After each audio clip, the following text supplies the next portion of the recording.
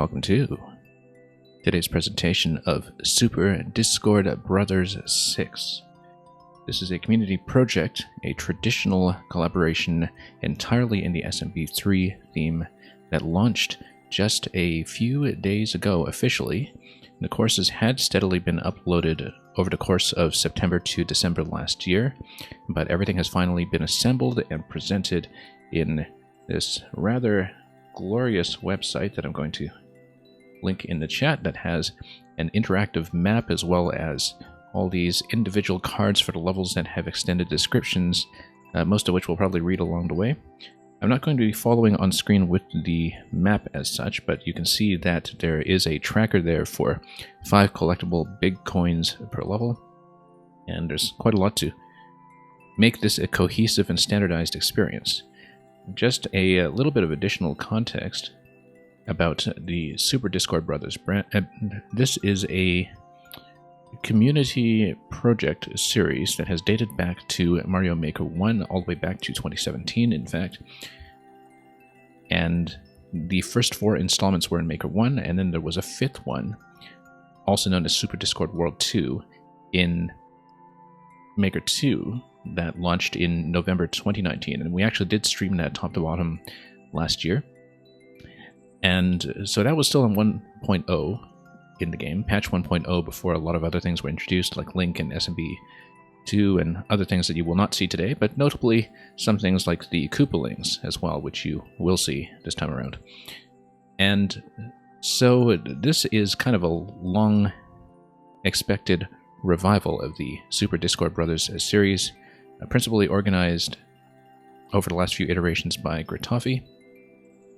And as I said, it just launched this year after a roughly 5-year absence. So, it involves 39 makers, it has 58 courses. We're going to see as much as we can today, although realistically we'll likely split it over 2 streams, because when I ran the last one in the series last year, we attempted to do it in one sitting and it took me about 8 hours. We'll maybe not let things go out of hand quite that much this time, but no promises either way.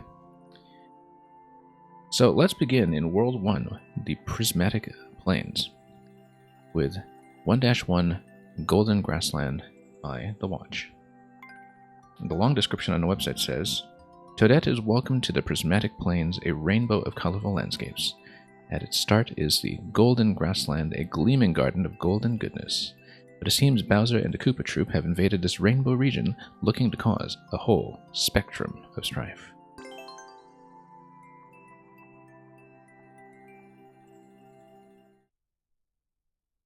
We will, of course, try to collect as many of the 10 coins as possible, although I don't know how accurately we'll be tracking that as we go along. There's one already.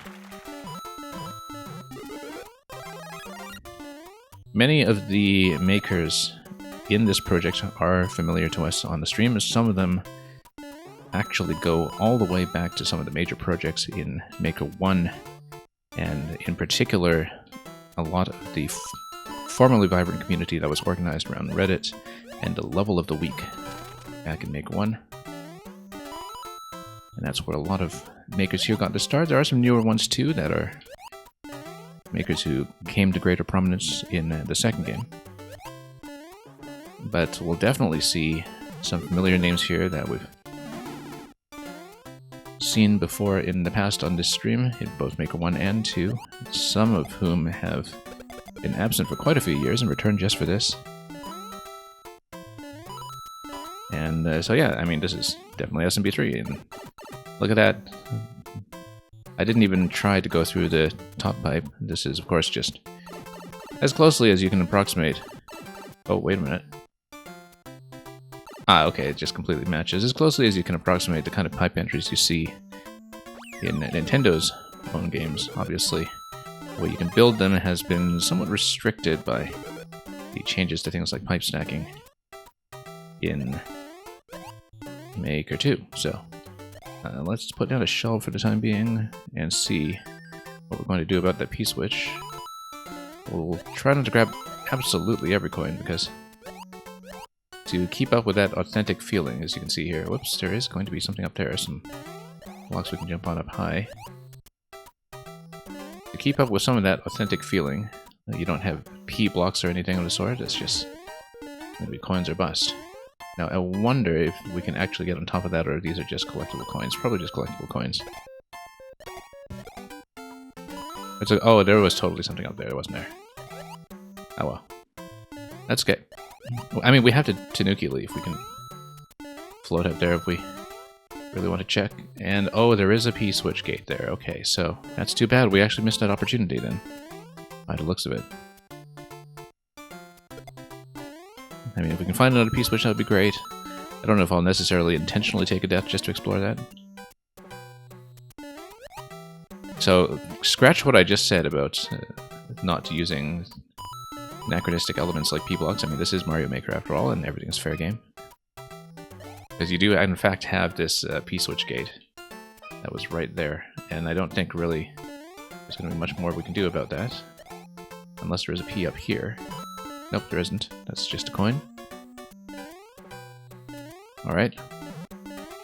Well, so much for 100%. Unless, of course, we decide to take a dive just to peek at it. Anyway, let's... Whoops. Yeah, it's just Tanuki Leaf plus P-switch. And we probably should have hunted for that a little more thoroughly. Oops.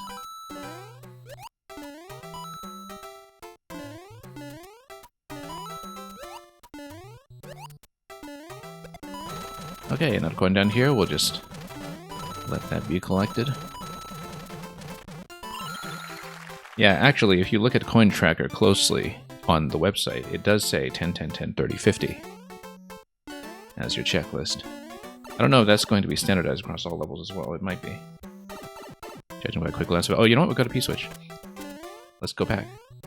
Except we'll need a Tanuki Leaf for it, and I don't know if we'll be able to get one here. We might actually have to go a bit further first. And if we do get a leaf, I'm going to backtrack. Oh, this is already gold, though. That's not great. However, there is a ceiling up top. That doesn't look like it's going to be anything, though. It looks like we're... Oh, there is. Well, I mean, we can take a P-switch here. We can always reload into this room to get another P-switch. If it so happens that we can't reach anything there. 10 coin. I would like a leaf, but I, once again, don't know that we'd be able to get one, just because everything kind of out of blocks in the previous area. So, we can check. Nope, that was a plausible place to check, but unfortunately, not quite what we need. But at least we know where to get a second P-switch. And a repeatable P-switch is more important here, that we can actually potentially... Oops. And get back up there if we can. This looks like the exit pipe to something that we didn't properly explore. We'll see if it matches anything here, but it's probably just from whatever was up top, if that makes any geometric sense. Oh, whoops. Okay, so much for that. We might just die after all. And... Oh, you know what? That was actually totally not intentional, but we will take it anyway, and... At least we know now that we have the P-switch here. We can probably have another opportunity to grab a leaf, which we will take. And... yeah, there definitely was another leaf here somewhere. We're satisfied with tanking the clear rate on the very first level of the game. Just to satisfy our curiosity. Oops. I feel like there was a leaf here somewhere. Let's... I think it was dunked in one of these blocks even. No. Seem to have this vague memory of it. Possibly... yeah, there we go. Okay, now we know what to do. As long as we are somewhat careful about it. We're not going to jump on that P right here, of course. We'll get rid of some of this first. And then Start running in just a moment. Okay. Let's go from here.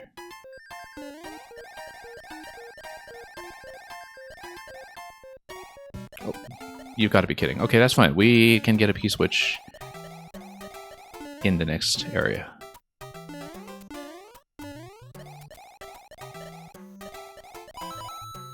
Well, okay, that was maybe not the best way to go. Let's grab the P-switch in the next area and come back. Just to really explore this properly. I don't know that we'll be quite this thorough about everything, but we're always curious. Well, there we go. Never mind that. Okay, I feel somewhat committed to this now. We might as well just take a dive, in fact.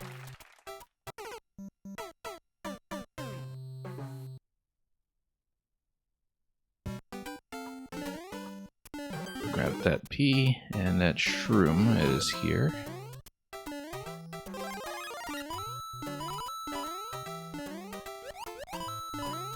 And yeah, sure, we'll stop him, but let's look at Note Block.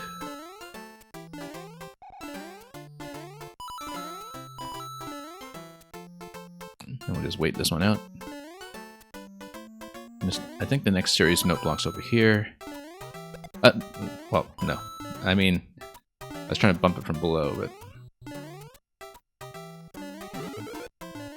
we know it's SMB3, no up throws in this part of town.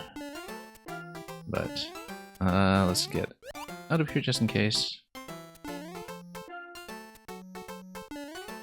Just not going to mess with it. Okay.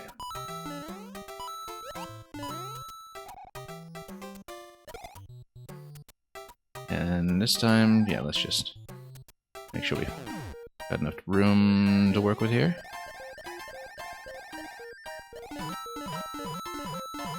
Gives you something to do with your buttons while you wait for the gate to open up. And yeah, P's gonna drop to POW, and then, or at least open up access to it, and then, look at that, SDB6. Not that we'll get very much of this. We know it's just going blocks, so. I should probably not try to deliberately lock myself or anything like that. We probably won't, but you know, we see semi-solids like this, and we always check, oh, there totally is something up above, we should check it. Absolutely is something up above.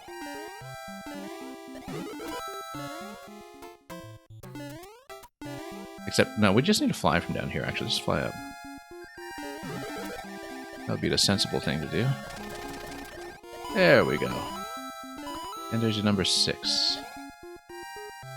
6. Oh yeah, okay, so it just shows you that there's something here on this block.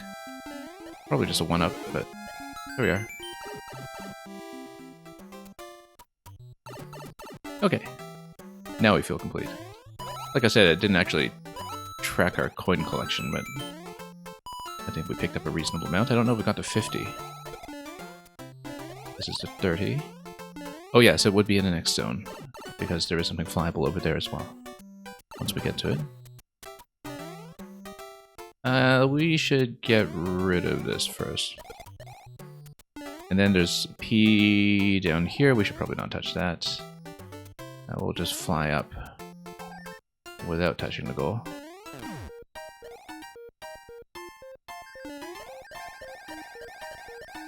And... oh, no, out of reach. Out of reach. But that's okay, we can still fly up. Can't we? Maybe not, actually, because... looking at... fly over here? Yeah, there we go. Okay, at least there's a way to get out. I mean, you can fly out, but... we'll just come here to the level card, I guess that's all there is. And let's head on up.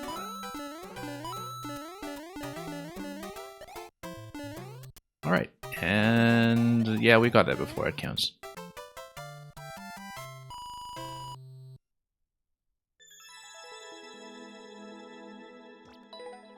Let's continue. Not exactly world record time over here. And thank you for the GG Netcat. Let's take a look at FIFO's level here. Ruby, Ravine, Romp FIFO, also somebody who has been involved in organizing the recent iterations of Super Discord Brothers. I say recent because it includes, well, definitely this one, but also FIFO was the one who put together the playlist profile for, if you look at the Me, both this one and the previous project, Super Discord World 2, when they launched a website for that. Ruby, Ravine, Romp. In her daily life, Toadette is a side character, facilitating the parties of other people. But everything changes when she puts on that big, ruby-red, high-heel shoe. She is glamorous, she is fashionable, she is powerful. Anything that opposes her can be crushed underfoot. Now, it's Toadette's party. So, yeah, there's this sort of presumptive protagonist in each world, incidentally, if you look at the way the level cards are written. We are just playing Mario for the time being, unless somebody wants to switch me over, but there is, once again, a sort of official canonical hero that I think changes world by world. We're familiar with that too as being a feature of the Super Discord Brothers 5 commentary. I say Super Discord 5 and Super Discord Worlds 2 interchangeably because it was the second Super Mario World themed collaboration, but the 5th one in the series overall. So let's see what we have here. Just a whole lot of red. And a boot. Here's the boot, as advertised. And there's got to be something up there that we can get through, right? If we can get a jump here somewhere, that's not quite enough. I'm just trying to see if we can do anything to get enough height up there. But it seems not so far, so we'll grab the first of these ones. And before we continue down there in what is quite obviously a continuation pipe, we should in fact... Oh, here's another place to stand. And we will of course grab that. Oh, and hopefully grab the boot before it disappears on us, although we can always just come back. I want to check that pipe, of course. I also want to check over here. No, nothing. I mean, otherwise we could fly there as well as an alternative. And let's continue.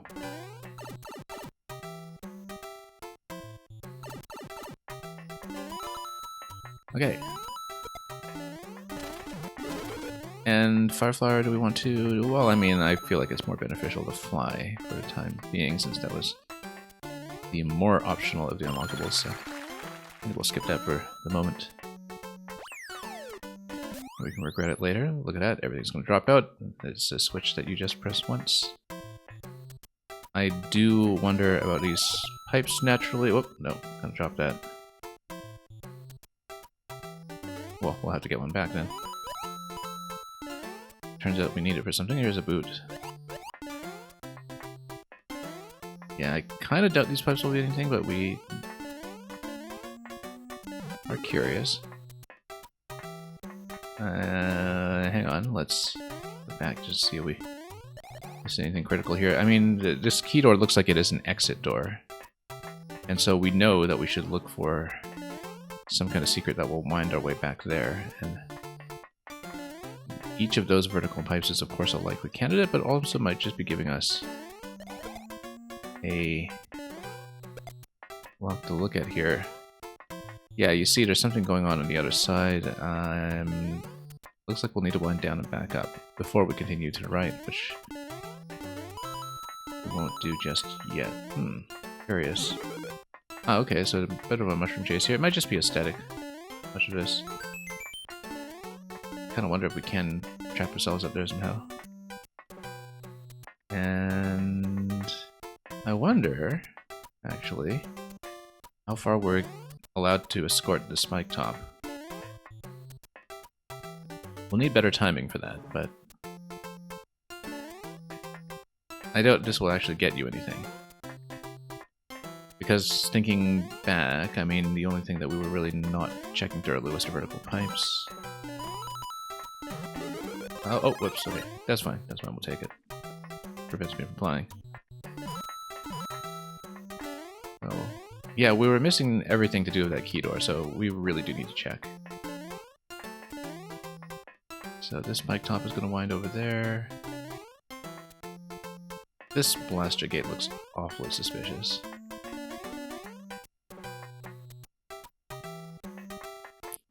This pipe too. No, it is not. So yeah, something's going to loop back to, whoops, that door, we just don't know what. And a lot of these segments here, Nutmost Survival, whoops, that's fine, we'll go backwards actually, because we didn't see what else the state switch would have affected back here. Look at that Koopa all the way over there, that's clearly worth checking. I kind of wonder if you go back to this section with the state switch, whether that is anything. I mean, yeah, it gives you more Koopas. That's awfully suspicious as well. Nothing that would give you a key, though. Oh, look at that. There's something. Ah, yes, that's right. This opened up. Well worth the backtrack. And here's the SDB6 room, and there's the key. There we go. We are nothing if not recklessly thorough.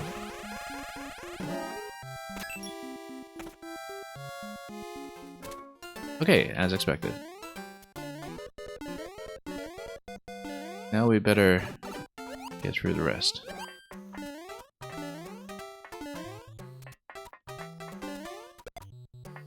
Yeah, I actually did notice all of those red blocks in the first section when we checked there initially. It's just that, of course, at that point, we didn't know that they were not just decorative.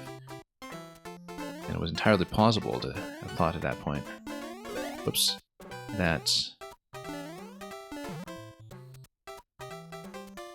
it was just there as a decorative boundary rather than something leading to a potential secret. So here we are. You've got Nintendo standard checkpoints as well. It'll give you the extra power-up. Always appreciated. It's not a traditional level without it these days. You know that's kind of a post-Super Mario World commission, I guess, since that's where checkpoints were introduced. We obviously have nothing to jump on to get up there, which means we'll just be gated through here, unfortunately. Oh, that looks like it would be something. Can't quite see there. Maybe not, it's just a hard block up top.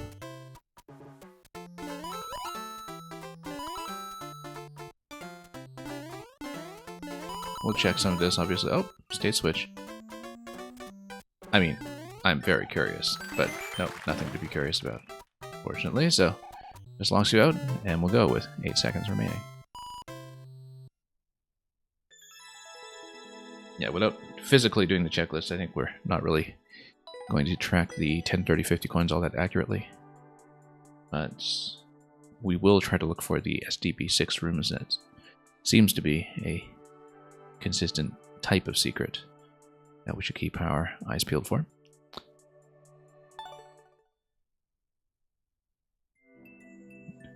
Next one is going to be Verdant Vines. And the description on the website says, pipes run through the jungle, but no one's bothered to figure out what they're there for because they fit the aesthetic of the area so well. Green metal blends beautifully with the natural verdure. It's up to Toadette to get to the bottom of things, but how deep does she really want to dig? A nice little walk through the pipes and the trees sounds nice, too. Well, let's see how it looks.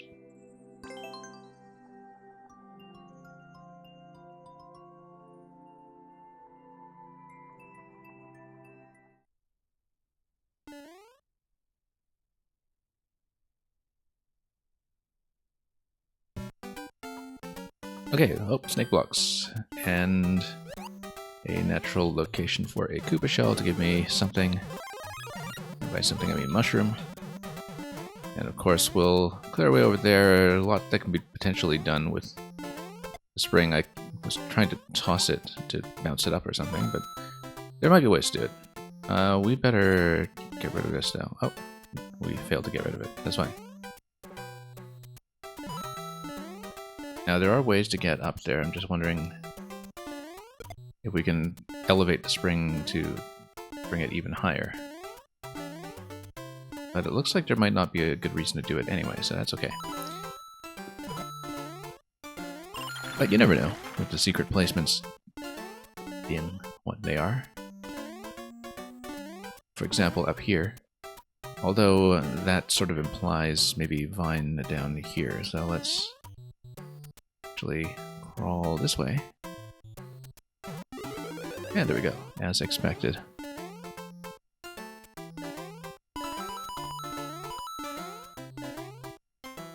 Let's head back down.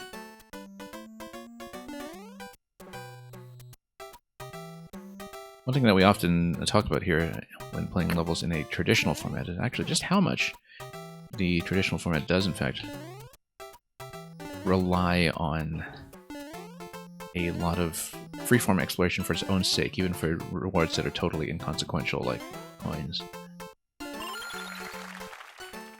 And that is actually a very essential part of what we consider traditional openness and spacing. Have that. Now, let's head down here. We'll take objects with us. Whenever possible, of course. Almost dropped off there. By mistake. Okay. That's clearly something flyable. Or jumpable. This is interesting. I kind of wonder if there's a pipe entry that is available there. Underneath. Hang on.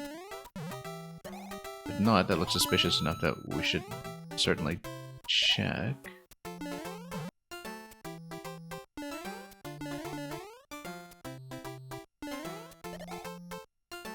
Suspicious enough that we should see. I was trying to bump that just to see if we could place it, but we definitely need to check up there. There's absolutely something going on. Oh, here's a pipe. And then here we are, a night theme, interesting. Is the snake going to take us anywhere interesting? I guess it's just more of a cosmetic snake. A solid snake. Okay. Up here. Who knows where this leads? I mean, maybe this is also the main path. For all we know.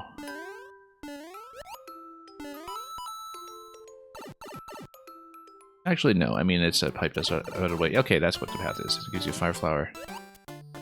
Which seems to be the unique reward for doing that.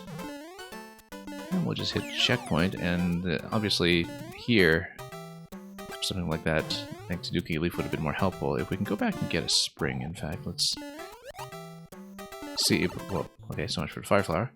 Let's grab another one and maybe even juggle two of them if we can get two. Clearly there was a second one somewhere.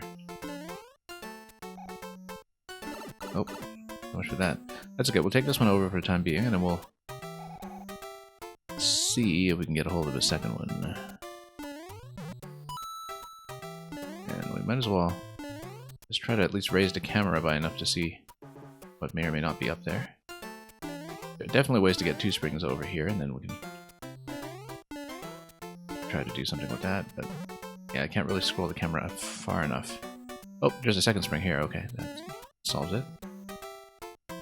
Let's do this first. Nothing.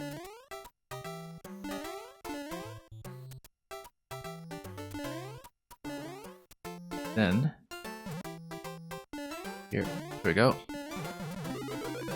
Oh, okay, well, we could have just done that too. I mean,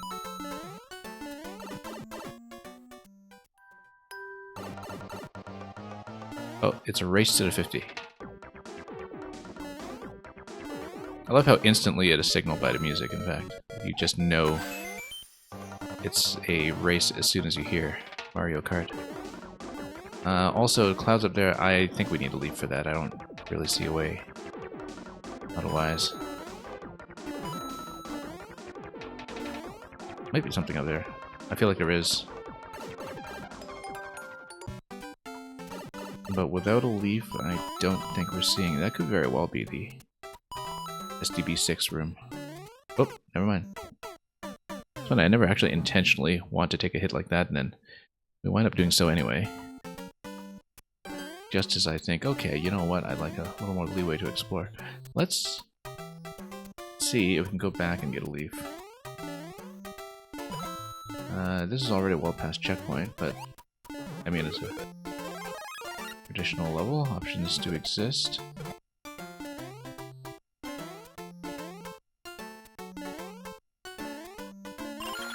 I know there was a fire flower path somewhere here, but we... Whoop, I'm mostly interested in a leaf path if we can find one.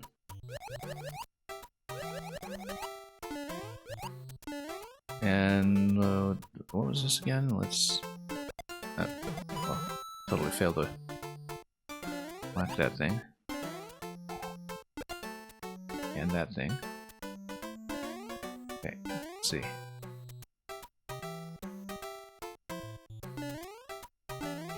Yeah, if I can get a hold of a leaf, then we can check the presumptive secret within the secret.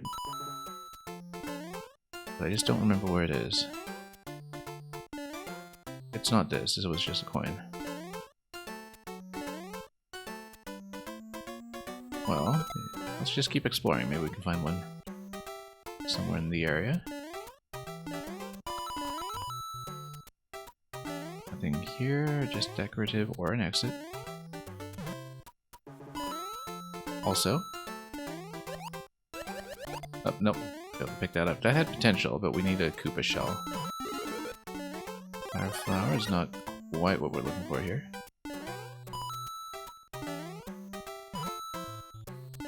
Yeah, I would like to find a leaf somewhere.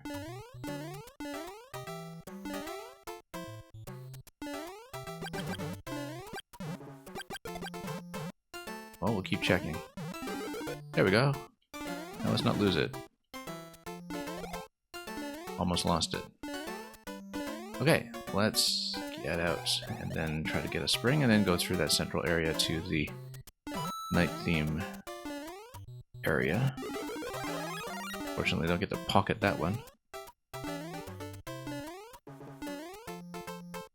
We'll just go back. Oh, almost ran into that guy too. This was where you had Divine. Hop up there. And, you know, I wonder if we would be able to fly with one of these. The distances aren't quite long enough to permit it. Yeah, maybe not. Like, if you grab a second spring, pick it up. I don't think we need to. I think we get another spring in the next room anyway, right? Let's see. Anyway, you got a 50 coin race here. That's fine. Oh. Probably not going to make it this time, but that's okay. The important thing is that we get to fly.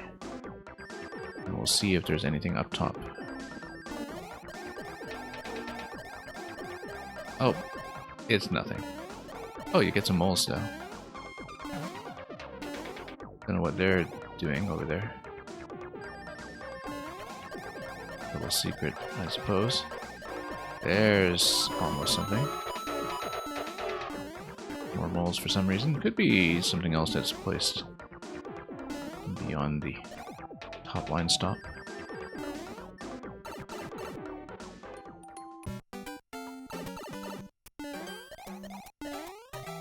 It's rather conspicuous to me that we haven't found the SDB6 room here just yet.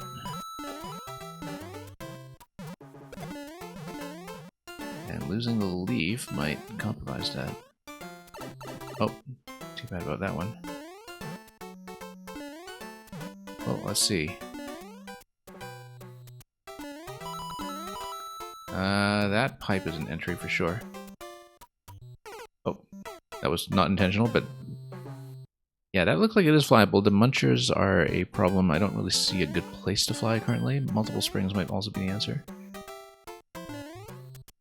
So why don't we just... Whoops. First of all, get sniped by a piranha in the pipe. and then continue from there. Okay, so you got 2 springs here.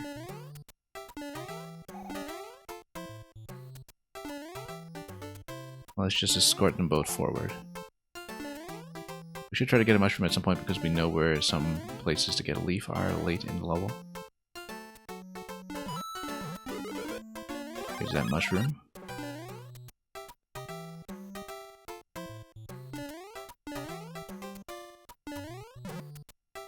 Yeah, okay, so actually... Well, I mean, there's this over here that seems to signify not a whole lot, but...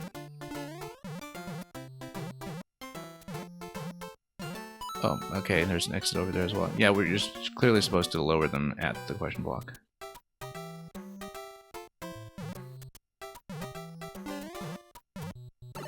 There we go. And that's an SDB6 room for sure. We'll even get to fly.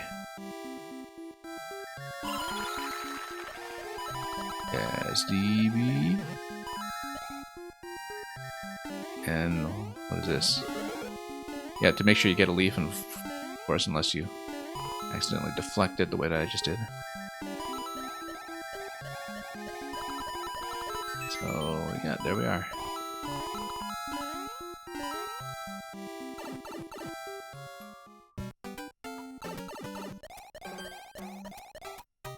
Okay, next.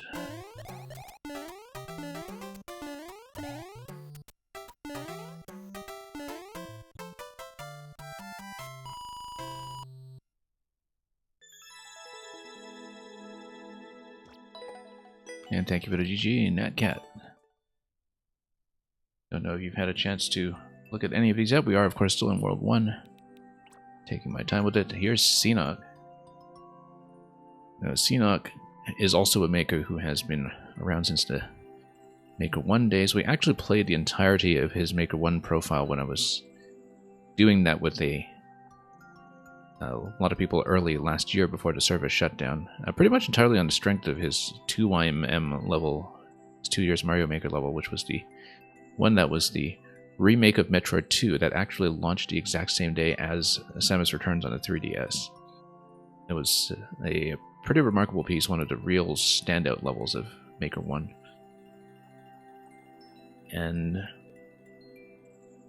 yeah, we played his whole Maker 1 set last year. I think he was the one who had the whole Undo Dog themed series as well, with the relevant mystery mushroom costume.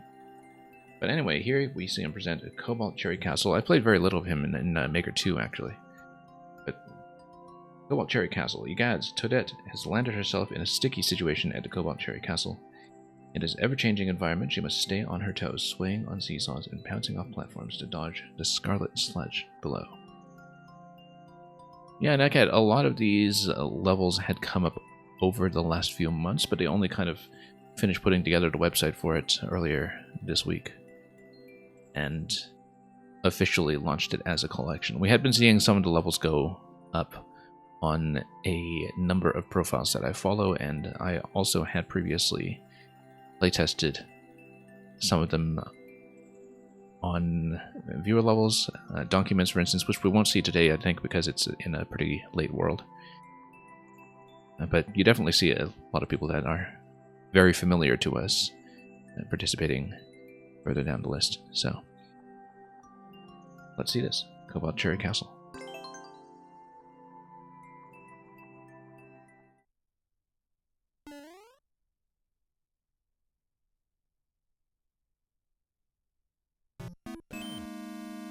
And okay, Cobalt and Cherry, as you can see. So let's see if we can actually switch states here. It's kind of funny because this bit here, platforming wise, is just sort of standard Super Mario style castle level, except with a very different decorative palette.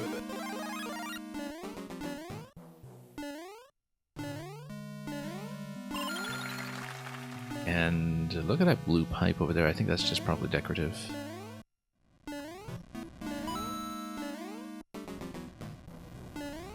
Given the comparatively limited aesthetic placement options in Maker 2, you always have to admire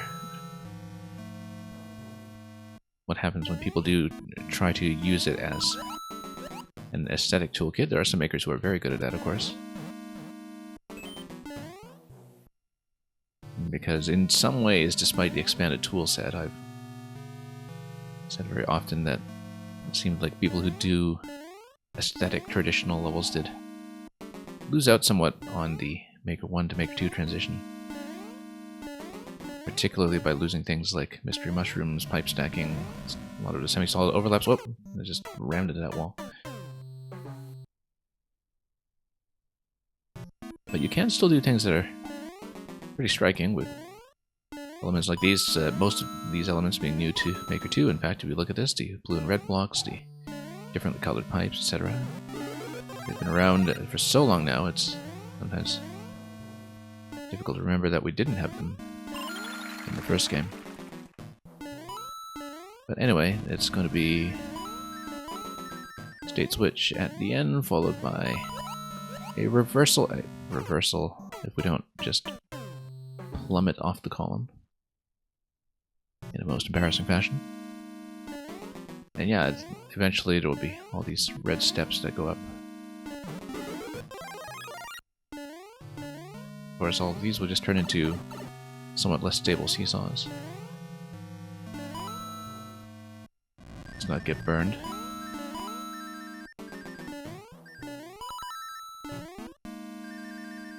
Yeah, because there's no physical switch that you press. You just come over here to this panel and then read the arrow and turn back.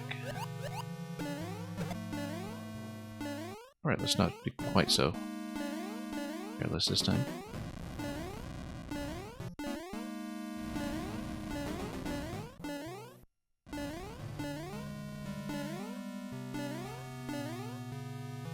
And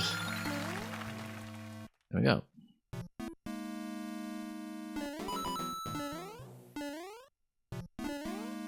As expected, Manny steps up. No real optional paths yet, as far as we can tell, but there is, of course, this staircase that's going to lead out. That feels like it's probably going to be the main path on the way out, which will involve a snake block ride. Once again, really kind of sticking to the color theme that was seen throughout, and with a red-blue swap affecting the spike tops as well. Yeah, this is a claw that we'll ride on the way over. 10 coin that we might grab on the way over if the opportunity presents itself. Same with the one up there. Because that will almost certainly be just a snake block ride. Whoops, I didn't mean to drop onto this one right away. We kind of wanted to take the one up there so we could actually grab some of this optional stuff. I'm just going to retry this. Didn't expect to drop off so soon.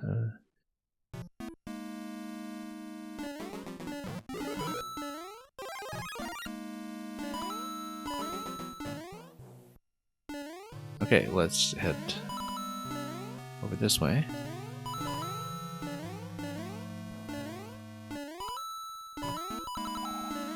And then, yeah, this drops you into this little bowl here, and then this is the idea for this coin. I don't know if we would have missed anything. Oh, whoops. Totally couldn't see my feet there. We should have just gone left, of course.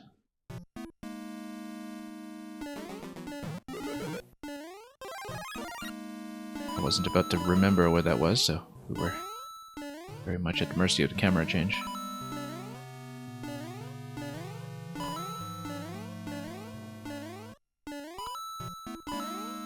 Yeah, the exact placement of the switch trigger is hidden from the player, so we make do with what we know. It does mean we'll have to ride this down gently.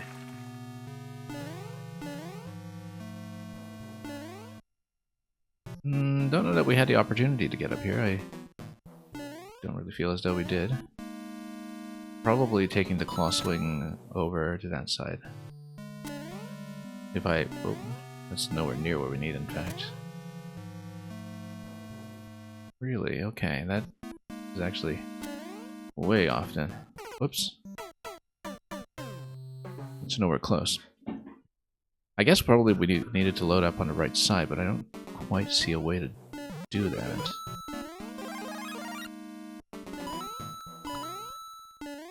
In terms of any kind of platform that would lead me over to this spot here. Doesn't look like I can reach.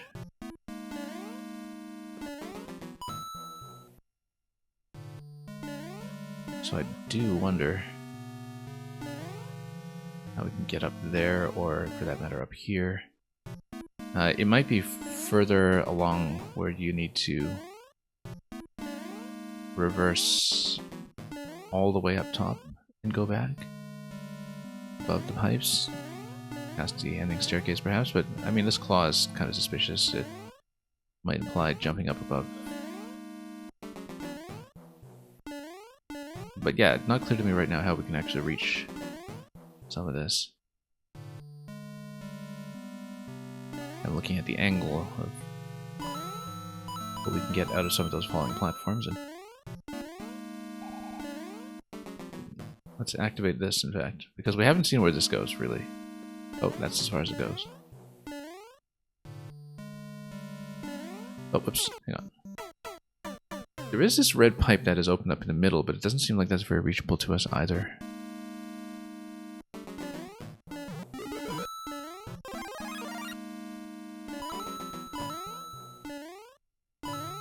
So yeah, not really clear at the moment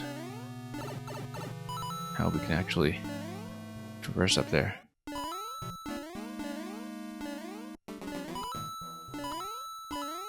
Probably just need to jump at her or something. But it does look like it's about a whole tile out of reach. And yeah, this thing here. If we had fuller momentum going into it. No, maybe if we had a leaf going into it. Again, we considered this option already and it really didn't seem to. Oh, okay, it does reach. Alright, never mind then, we just previously missed.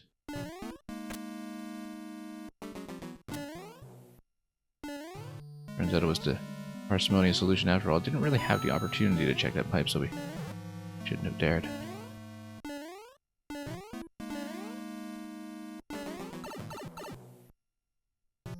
Can't really check every pipe here, but I don't see much else optional that we can touch.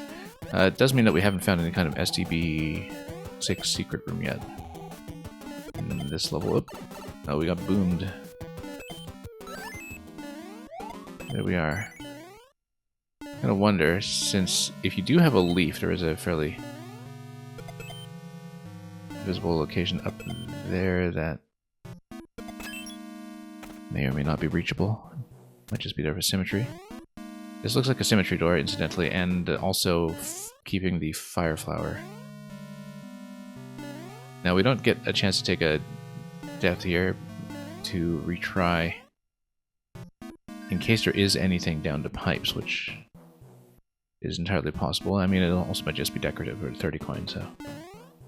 But we didn't see an STB-6 room, which tells me we should decide now if we should just retry levels for that. I feel like we should. We've been taking deaths for it anyway, on occasion, so let's give it a second run just to take a look.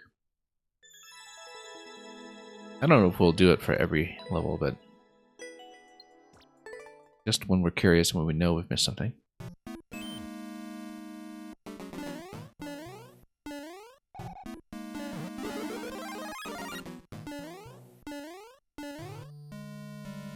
Does set a bit of a precedent here. I mean, that's the nice thing, though, about playing off a playlist instead of a formal super world on a single account, is that you do, in fact, get to just dive back in and retry for anything optional. Sort of wonder if we raise this. Oh, look at that. Aha. Aha, you see? Worth checking. And this is just a one-up room, though. Okay. But we should be on the lookout for things like that. We should check the other side too. In case there's anything under there. No, it doesn't look like it.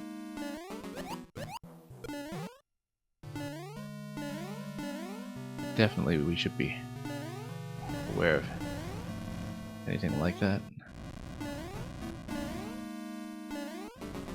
Also, the fact that seesaws can be raised here tell me that we should try for that red pipe. Let's wait for this. Oh, come on, we can totally do that.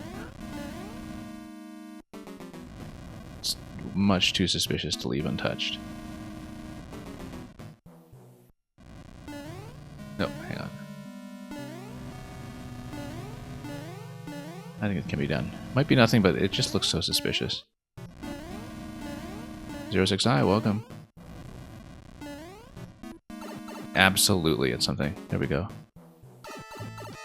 50 coin chase. That's another level with a 50 coin chase. That's second one in a row we've seen that idea. Wonder how standardized that is. That will pop back out. Okay, nothing else there probably, but we are seeing a good bit of optional content, which was more or less what we were hoping for here. And of course we want to keep the fire flower toward the end in order to unlock whatever's behind that 30 coin.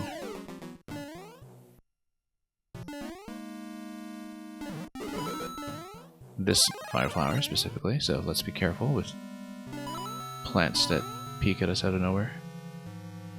Spike tops for that matter. This pipe looks awfully suspicious, but I don't see that it is reachable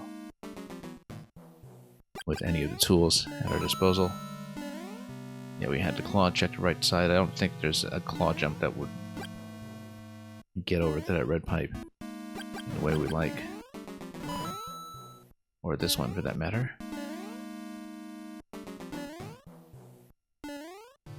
Okay, let's be careful here so we don't have any kind of blind drop. Yeah, we've already checked everything up top, but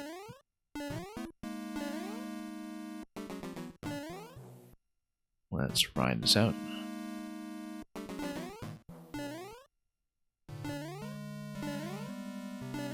Again, the priority here should be to just try to keep the flower.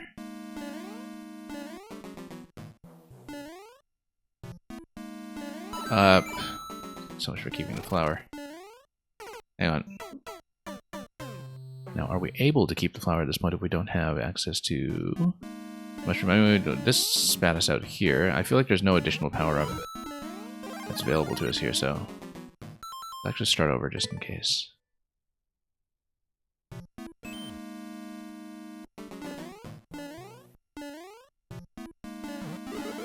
So we've seen the 30 coin, we've seen the 50 coin. We haven't picked up the 30 coin because we needed the mushroom for that. Yeah, it looks like you do need to be pretty solid all the way through. We found a couple of secret rooms at least.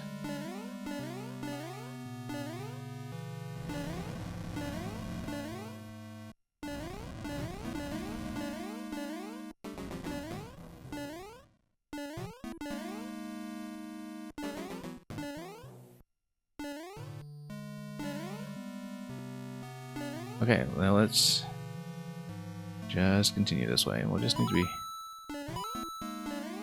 careful later about some timings, but for now, the priority will be to get the fire flower and get all the way through to Boom Boom unscathed. We should take it now. I was kind of considering, do we want to take it now? Well, we should, because if we take a hit, you know, we're a shot anyway, if that's a progressive power-up, which it is, as we know from experience.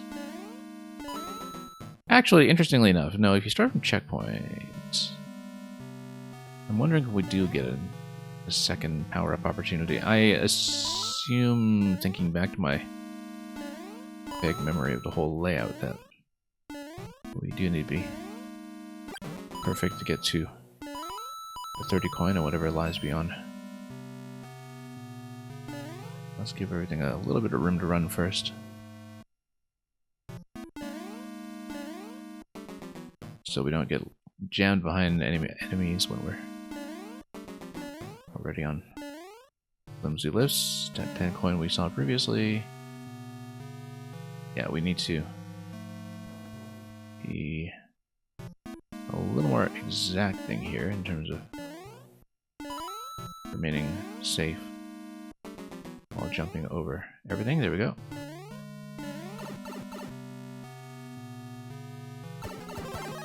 Oh, it was oh, it's just a mushroom though.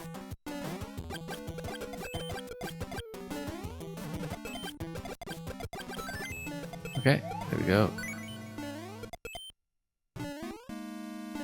And just some periodic red-blue switching. These are just symmetry doors, but now we can actually get through this and we can check if the pipes are traversable. They are not. I was really hoping they would be, because we didn't see the SDB6 room in the end.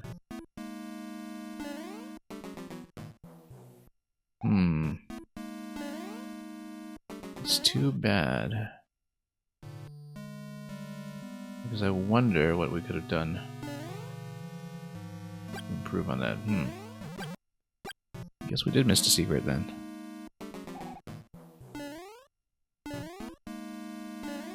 Well, we saw some of the optional rooms, we just didn't find the one with SDB6 in it.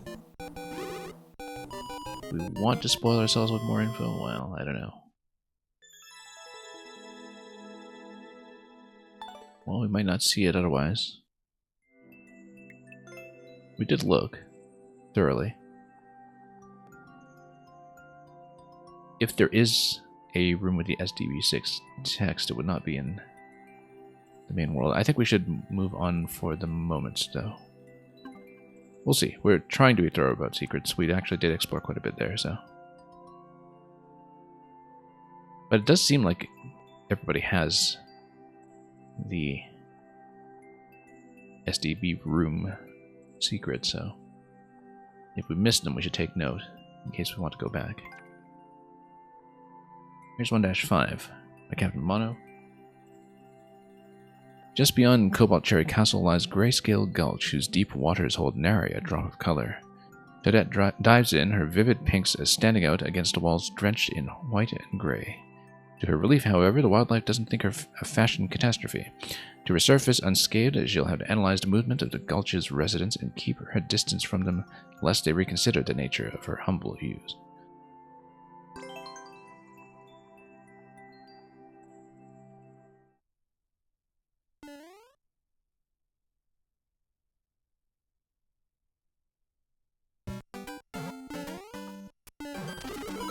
Okay, mushroom.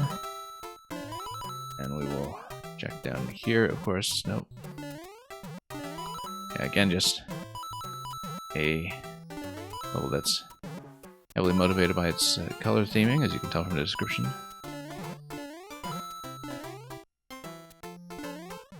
Well, here's a little bit of color for you.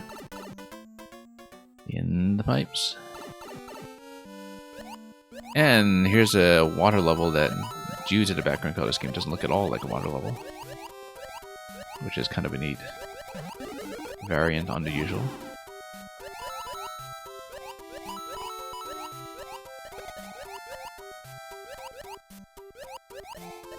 And yeah, we'll go for the 10 coin just to have something to prove.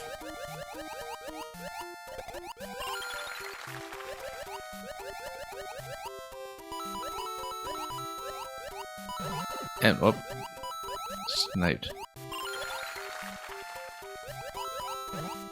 I mean, it was fairly visible what was going on there, we just didn't do a particularly good job of dodging that.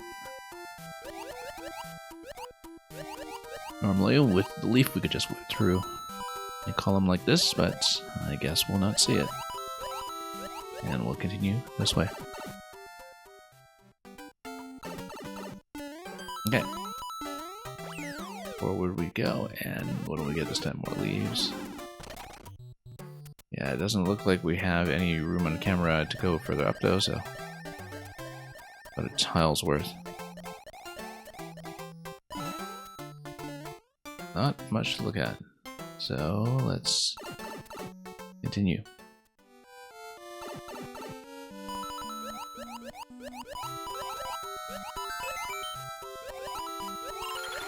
And we just pluck that off the tail. Let's see what all this is. Oh, star. That could be significant. Let's float with it and delay it. Looks like it has to be obtained. Right here, we will obviously check the pipe.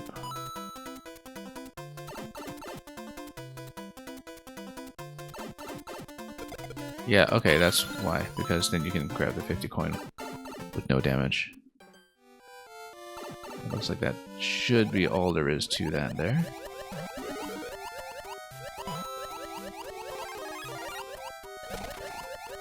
I'm just going to backtrack a bit to see how it connects.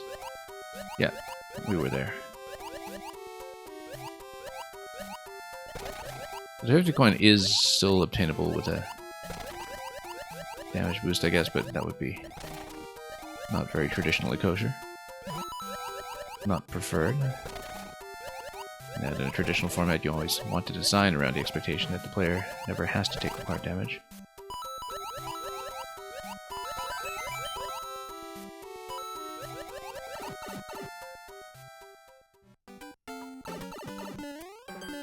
Obviously, we'll check the left side because, I mean, that's so incredibly clear. And yeah, we'll bust down to 6.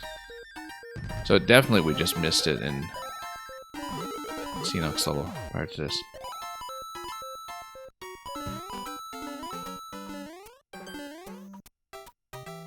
After finding so much else in there too.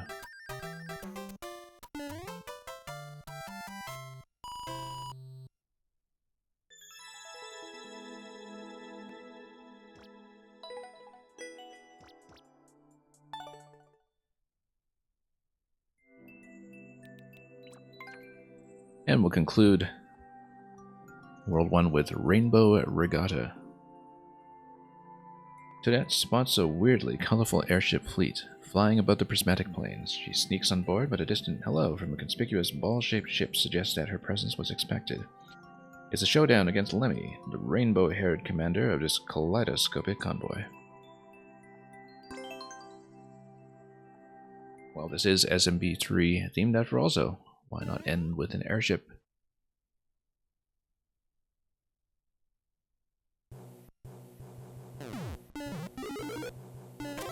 And don't think we're getting up there that quickly. Oh, lost it already.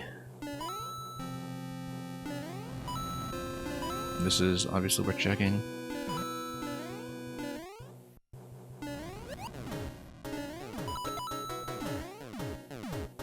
And yeah, not too much else that's accessible here for the moment, so let's see if we can do something on the backswing, like the 1-up. Okay, that's all it was. It was the 1-up. We were a little bit slow getting there.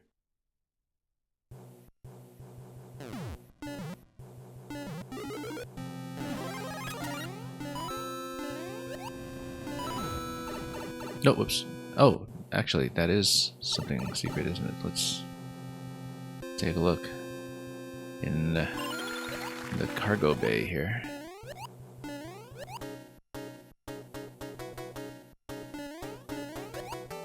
Probably nothing else. Let's just head back out. Not so safely as we would have liked.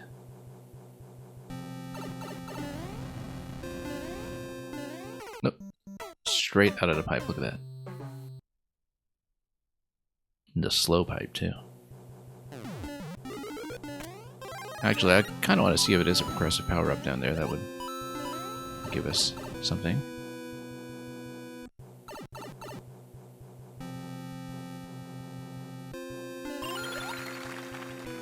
Nope, and...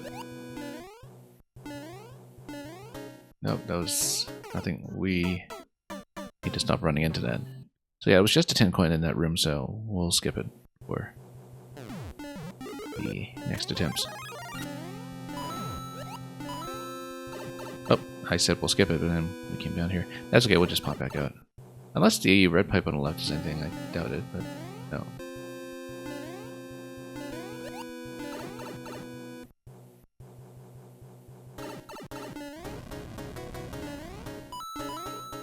Pop that. And oh, that's new. So that's how you would get up to the top deck without having to double back.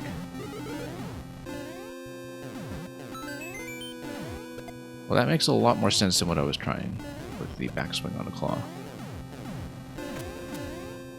Given how tight the timing was on that one.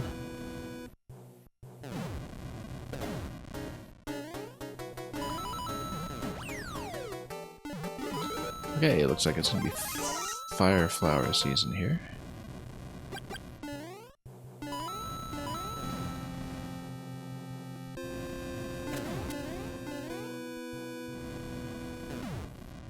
And wait. And wait.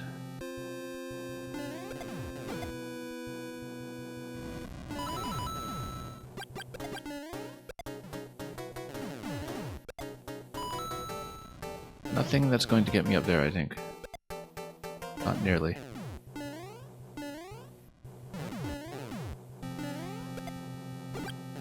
Oh, missed the opportunity to pop a Goomba for that. Now we'll get it.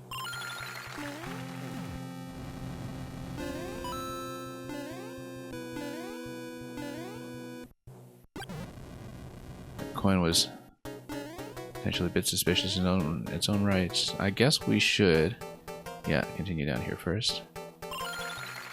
This looks like a Lemmy ball. Bang, welcome. Is this the ballroom? Shall we dance? No, it's the pre-ballroom.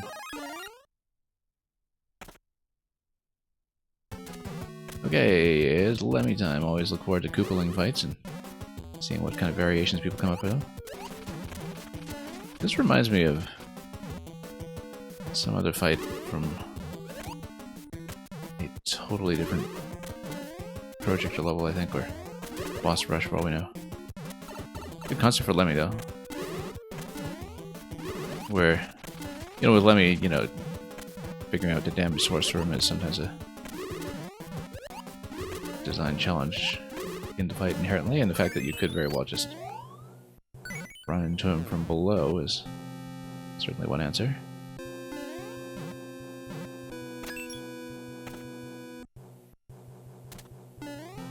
And was that just a symmetry door?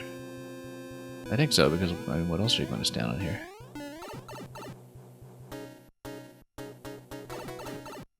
I feel like we're missing the opportunity to go up somehow that we really needed to have something like a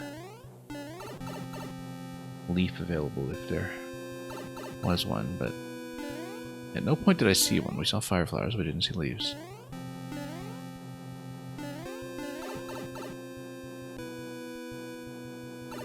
So yeah, that might just be an exit.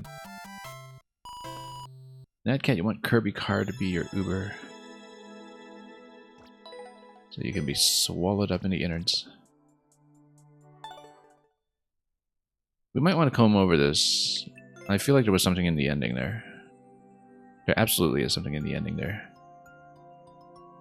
But we didn't have a way to get up there. It may be a matter of keeping power up so you can actually get a leaf. That's the only thing I can think of that would be plausible, unless it's invisible blocks. I say we try it again. Unless there's something like a spring that you could pick up from a previous room. Like in a whole row of springs in the Lemmy room, if there's something that can be grabbed. Let's try it again, just to give it a go. We have been occasionally retrying for secrets. We are not exactly at 100%, which is unfortunate.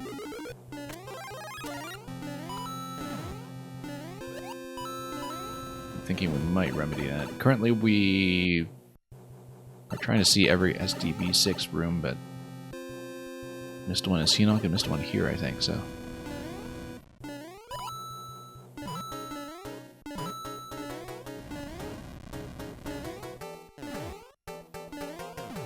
So we'll see what we can get. Like I said, we didn't previously see leaves here anyway. We did see fire flowers. I wonder if we've already blown the opportunity here.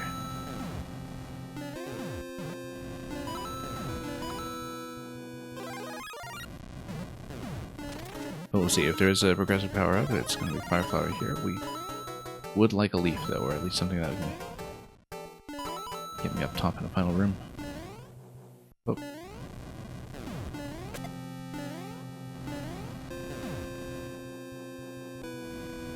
Look at that. There's a coin down below that we didn't go for.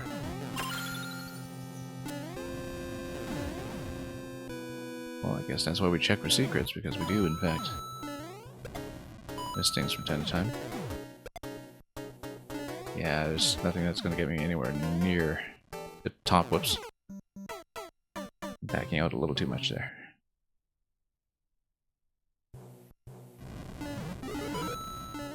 Okay, so this was previously a flower,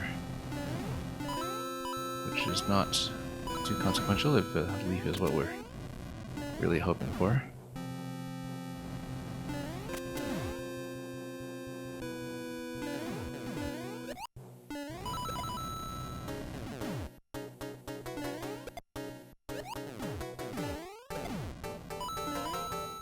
Yeah, it's not really reachable. I mean, this angle on this one... No, nothing. Whoop. Slipped right off because I got bumped by that again.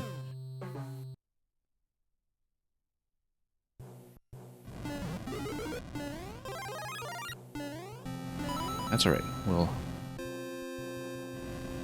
try to be thorough about it.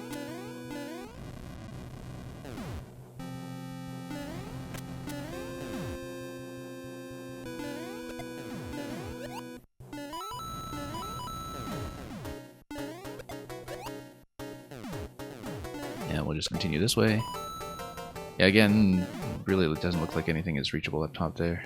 This was the spot where we were previously bumped. It's a Goomba up to the 10 coin, but nothing else there as far as we can tell, so...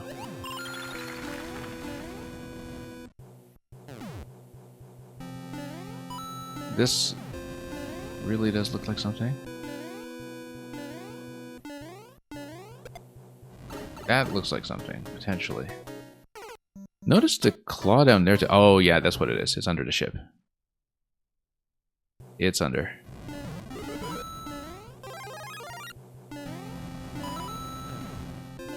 That's what we're going for.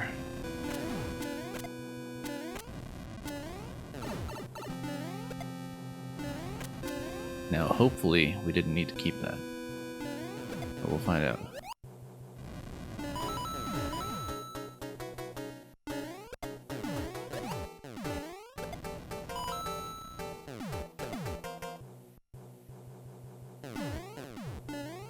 But yeah, let's get over to the Lemmy ship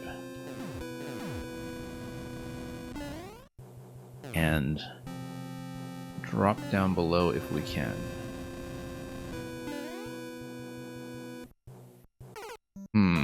It's a little out of the way if we don't have something to float with like a leaf. Unless we need to catch another jump art there of some sort. We haven't seen a leaf in this level at all, so I don't know if that's going to be it anyway, so...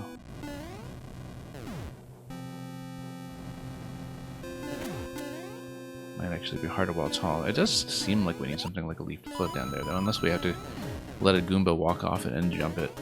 Which is entirely possible, actually. Depending on where that ship is placed. That may be it, in fact. You let a Goomba walk off and then you follow it. This is looking plausible, in fact. Oh, I don't like the placement of that flame, though, for this. No. Because you'd have to bounce it on the way down. That seems excessively tricky. Maybe it's just a decorative claw down there, but no, it looks like there's something. Absolutely looks like there's something.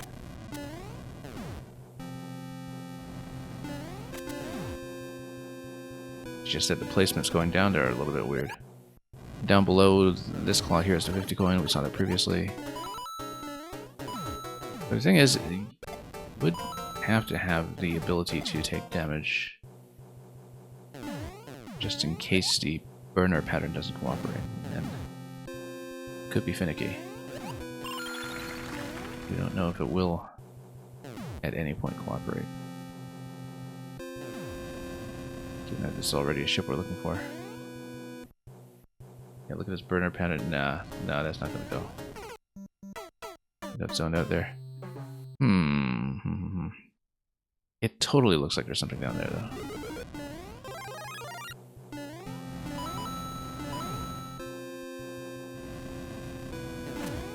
But it does look like we maybe have to follow the Goomba down. Because otherwise the angle doesn't make sense.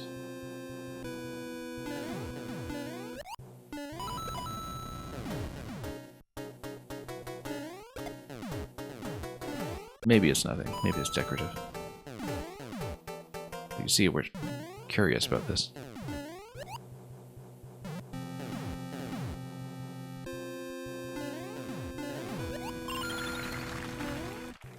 And we know that we're missing something in the final area.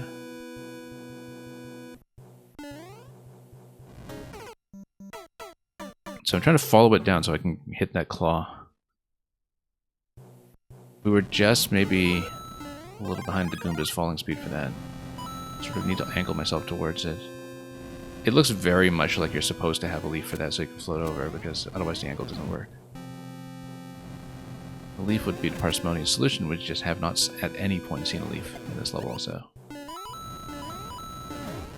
Maybe if you sort of get over quickly and get onto the top deck. Could be a leaf placement there, for all we know. Like on this cannonball, if we're able to do it. Yeah, look at this coin placement. That's totally... Yeah, there's a spring there. There's a spring, and there's a leaf. In fact, if there is a spring there, you should take the spring with you through to Lemmy's room. Maybe the spring is the relevant part, not the question block. But no, it totally looks like it's a spring and a leaf. And then a spring would answer the question of how to get to the room that is at the gold card.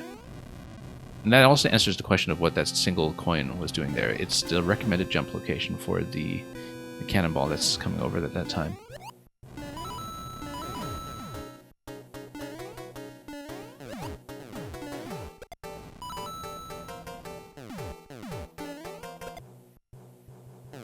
So yeah, some of the secret hunting is definitely a big step up from the standard progression through the level itself. As we might expect. Not highly technical to execute or anything, just... Oh, yeah, so... We missed whatever is down below, if there is anything down below that claw. But at least we have an answer to what to do with... You know, maybe it was a drop with a soft drop, like...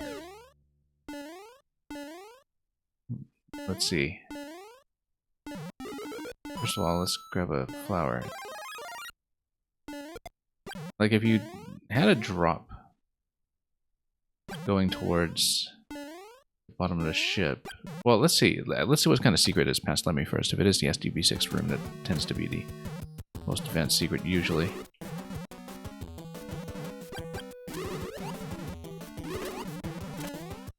Now, let's not forget that we have the spring.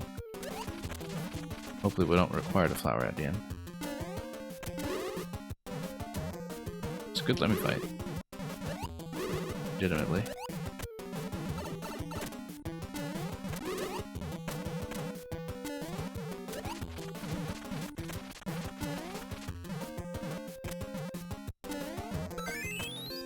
Okay. get out of here.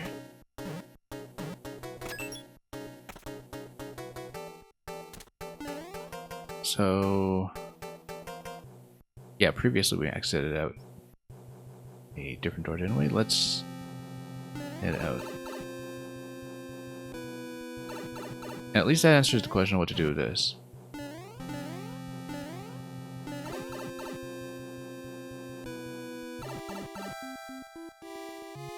Okay, so you get this room here.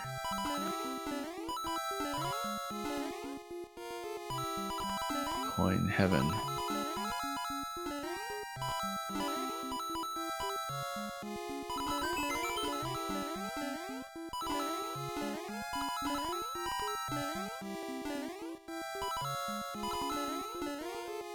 Well, if it's just coin heaven, that's not the STB6 room. I feel like that way there is definitely still something to check down below.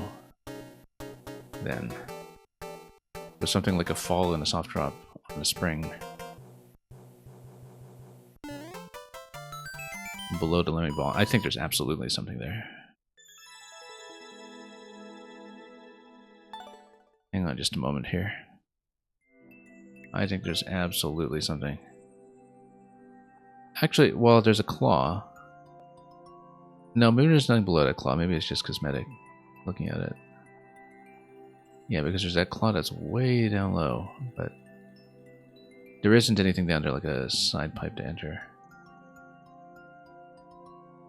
So maybe we did see most of what we wanted to see. There was a green pipe in the first section that I think we didn't look at, actually. We maybe shouldn't spoil ourselves too much with the more info screen, but we're trying to be somewhat thorough. Remember if I did in fact check this. And then we'll move on. We'll just do a bit of a cursory inspection here. This totally looks like it's exit or something.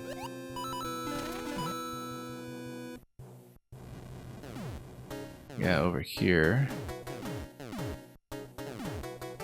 Airship camera Bob was actually hiding this pretty well. That's one of the issues with that. This was another storage room. Ah, and this kicks you back, okay.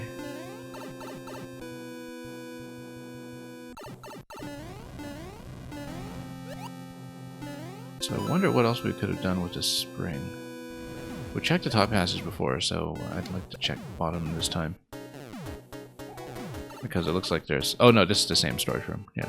So never mind. Although maybe we should check a couple of these pipes.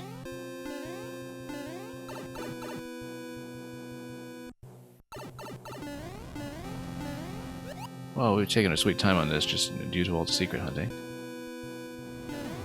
Oh, whoops.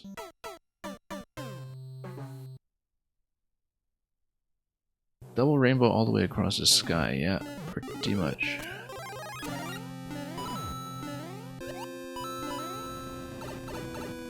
Hang on, we'll check this one.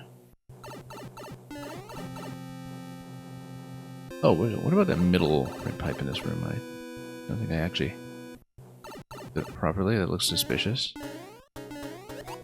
Nothing.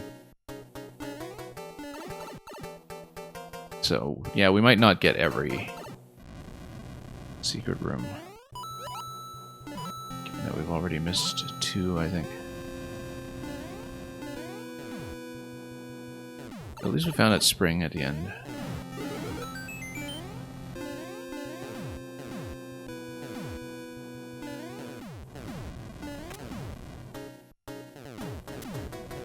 Pretty well telegraphed secret, in fact. Oh. Did not expect to get caught by that claw.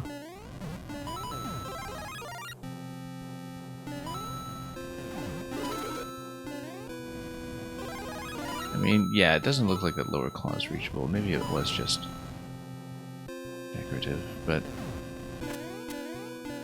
it looks so suspicious. Had to be worth trying. Oh, oops. It's okay. Yeah, this we've seen already.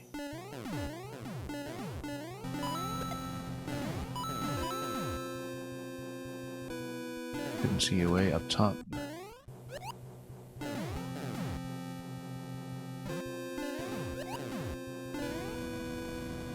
So let's see what we can do with that spring. I mean, it can't be anything really technical. The secret, I mean, whoops. Hang on. I think it might just be decorative. I think we're going to bail on it for now. Because looking at more info, we couldn't see any kind of exit from that. I think it's just your aesthetic claw. But then in that case, I wonder... Oh, you know what? Is that a block or is that a pipe? That's block. That is above the rightmost ship. That we had seen already. Yeah, because I'm looking at the bottom rung right now and seeing... Is that anything that you could stand on? I don't think so. So in terms of the main world, I think we basically saw the whole gamut, but I absolutely feel like we're missing something. There is, for example, the very first ship that... It looks like the top deck is accessible and that we just never saw it. And it looks like some of the pipes in the middle there might be enterable. So it could be at the very beginning of the level.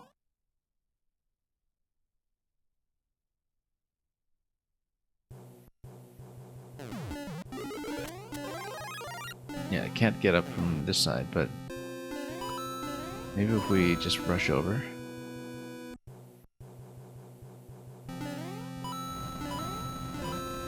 Oh.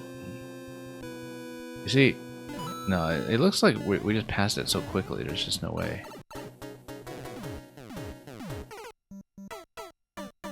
Unless there's something like a pipe that would wrap around back there. I don't really see that as having much secret potential, unless there's something that you can bop early on to get up to the top. And yeah, no, those pipes can't be entered anyway. There's green springs on top of the green pipe in the back, so it's all pipes facing down, so it can't be that. That's alright, we'll be satisfied with that for the time being. But it does leave me wondering. Let's get into World 2. Like I said, I'm kind of expecting to take at least 2 streams to run this. And so, we're taking our time and being thorough about secrets. It's 6 levels per world until you get to World 8, which has an additional castle, and World 9, which has 9 levels as the special world. So, World 2 is known as the Slippery Summit. And we have this first level here. Like Chris, this is Chris Shadowfox, incidentally, if you've seen him by that handle on Twitch. Snow Pokey Peaks. Past the prismatic plains lies a clean white expanse. Mountains rise up from the earth, covered in quaint snow villages and quiet ski lifts. Toad prepares to make it past the local Snow Pokey denizens and face their upcoming challenges with an icy resolve. So yeah, we see him come by every now and then with some of the raids from Gratofi's stream, actually. And we'll see how snowy Pokey Peaks will go.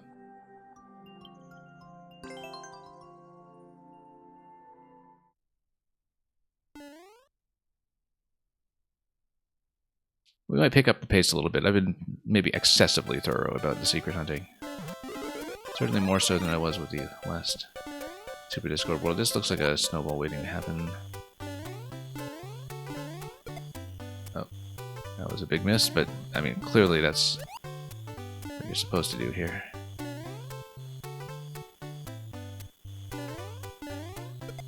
There we go.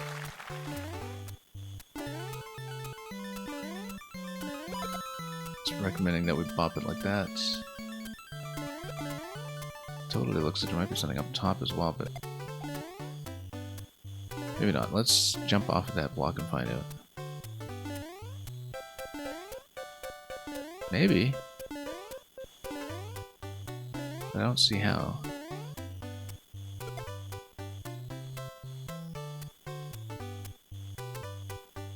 Anyway. Oh, you can totally get up top of that. We missed the opportunity here. Let's maybe try to respawn them. Yeah, the third one clearly gives you a passage up top, and maybe you can just drop back around afterwards.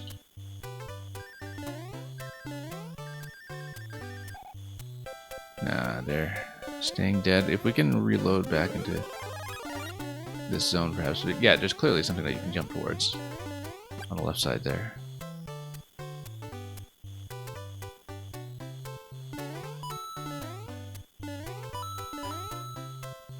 I mean, we can't, well, I was about to say we can just sort of proceed and then double back, but instead we'll just start over.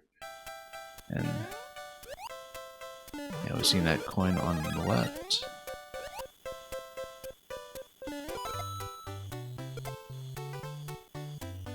And bop, bop, bop. There we go. Didn't need to crouch or anything for it. It's just 30 coin up here. I think it's just a very decorative top deck there, but we'll see if we can get up there because it could be significant. What we know.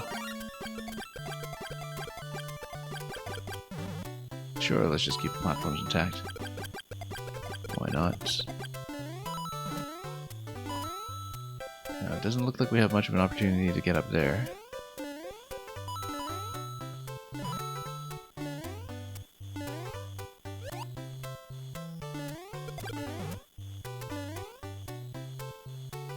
Wonder if that's reachable. Oh, you know what? We should have kept it on the lift. That's the thing, is that there are a few spots here where there are things you can take out, but... Yeah, and of course, because of the snow pokey logic here, they do stay dead. Just trying to wonder if there's a way to load back into the zone and respawn things.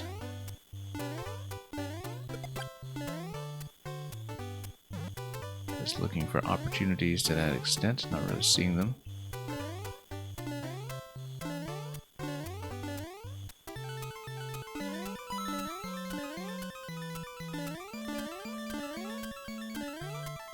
We're definitely missing something. Yeah, we absolutely could have just jumped off of this and gone up.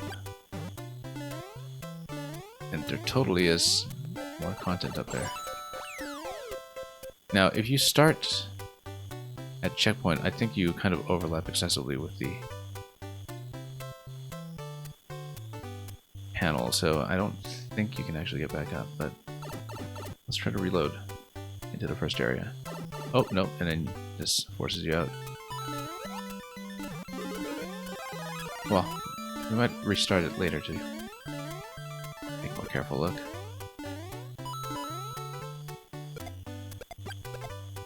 That works too.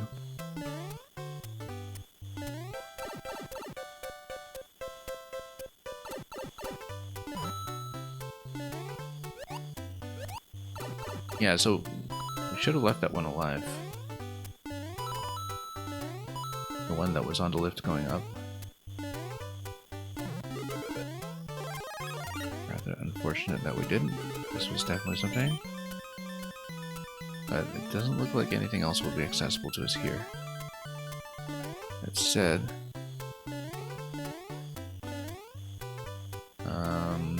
no real opportunity.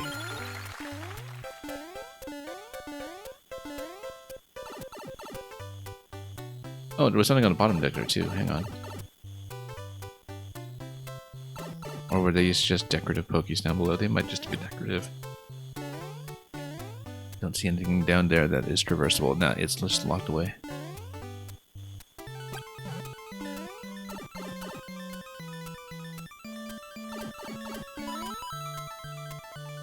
Yeah, because basically if you... Oops. Survive with some of these intact. Not on this one, but on that first lift. That could have led somewhere interesting. Getting close to the gold card already. Oh. Let's go around it carefully. And see where this takes us. 10 coin, okay. Not too substantial. Yeah, we definitely missed a bunch of stuff, so... Let's try this again.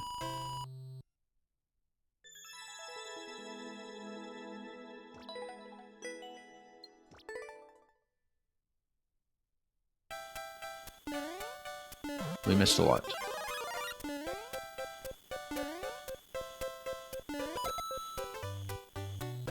But yeah, this we saw previously is just pop, pop, pop. Then the point up here, but then after that, we shall see.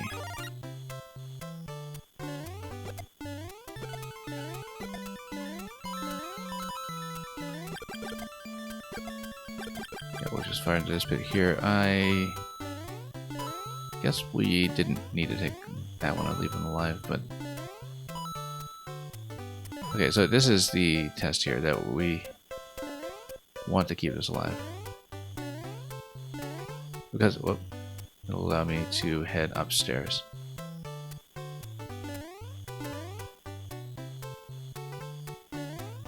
It's not obvious because obviously there's a temptation to just try to smoke that as soon as you see it. And oh, there's a snowball challenge, of course.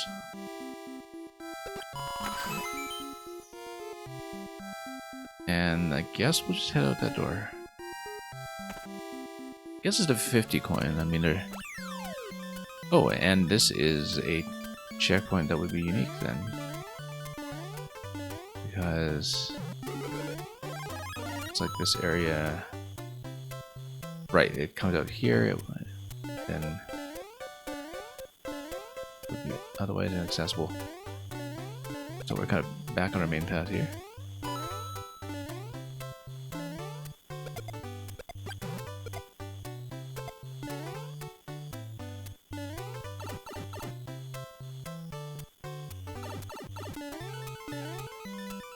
And something to the left. We don't really have a cape or anything to try it though.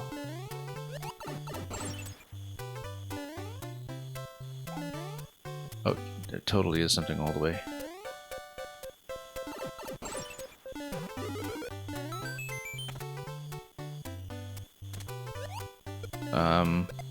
Oh, interesting. That caught me by surprise that it just drops you on top.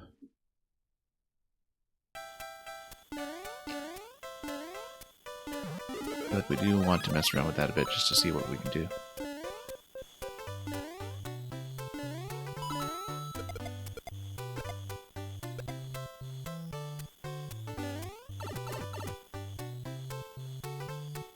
Okay, so we'll take it all the way over, but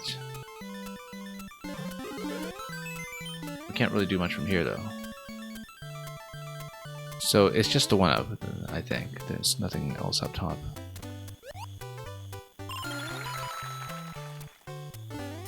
In that case, do we see everything that we're going to see? I mean, there's a series of clouds up there that's awfully suspicious.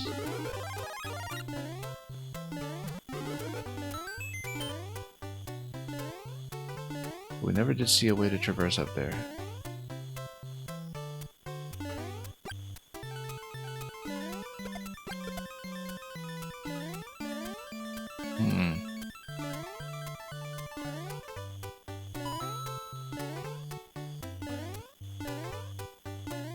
Well, hopefully not a matter of something invisible. Totally looks like there's something. We would have seen it if there were something up there because we dropped off of that exit door, so maybe not. I think we're definitely missing something though. Running jump from the roof maybe, Mang, you're saying. Running jump. Like here? Oh. Have to be right off the edge. Maybe, actually, it looks like I'm just slightly off. Because I'm slipping down the slope.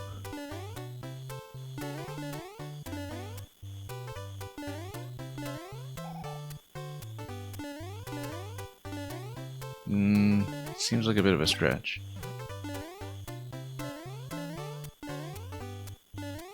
Could just be clouds.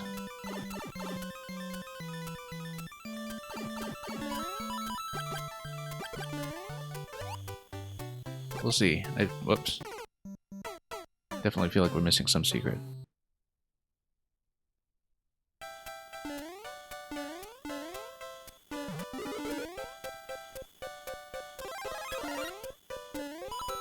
not going to have a perfect record on these, but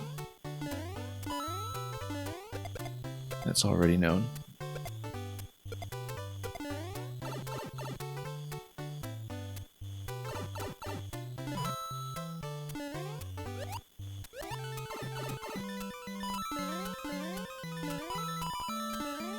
We'll get as many of the secrets as we can. We can't necessarily find all of them. I kind of remember that being the case with the previous project in the series as well, that it was a big gulf in obscurity when it came to finding absolutely everything.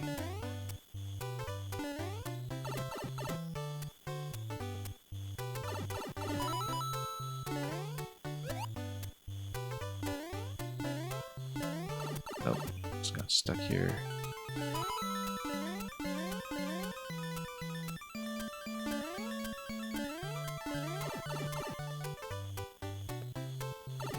We're here already, which... Whoops. Yeah, and we did that final loop around the house at the end as well, so I wonder what we might be missing.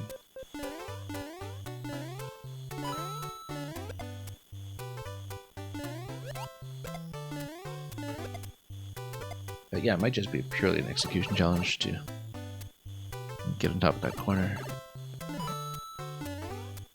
Likewise with this stuff here. You know, the top left looks so suspicious. But it's nothing.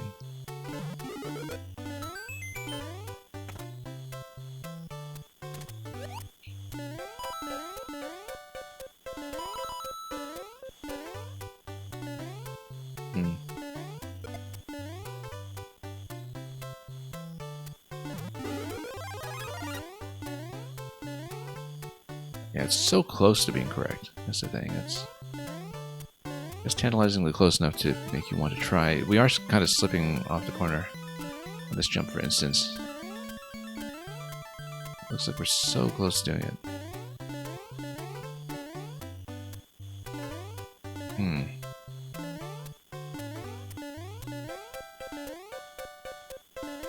Not quite.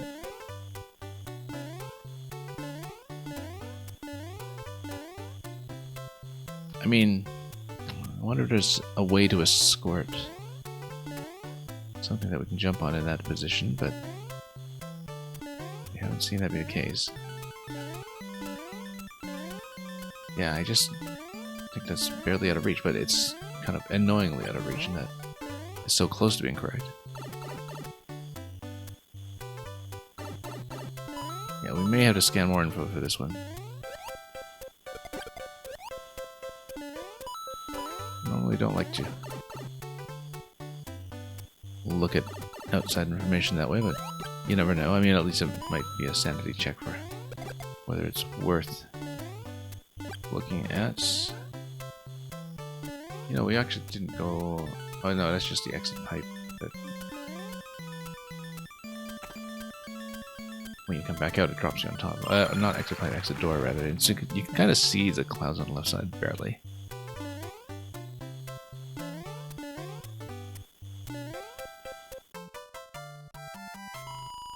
So yeah, we're missing something.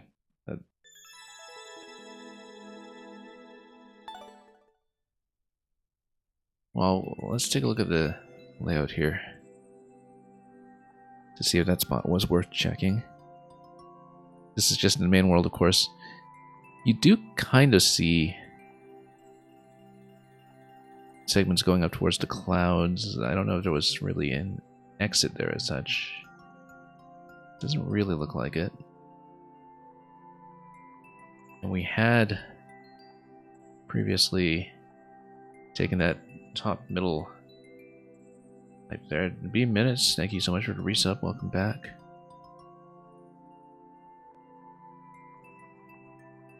There's a cloud on the top left as well, but that doesn't look like it's going to be anything. I'm just looking at this sort of whole top middle section because there's this very conspicuous green pipe that's there as well. If you go over to ceiling... Yeah, so near the end of the first section. Before we go right, it looks like there's a big retrace that we can do.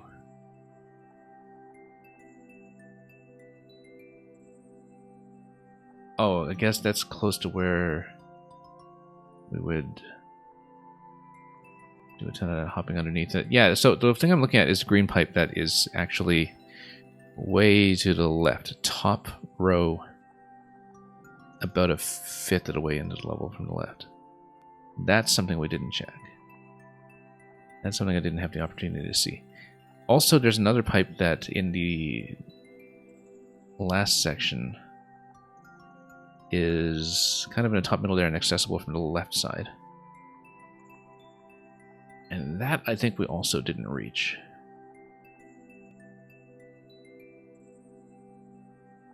So I wonder how we can connect to either of those.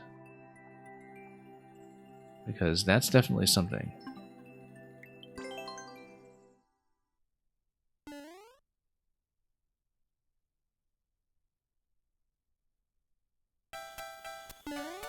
So let's check this again. The first one, what did I say? Well, it was in the first section. We want to get up top. We want to push all the way to the left. Now, did we have the means to do that? We might have, but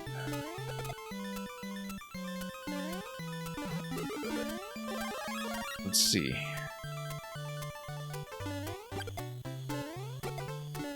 I don't think there was a good way to escort any of these over or something like that.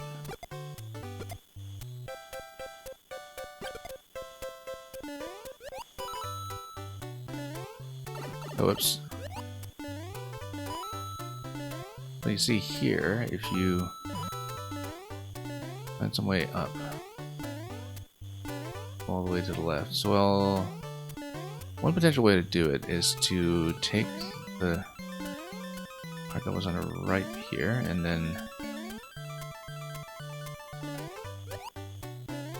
run all the way to the left instead of entering this. Oh, that totally looks doable. That absolutely looks valid. Except now we nuke this guy, so we can't do it. So, hang on. That looks very reachable, in fact. I might be wrong, but we're not terribly precise around here.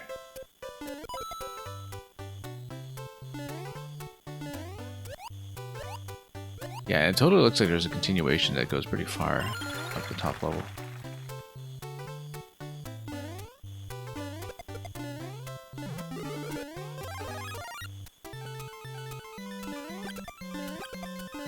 Well, in that case, we better get some of this.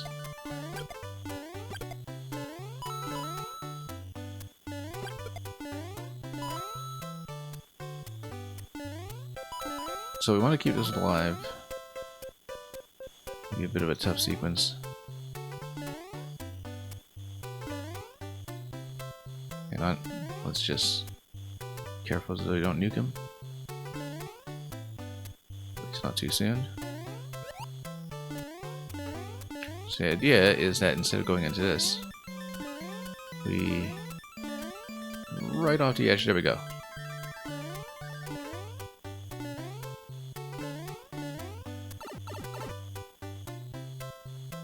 And there we go, that's the SDB6 room. Look at the effect on these Pokies when you have the filter over these colors. And the rose effect over all this white on white. Got this little semi-transparent pinkish glow to all the Pokies down below. That's kind of a nice effect. We will of course go out the other pipe, and maybe that's the other pipe that is a shortcut that connects to the other side. I'm just trying to get these coins here. Surely we can do that much. There we go. And this must be... Oh, let's put you back out over here. Aha, and then... Hang on a minute before we drop too far down. We might want to go down to the left side. Yeah, no, that was the door drop, so we have seen this section. This is just the opening area there. Oh, that was a close call. I wonder if we were missing anything beyond that, because in the next section, that's where I think there was a spot we couldn't check as well, but...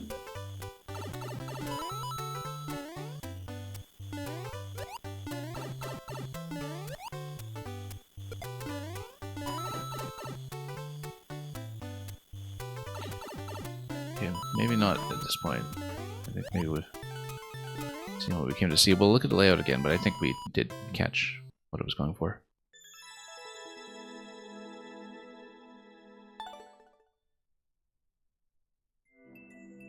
I think we accounted for relevant pipes because, yeah, there's one that's kind of the exit pipe.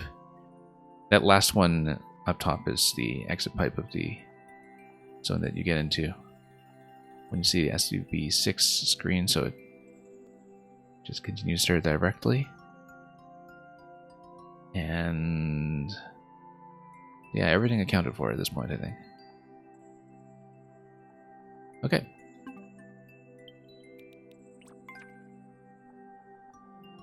This is going to be Mount Rush Mole. So we should expect moles. The description, rather, it says, the series of tunnels dug throughout Mount Rushmole serve as the pinnacle of mole achievement, the pride of mole society. Toad wants to use them to climb the mountain and plant a flag at the top claiming the monument for himself. So.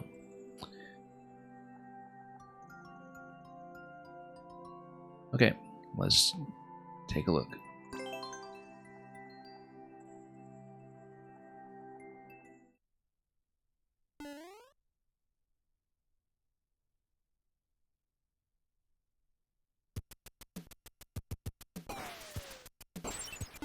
Okay, so that gives you a sense of where the icicles will be marked. Looks like there'll be too much up here to look at. But we'll get into the vertical climbing section. That's just an introduction to get the horizontal bits out of the way. Look at this fairly suspicious looking scroll break location here. We should keep in mind that if Tanuki Leaf is a possibility, obviously we'll whip that, although it's a little out of the way for the Leaf. The Leaf wouldn't really reach. That is such a scroll break location, though. That is obvious that you can make one get.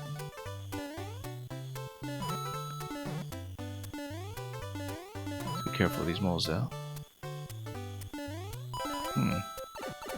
Unless it's just there as a mole spawning location, actually. It might be a mole spawning location. But we shall see.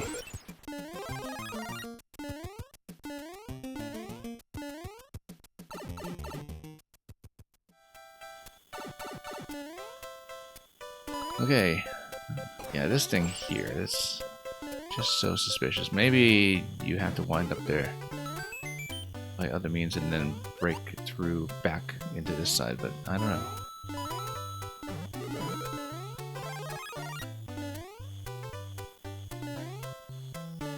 It could also be that because of a scroll break that is confining us to one screen wide, that rather than the scroll break as just decoration that was sort of inconveniently at the camera boundary. Close enough to make us guess. Oh. Shouldn't have taken that out. Actually, there's a way to fix that.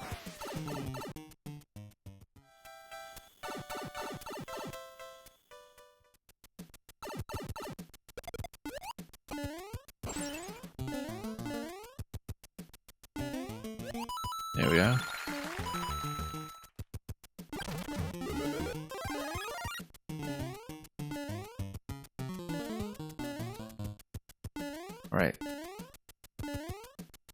Notice all of these suspension cables using the track decorations everywhere.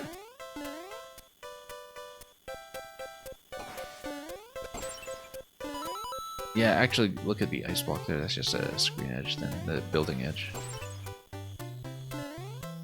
Well, as a vertical climb, it's pretty clear that this is a segment that's built in the left half as opposed to right half. You can tell by the scroll stop, scroll boundary rather, on the right side.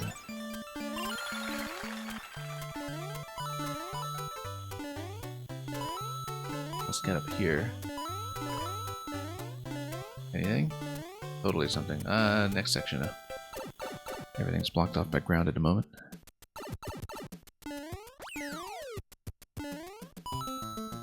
Oh.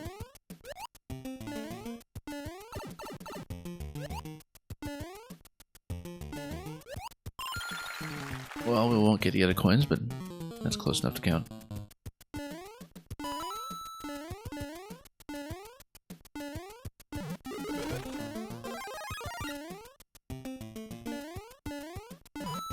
I was wondering for a moment if this would be an opposing argument, but perhaps not. And yeah, that's just a Koopa Shell location down low. If you don't accidentally nuke it, that is, let's reload it.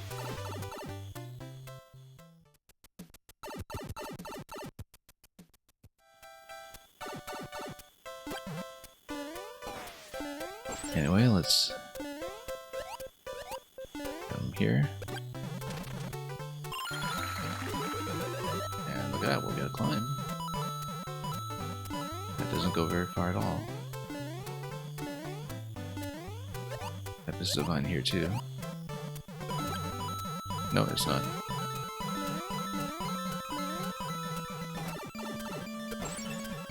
Slow on the uptake there. 50 coin. Okay. Let's figure this out. 50 coin. How would you possibly get a 50 coin up there?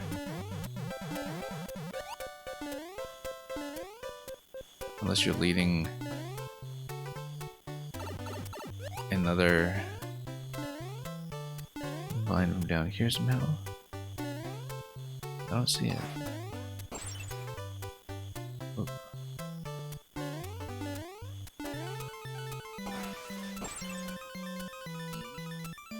$50 coin. There's gotta be something down below that'll reach. Because other than that, I don't see a way to reach that at all.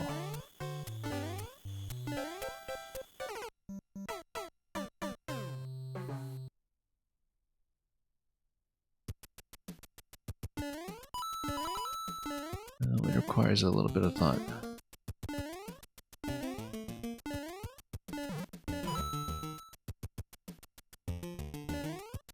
So what was on the side there?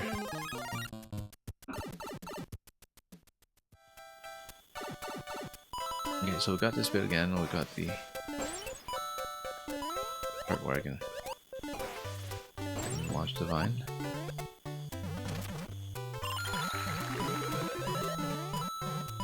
No, having access to a shell.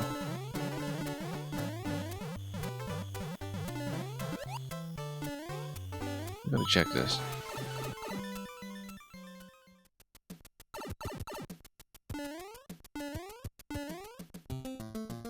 Oh, and the shell's gonna wake up at some point, and that's okay because we don't mind taking damage from it. Though, now we mind taking damage from it. Let's grab this.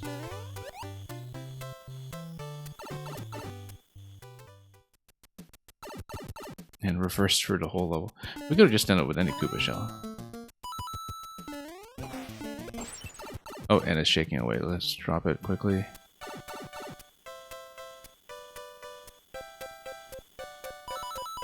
There's a reset here.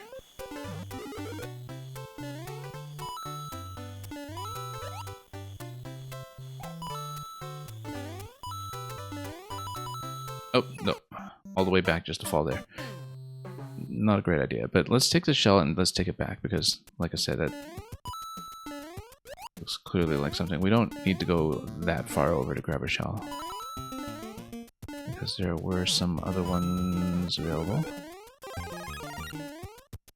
If we can find them. Yeah, that's the thing though. Given the position of that block though, it looks very much like you would need to be small in order to hit that. So, this makes me wonder.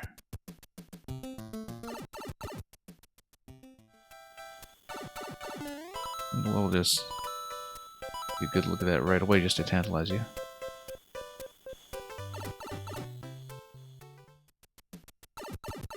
Yeah, actually there's another Koopa back here. That's the one I was talking about at an earlier point. Is the shell wiggling yet? Alright, let's just grab the one in the next room. And hopefully without accidentally firing flowers, although you never know.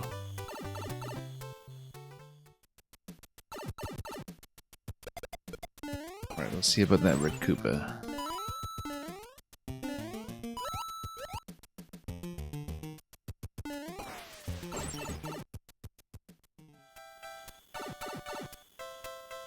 Okay. And same mistake. Exact same mistake.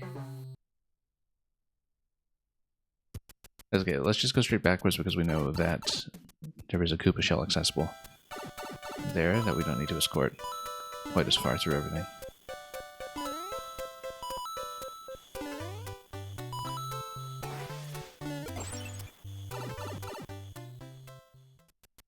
This one over here. Gotta grab something. Just for safety. And we'll take this shell back with us. Hopefully without losing it. To one of the many things here. Let's do this again.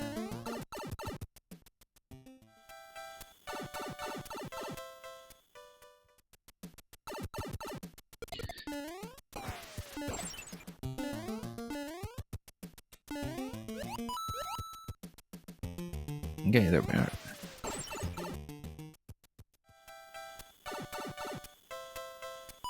Like I was saying, non-zero possibility that we'll wind up having to take damage. That's okay. And it's nothing. But we check.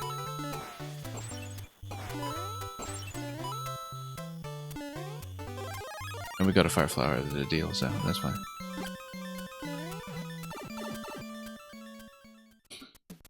Yeah, I guess it was kind of unlikely, just given the tile placement. But worth a try. We've seen secrets more obscure than that.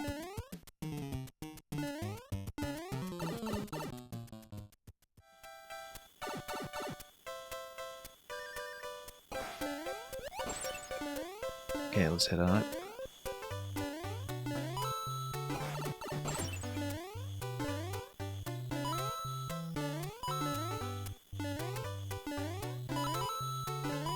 And yeah, so this is just purely decorative on the sides, and then here there's nothing to look at. We have actually received that 10 coin before using a shell.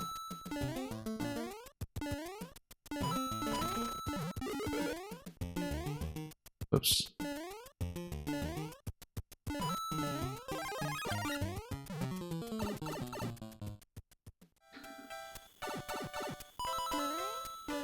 Okay, in that case, let's see what we can do up here. So this 50. Oh, I see. Because yeah, there's that additional Koopa. I totally didn't see him. Because previously we just killed him so quickly. Alright, that makes sense. That makes a lot more sense, in fact. There we go. Instead of all that backtracking.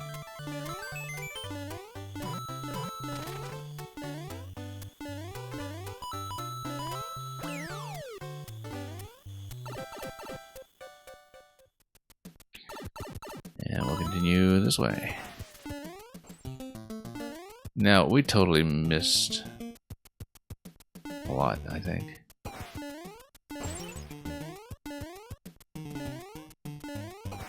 But again, it doesn't look like we have any possibility of flight over here.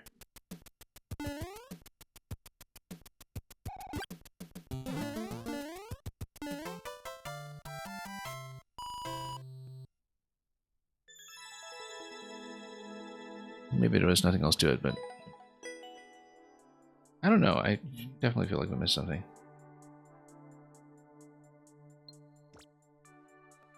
Let me just take one cursory look at the beginning section again.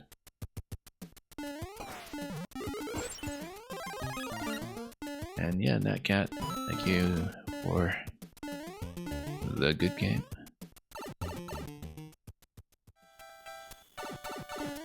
So this was back in this segment. Yeah, so essentially we didn't see the true secret room, which is the with STB6. I don't think we did anyway. Whoop, whoop. Yeah, because this was the brick that we had to take out.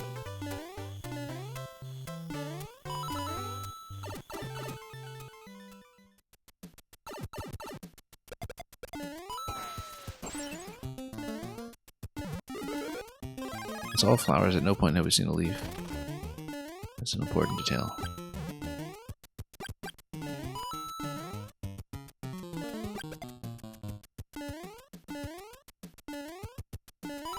It's just coins.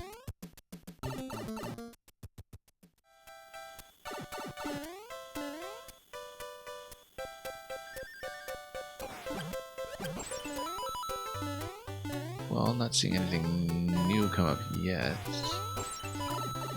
There's the 30 coin, we had seen it. We've seen the 50 coin. We got nothing to destroy.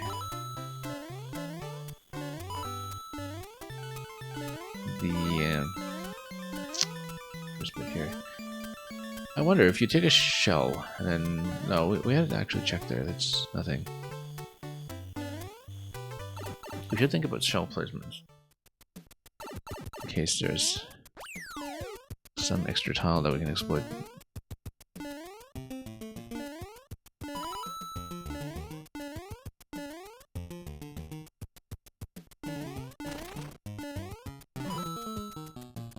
Oh.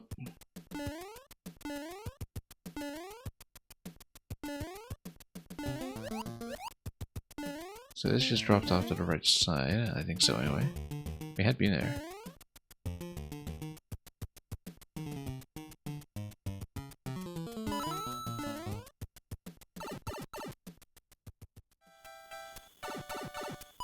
Okay. So what did we miss?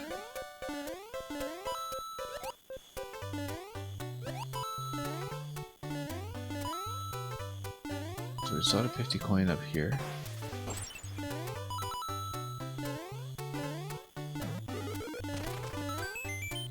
There's power up here, checkpoints.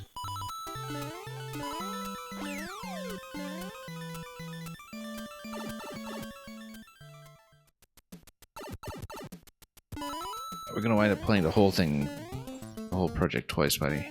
In the video, we keep this up. Yeah, I just don't see it.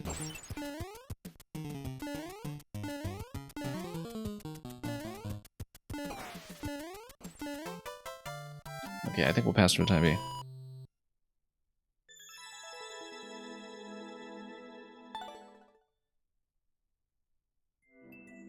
I mean, given that most of it is vertical climb, you're not going to see much from here, I don't think. Just making sure we didn't miss any obvious pipe entrances or anything like that. Doesn't look like it, at least not in this area. We probably did miss something in a vertical climb. But what exactly, we just won't know.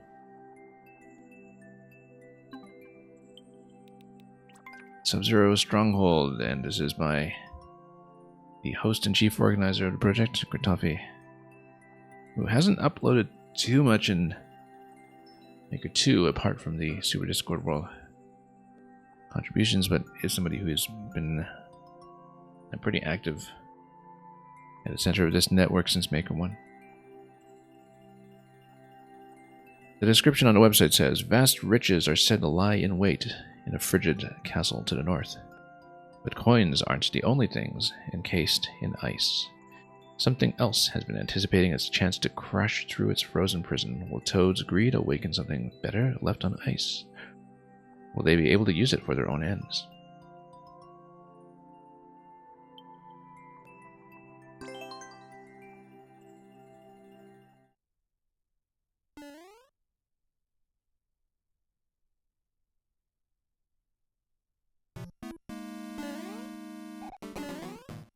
Okay, Thwomps down, and then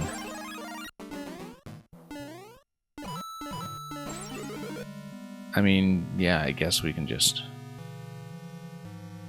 It would have to race it, really. We probably should have... well, no, I mean, if you cross over the icicle, it is going to hit and... Oh, okay, parachute, that makes sense. That's how you get the flower out of here unscathed. And the 10 coin as well.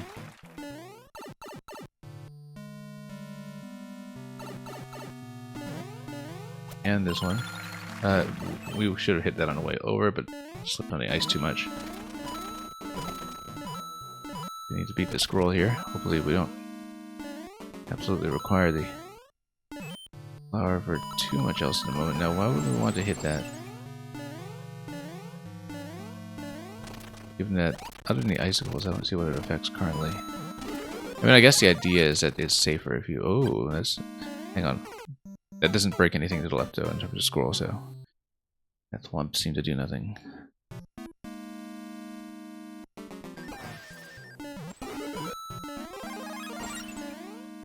Yeah, we'll go for the flower.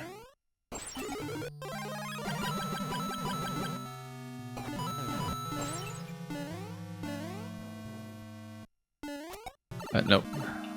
Too bad. Too much slipping on the ice, that's the thing.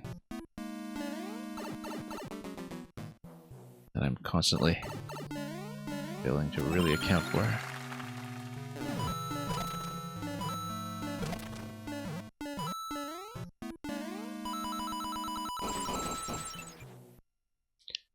I guess maybe we'll leave it off and see what happens. Oh, whoops.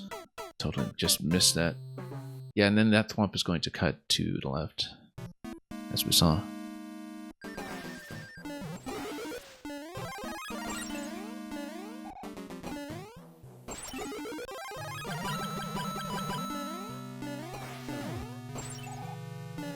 Oh, again, the parachute just fakes me out every time. And twice.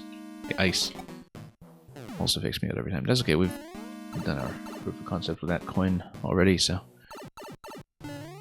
And this one too, which I suppose doesn't stop me from still going for it every time. Unwise as it may seem. I kind of wonder, leaving it on and just letting everything fall out. It's too potentially interesting not to try.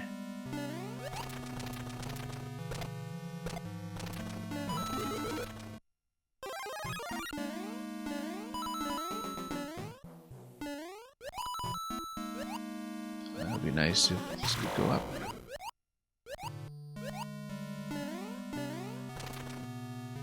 I wonder with mechas if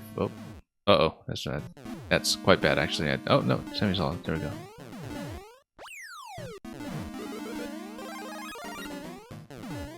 And does stop. Good. I was definitely thinking about whether the blue mecha would gotten me anything interesting there. Oh, bad idea. So yeah, we'll get one anyway.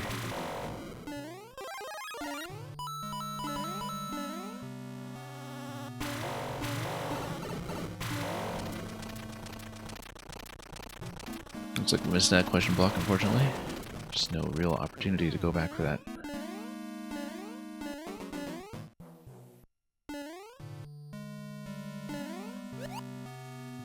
Oh, and this is a Fireflower gated vault.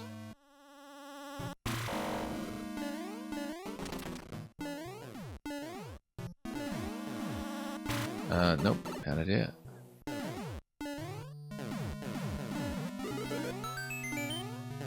But that's something.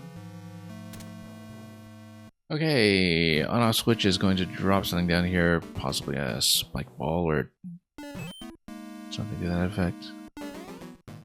No, it's not. It's just a big smiling coin room. If you do have the Fireflower, though, you could cut down through here.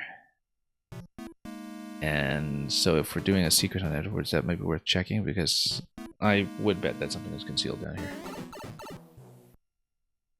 that you just need to get within range of it. Likewise for a lot of this.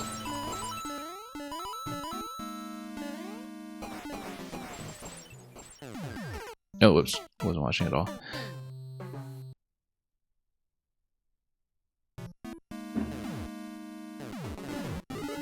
Well, let's see.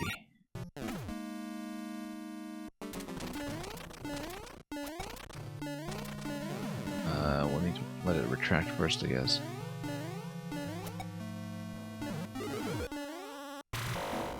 So yeah, keeping the flowers seemingly going to be imperative. It's nothing, it's just coins.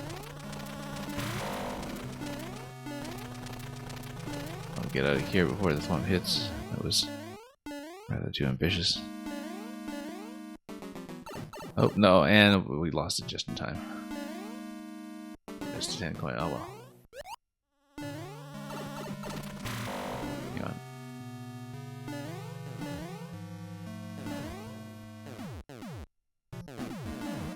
Amazing how that works.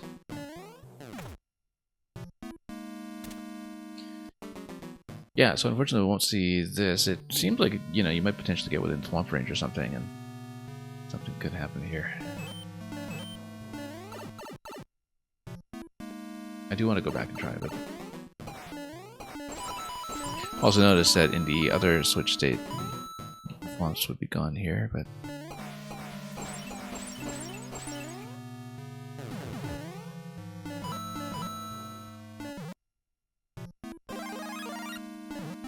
and oh, not that this will help with any of the melt. Yeah, there's a lot of things here that look manipulable through the state switch. Also notice that it's possible to re-enter this door through the icicle drop.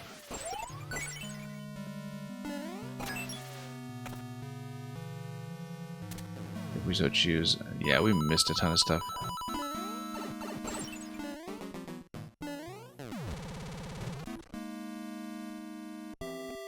We definitely want to go back to check the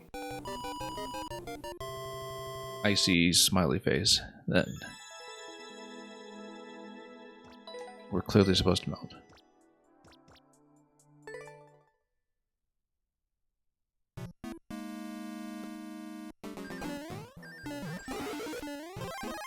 Lots of opportunities for Fireflower. We just squandered most of them.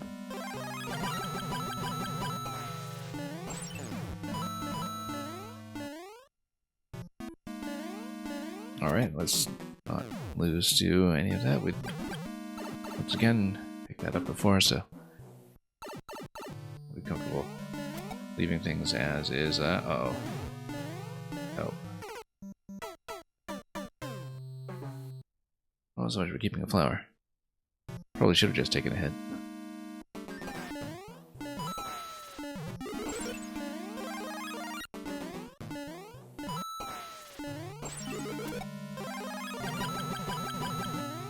Yeah, we'll continue this way. Wind down. Not be too surprised by the parachute. No, let's just go this way. We've seen the tank point before. We're satisfied with it.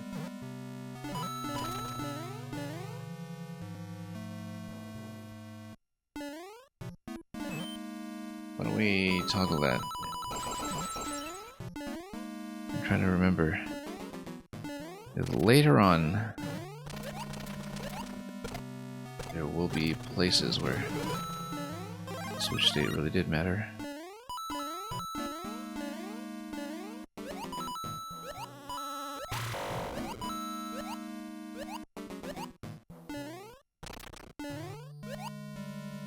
Kind of wonder if you could take the mecha with you to a critical location that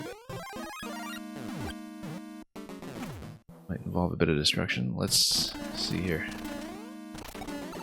Oh, and we lost the ice. Right on time again. Yeah, you absolutely need to survive with the ice all the way over.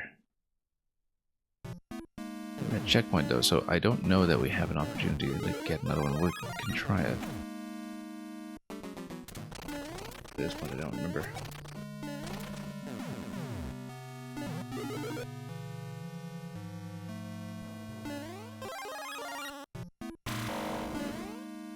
Oh, there's the fire. Nope, and there we lost it.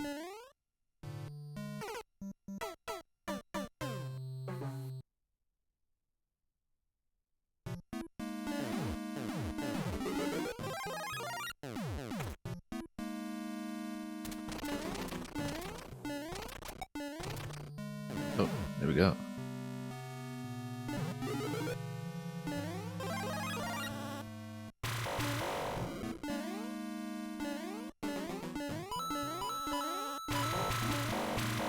Oh, way too close. But it's okay. One things that made it.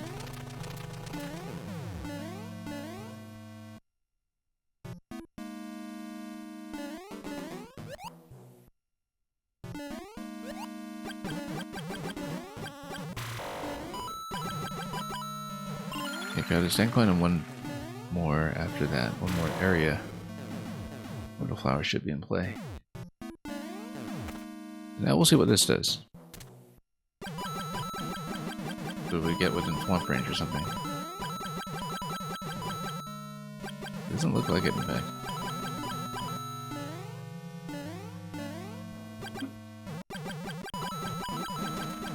And yeah, as expected. Exactly what I thought it would be.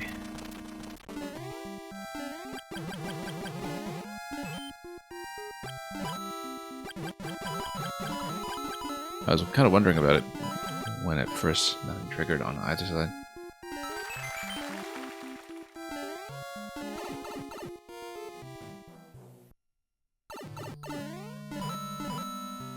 Okay, now let's see.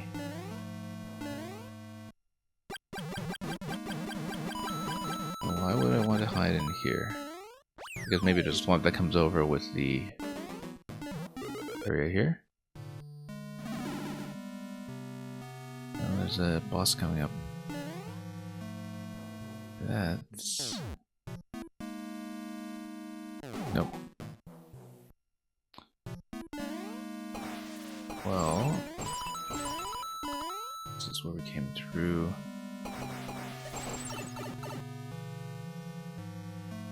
Yeah, this was just a previous section. Wait a minute. I'll switch over here. Yeah, that looks like something we traversed.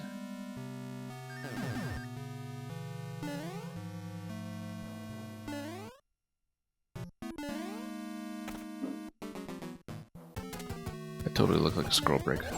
But I guess we were incorrect. And okay, Ice Cold Kill unfortunately also took us out.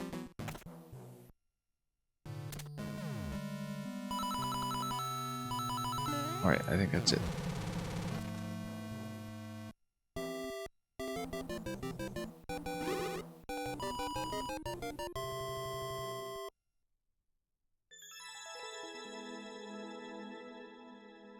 Did we see what we wanted to see? I'm not sure.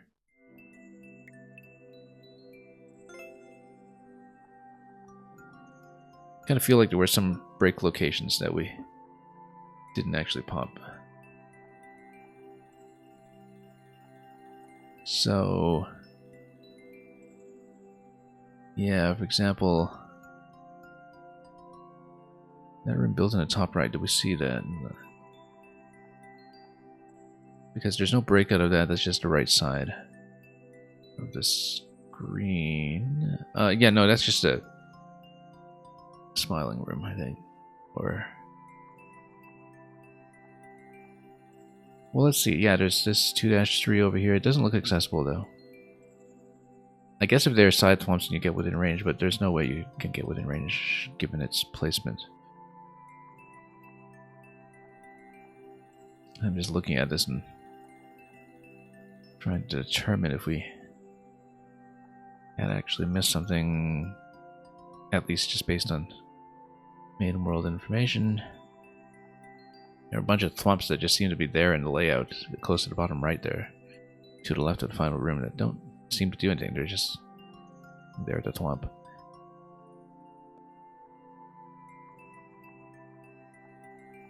Okay. I think that's probably as much as we'll see of this one. Yeah, I'm just kind of visually inspecting this as closely as I can. See if I might be wrong. But I don't see it. So let's go on to Blizzy Bends.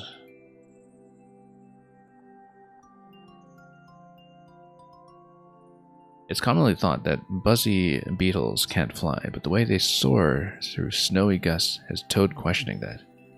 Who knew their shells could catch the wind so well?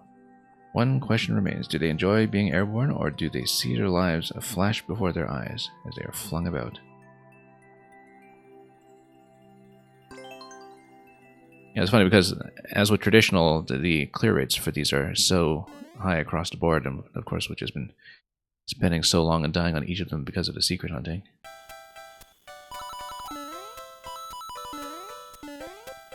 Lots to do with it. Oh, well, that was strategically dodged, I guess. If you can call it that.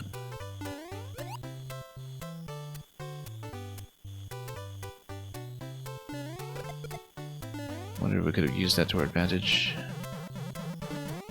Maybe.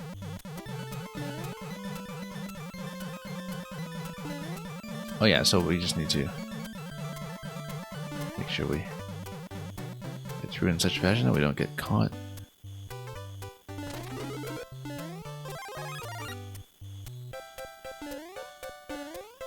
That's going to be a scroll break on the left. Let's just let it happen. And then that's going to be something we follow to the right.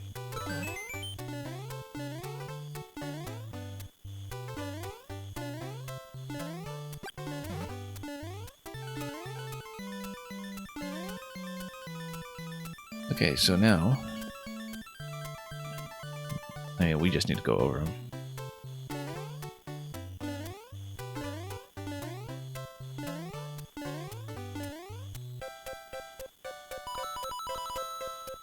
Well, that's going to require a shell. I mean, the Buzzy Shell is a natural candidate, so we'll take it.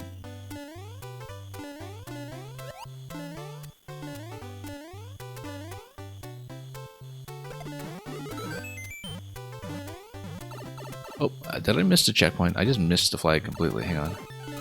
Let's just go back and grab that. Look at this, I just dodged the flag.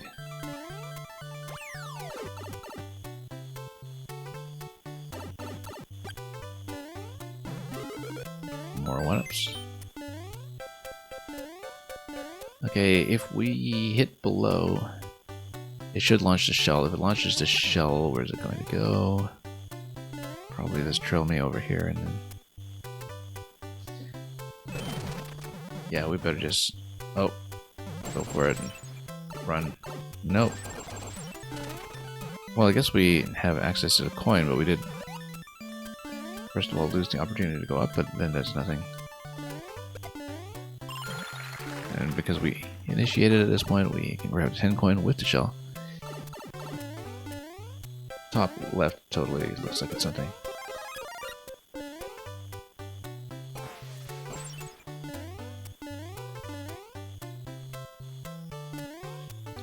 No, just be caught on each ceiling.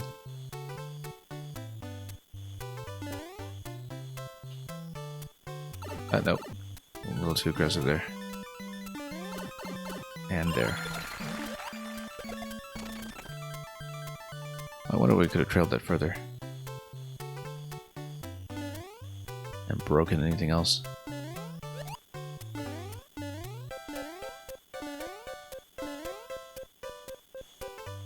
I mean, we can check it again. Let's do the loop just to see if we missed something.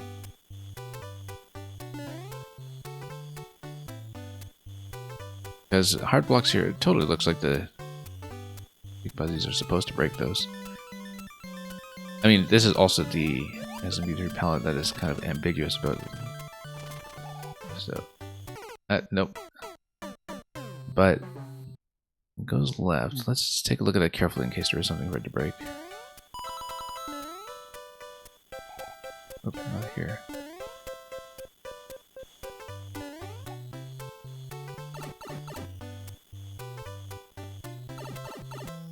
Yeah, nothing on the left over here. And this Buzzy, it's just a chase.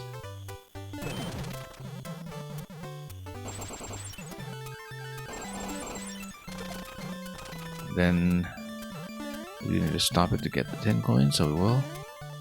Even though we've done it before.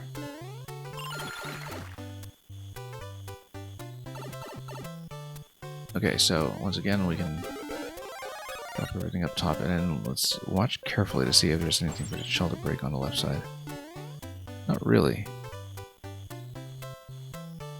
Yeah, because if it breaks all the hard blocks coming all the way over here, I think all it does is release the twisters.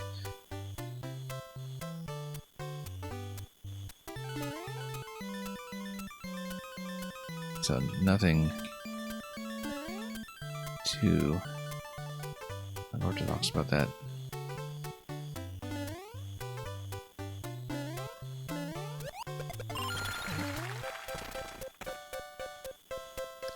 Does let it get out of the way, so. Let me check this side first.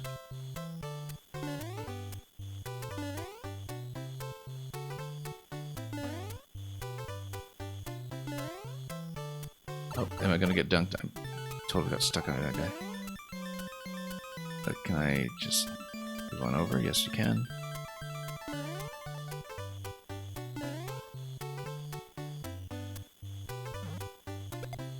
Okay.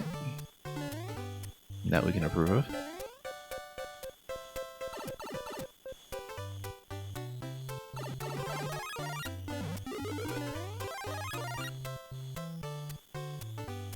Let's watch this carefully. I'm so busy trying to read what everything says on the right and left side, so I'm suitably distracted. Nope. Could have done better. And not get bullied around by the twisters quite so much.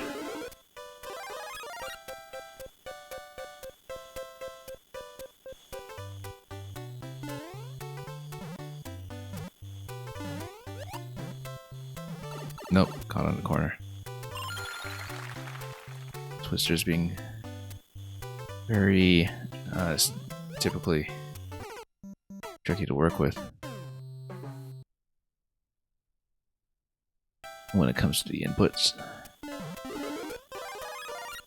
Even after so many years of Mario Maker, that is not second nature. Oh, we just lost that. That's okay, lots of Buzzies remain, and, well,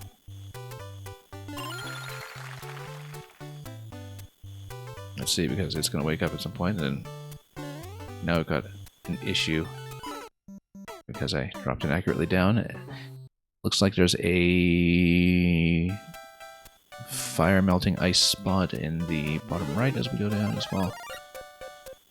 We're a long ways away from having kept a fire flower. Oh.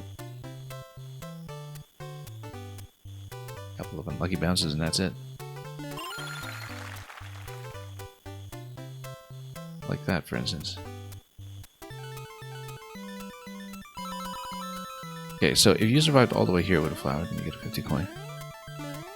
If not, then I guess you have yourself to blame. So yeah, we missed so much. Oh, whoops.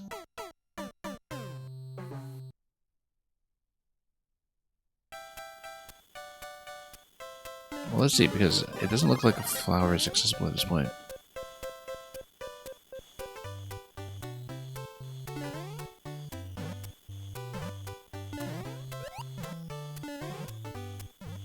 Okay. We don't know because we've been so sloppy about the power-up progression.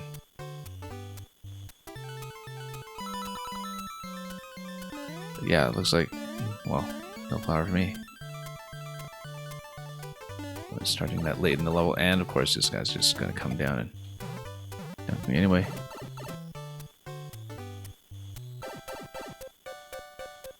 So yeah, we missed a whole chunk here. Whoops, that was also not intentional. But I don't see where the flower is obtainable at this point, even if we keep this, so...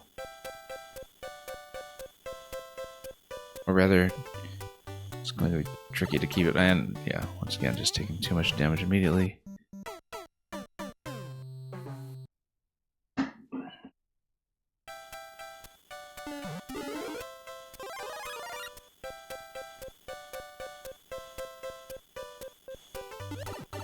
And yeah, the spacing here is trickier than we expect every time we head down there.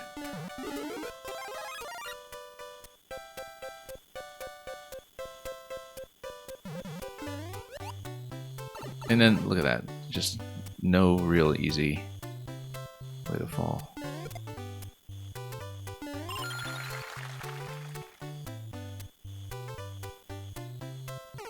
No.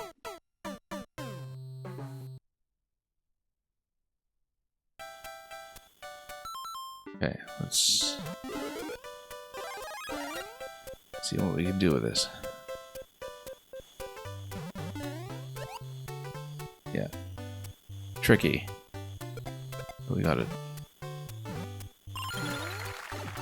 Nope, missed it. At least we're catching it late enough that we don't need to worry about it waking up in a way that compromises everything else we're doing. Yeah, so we'll be able to get that 50 here.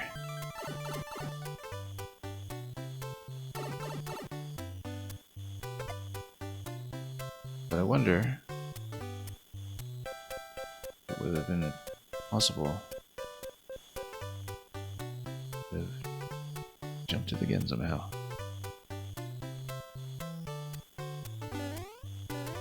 Nothing. Well, we better take it.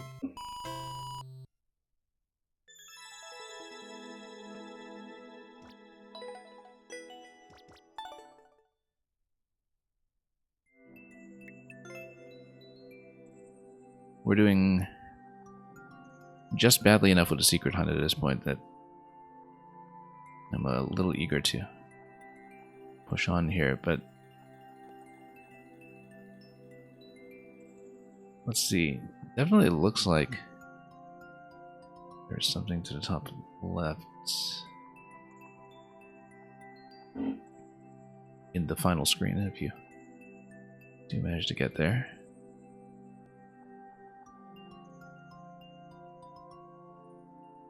Yeah, just looking at this, I think we had seen that blue pipe that's on the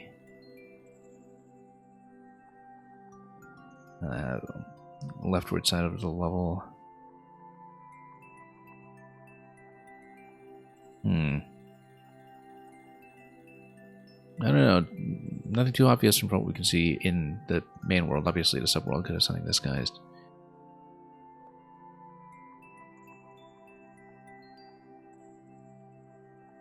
But I'm just thinking back to whether there were any relatively obvious spots that should have been checked. But let's move on for now. I mean, we are clearly pretty far from 100% secrets. At least on this run so far, so. Let's go on to Ice Melting Mayhem. Toad takes a reckless shortcut through a construction site, ignoring all the warning signs saying not to trespass. Realizing too late that this stage of the construction project involves the floors being melted away, our mushroomy friend must dart through the site before the path forward is no more. And Toad avoid the demolition worker spikes and angry foreman Snow Pokey and outpace the flames, destroying the floor beneath their feet.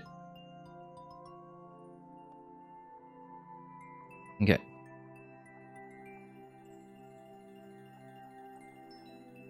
Ice Melting Mayhem. Let's see it.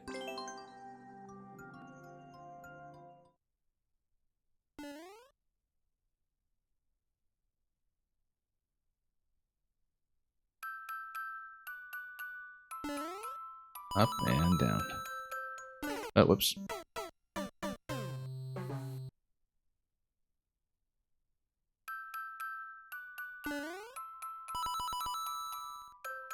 Here we go.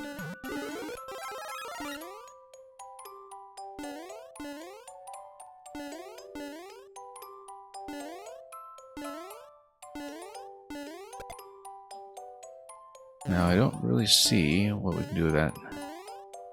Oh, yeah, actually, no, Snowball could have just hit that. Oh, let's see if we can find something else we can use for that purpose. I mean, obviously, this is just something we can grab before. Oh, it's the 10 coin, and yeah, not going to get that. Not this run, anyway.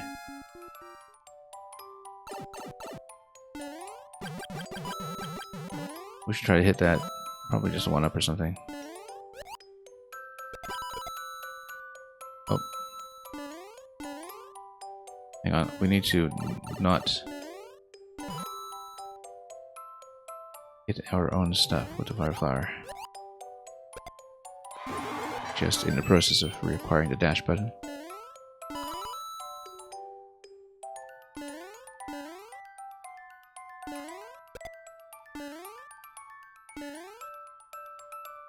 $50 up there, it'll obviously be off that snowball. We can get the spike to go a little more advantageously. We would need to crouch through it though.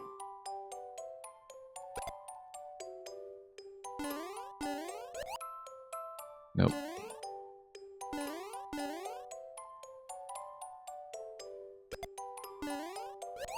Nope. Too much slipping on the ice. Not exactly being that accurate today. We got it. And then fell right in. Okay, that works too. In its own way. Back to the start.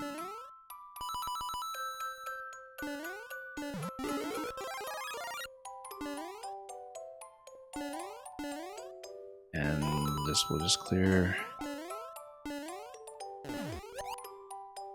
Well, this gives me a chance to see what's in here. Fire Flower, that's good. Mostly. Right, this is just bonus room. We already have the Fire Flower though, so...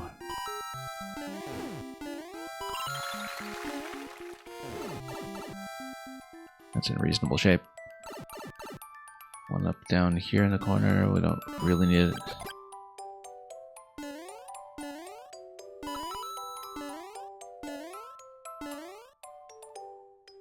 And... oh, just trying to get up to the top deck this time. Not much of a purpose of doing it, although we could check that pipe. Anything? Nope.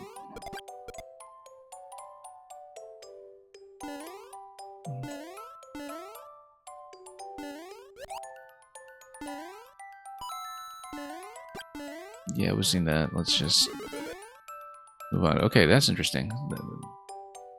Because we now need to make a choice now. Hey, if it bumps a note block, then we should follow it.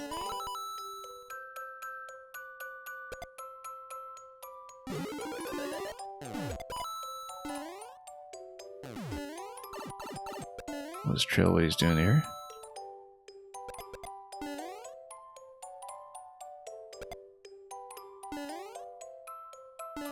I mean, all that's being eliminated, but I'm not sure that's doing anything that productive.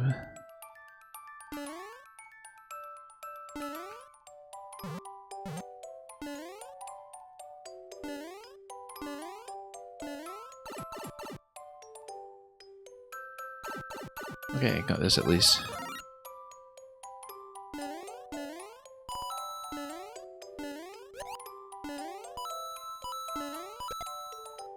Anything? Fire flower.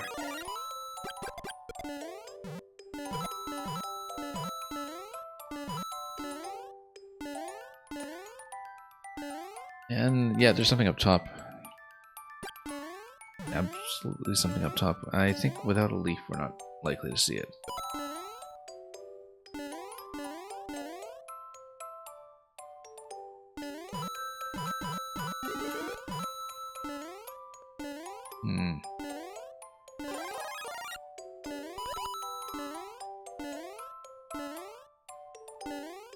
Oh, lost that. Oh yeah, we should run this. Oh, no we can't. Hang on.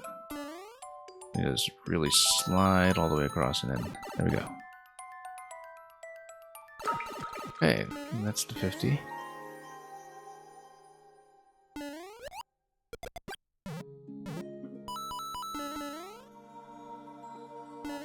We can do it.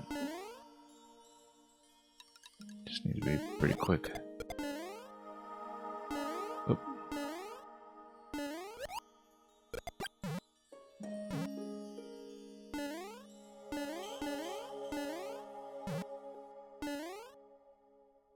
Okay.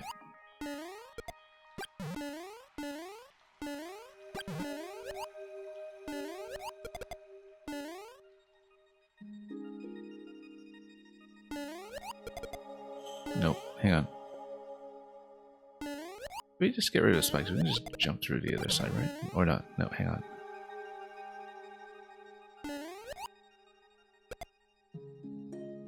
Thinking about how we'll position ourselves here.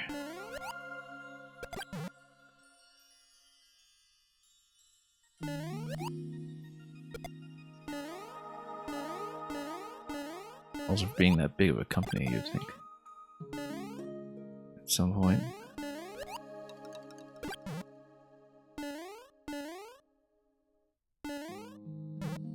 Some of this is going to be tricky to obtain in the original form.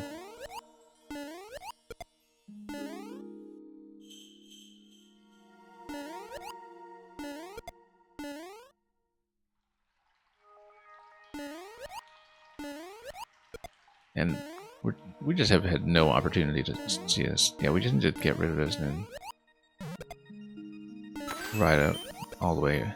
There we go. Should have just done that in the first place. Not a very substantial secret room, though, in terms of what we're doing there.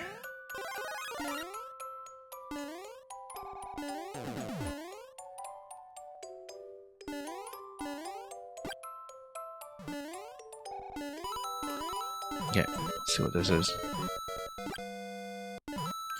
Right, you need to get here quickly, I think, to jump up to the 10. We'll just try to do that since we... a little bit long. No. Well, now I'm down here, so I can't usually go back up.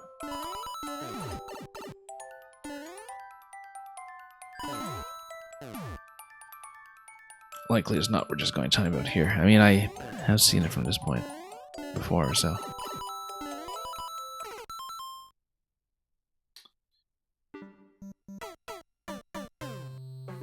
Although we still need to get past this part, generally speaking.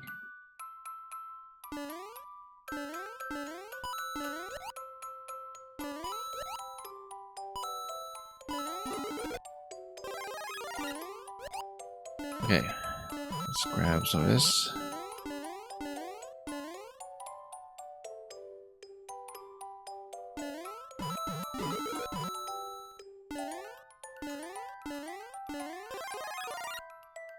Then... yeah, this we already checked.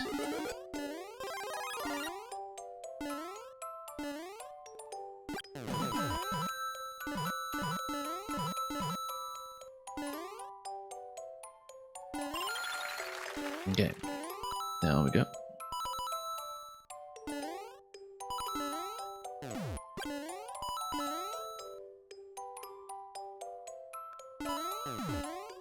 So yeah, when those are busy removing everything.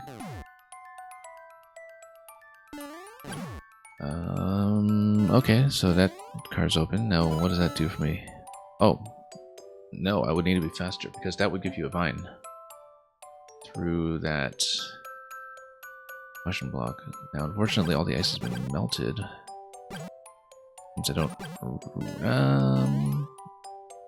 let's see. No. Didn't think it would reach. Come back out here after him. I mean, the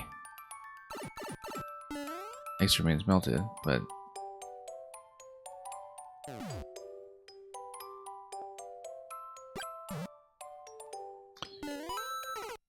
yeah, you know, yeah, we just need to race that. We race that and then we tap the question block up above it.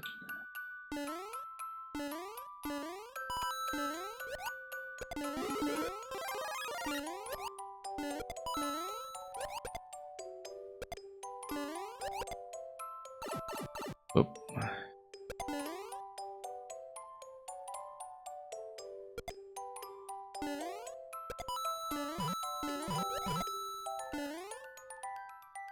Okay.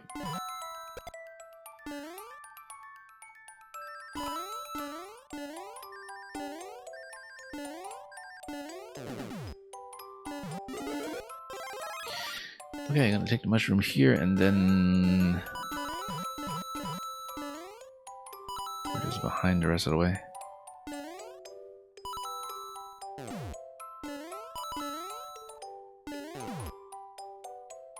Right, oh, yeah. We do need to race at some point, so... this one here. There we go. We just climb. Standpoint and a pipe. Just sends you over here.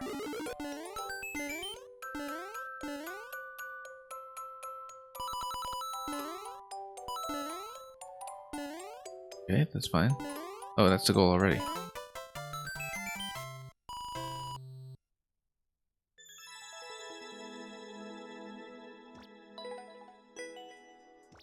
Feel like we missed a lot there too. A lot of missed opportunities along the way, unfortunately.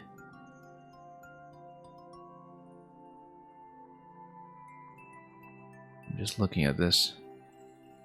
Looking at some of the pipe placements. Some of the vertical columns. Don't know if there's much that we're lacking.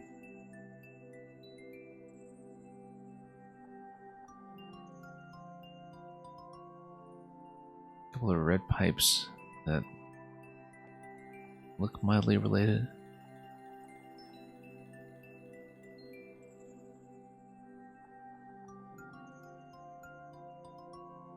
Yeah, I'm just looking over this and thinking about whether there's anything critical that I should have checked. But again, this is only in the first half. Or in the main world, rather, so...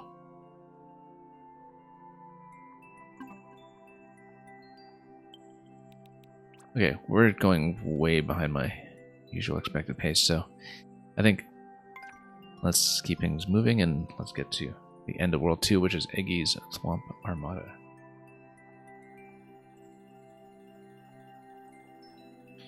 Having made it to the slippery summit itself, Toad catches sight of a fleet of airships on the attack commanded by the demented Eggy Koopa. Toad summons up the bravery to board the first ship and face the minions, manning the armada. Swamp sailors armed with cannons, each scowling and ready to stop interlopers in their tracks.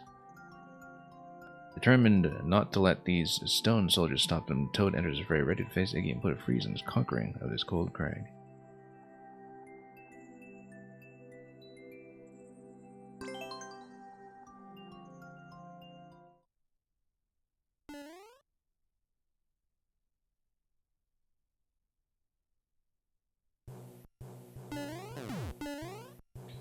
Okay.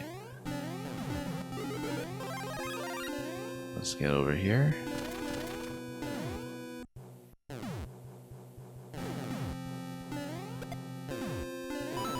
Oops. Sniped by that guy.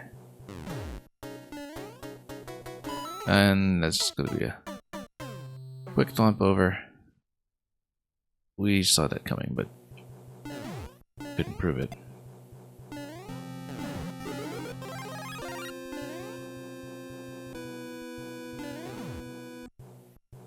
Yeah, maybe we got a little too hooked on the secret room hunting early on and spun our wheels on it for far too many courses along the way once we started getting into the habit. Oh, frog.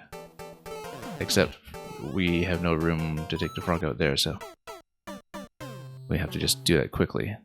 Kind of caught me by surprise at the last moment. Of course, given the camera, we didn't know if the frog could have just taken me over. Looks like I can't. So we'll just keep an eye out for a frog suit at that point. Assuming we have sufficient power-ups at this point, we might not. Oops, and we'll pay the price for hugging the edge of the screen anyway, knowing that dangers are in fact coming.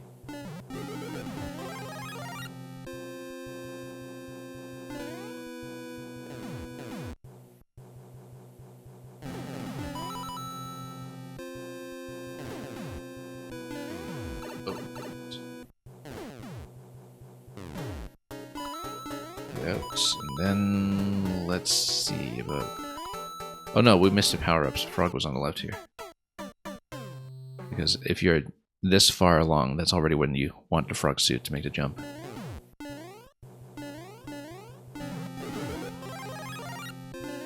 It's at a rather inconspicuous location. No, just trying to get out of there and we completely missed.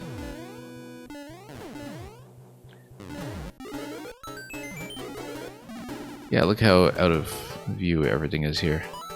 Especially with the airship camera above, and we lost that anyway, so... Yeah, because everything's custom scroll here, and so we just completely lost the custom scroll. Icicles up top. Yeah. I don't know how much the camera is or isn't going to cooperate with me here, but if we're at the mercy of the custom scroll, we need to be much slicker about actually picking up a frog suit and keeping it, so we don't have to play off screen with it in our attempt to preserve it.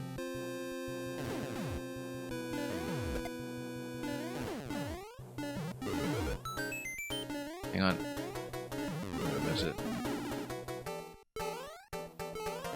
Okay, we need to go for it. And no, I can't see. Like, the custom scroll and the airship camera above eliminating an extra tile is just too much at that point.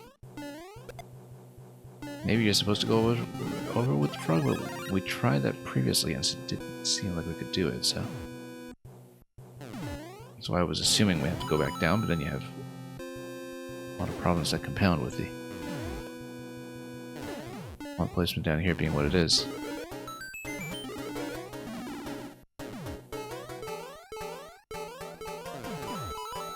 Nope, I can't see. I can't see a thing. Like...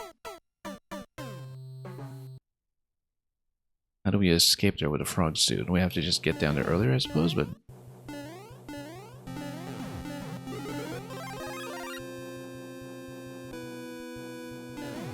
Yeah, there's nothing up top that's already top tile.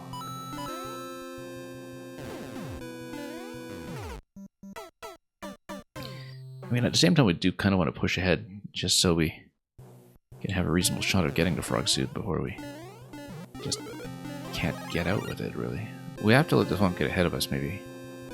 But I'm not sure, because on its way back, that might be equally tricky to get around. And getting sniped by this all the time, of course.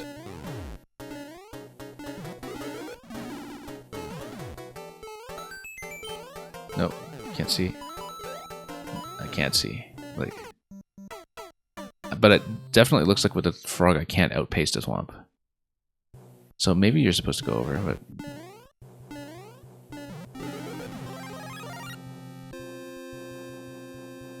hard to tell at this point, because it's... hard to get some speed on that frog. Remember, yeah, every single time. Yeah.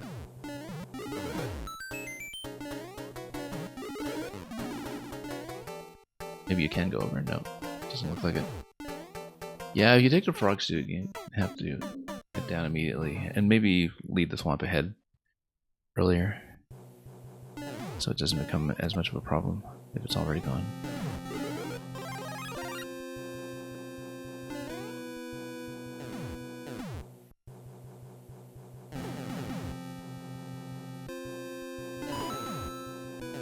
Okay, go, got that for change.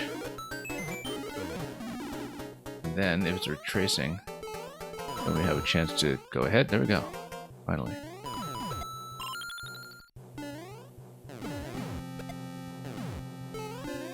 Icicles up there. Can't see if that would be anything. Yeah, again, not getting much dashing speed off of the frog. The frog is so hidden that it does make me think that it will be relevant, but then of course the camera scroll is going to go down and take me with it.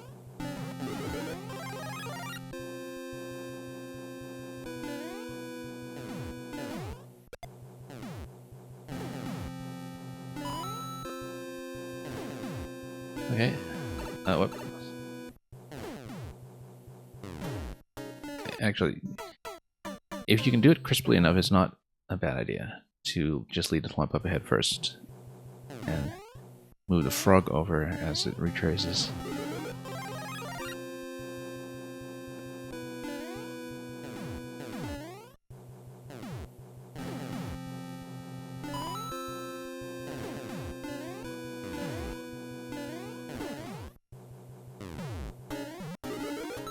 Yeah, I just need to dip down momentarily and then get out as soon as we can.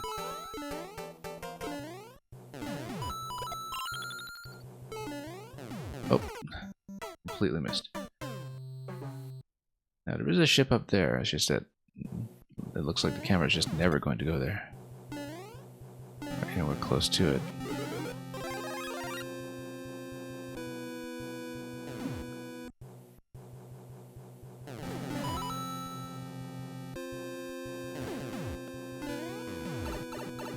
Nope. Oh, it failed to lead it. Hang on. And now we're taking too long. Yeah, that's not gonna work. Nope, just completely off screen.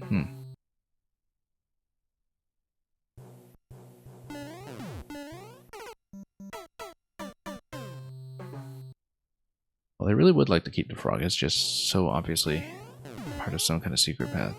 Or unlockable.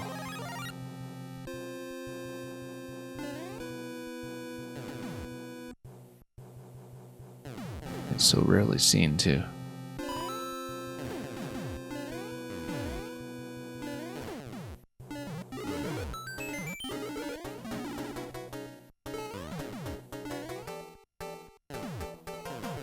No, no way. No. Just poorly planned.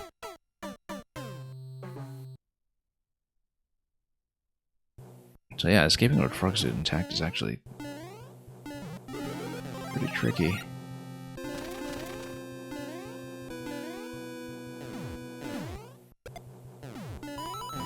Oh, no.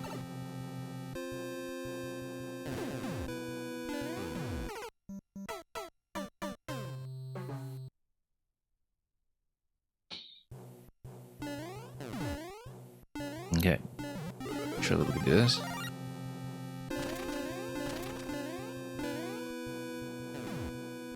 I mean, feeling that after the frog suit there is a leaf, it may actually be more convenient to work with.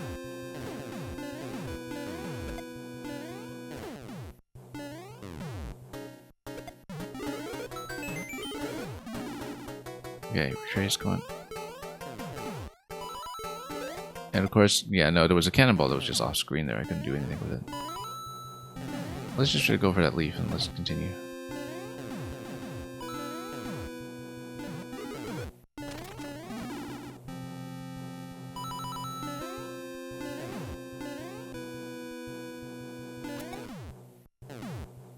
Nope, and we'll lose it anyway.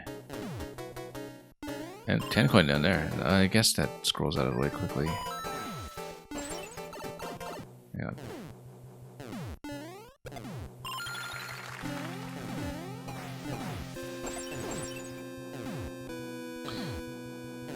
Well, we don't have a frog, but at this point, let's just take checkpoint and see if anything changes. There is a hidden pipe up there.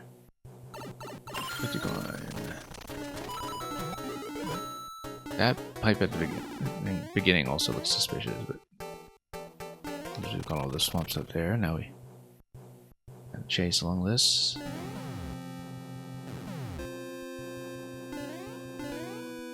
Oh no, nothing to activate.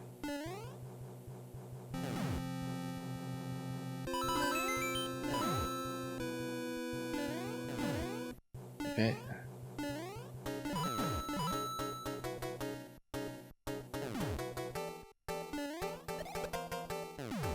Keep going this way and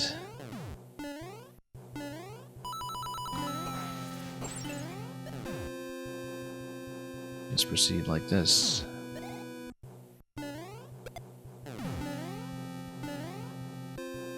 So many flumps right down below. We will of course check that door because we're going to run into a stop here.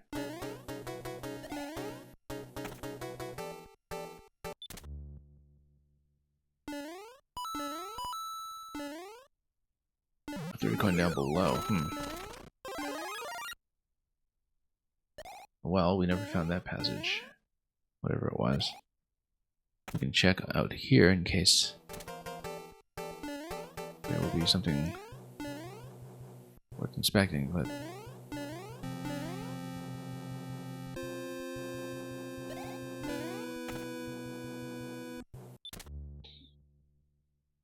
yeah, curious.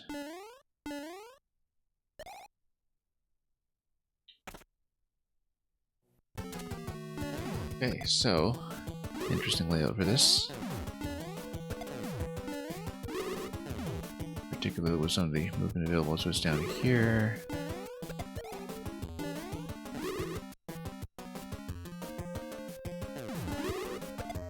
There we go. Is it gonna come off? Yes, yes.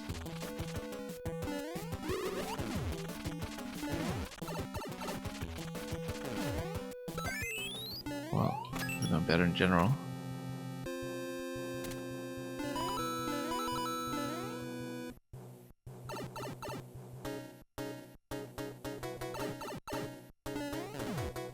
Okay.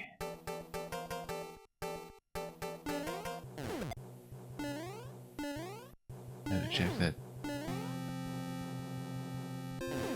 everyone is sort of up to speed with the defensive capabilities, but nope.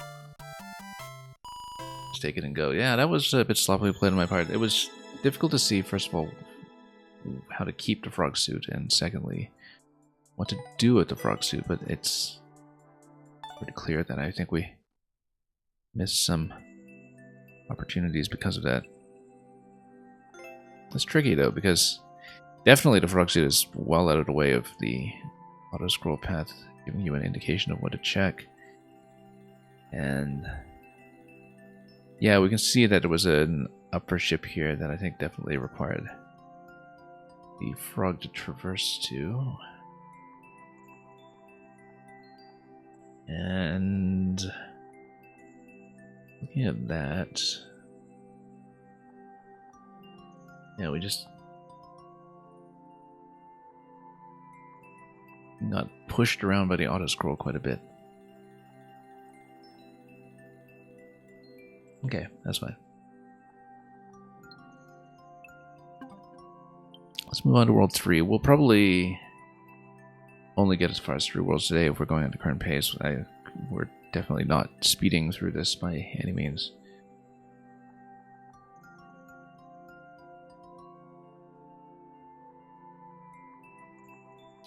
Sandworn Slopes. Also loading the website, which says, over time, the desert sands have worn away, revealing the ancient infrastructure of a long-lost sun-worshipping society.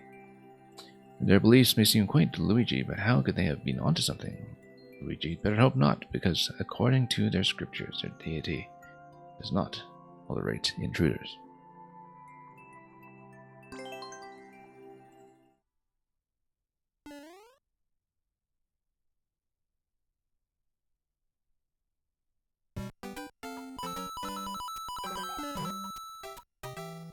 Angry sun.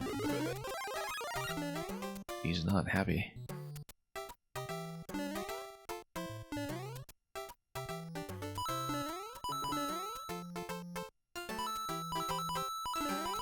Oops.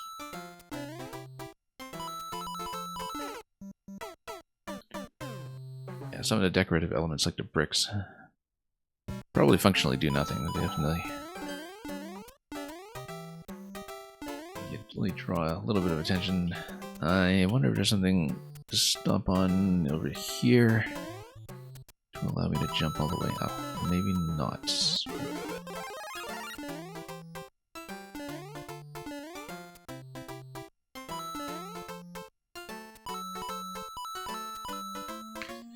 And yeah, let's take it easy here. And whoop, I was not taking it easy.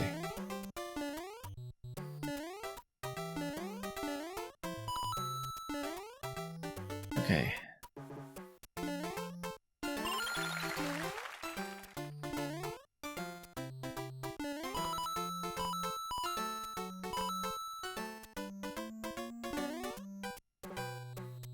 Oh.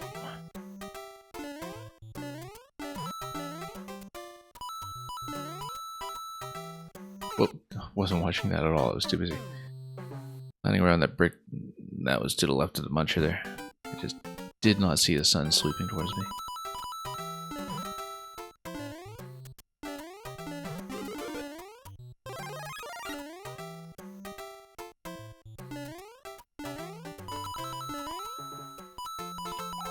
Oh, let's be careful here. And then proceed this way to section.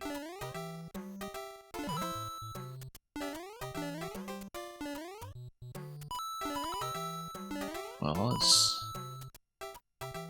in those units, so.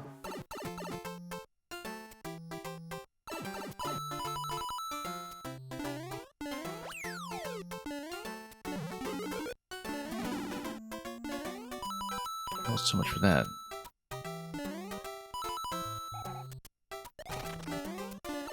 Oh.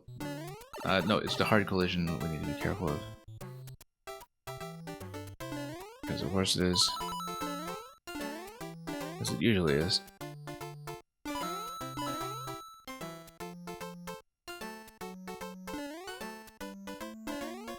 Okay, let's grab this.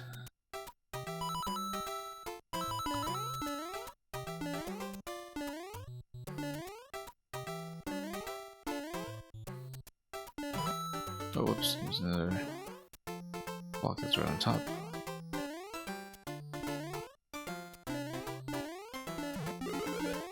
Put a few invisible blocks all over the place. As well as, no doubt, a pyramid that you can dig into.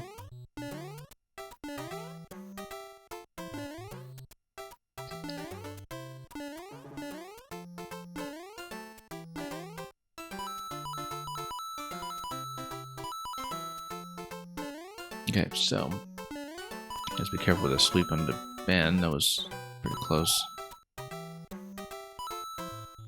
Nope, I was trying to jump around it, and we just got completely cut off.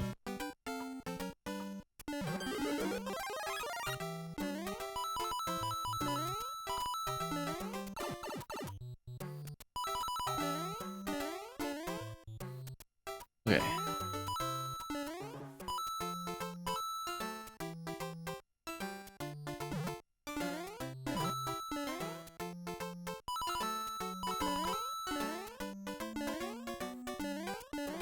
Alright, let's grab this.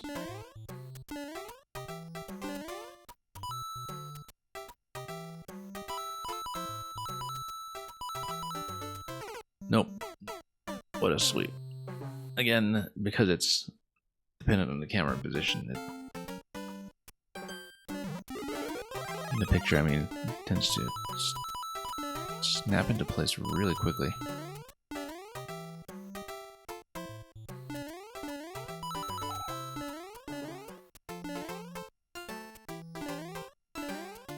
This area we actually haven't been to.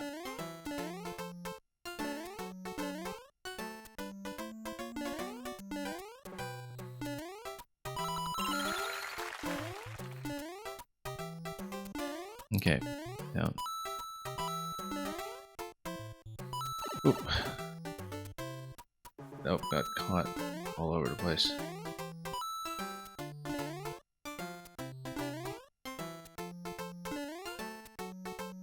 I lost most of the diving suit at this point. Nope, and late. Okay, just being sloppy.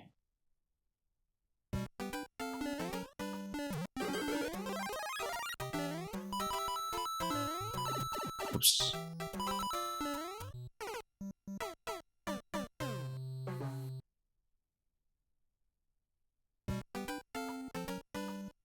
Okay, let's see if we can fix this up a little bit.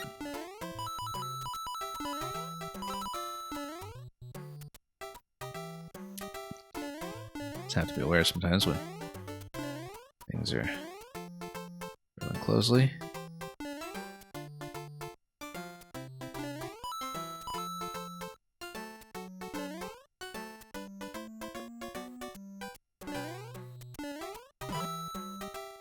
That's gonna go down, and then we get back up. Yeah.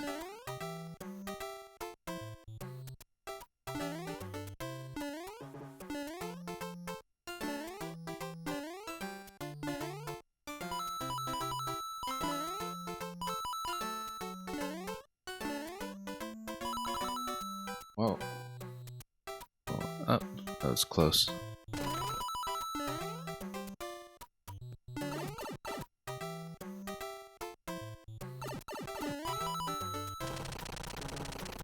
Gotta get out. And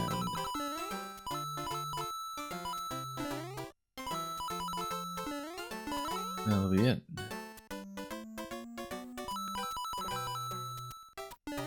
Question block down there, yeah. Except we can't because we're stuck up here. Okay, we should obviously try top spot, what?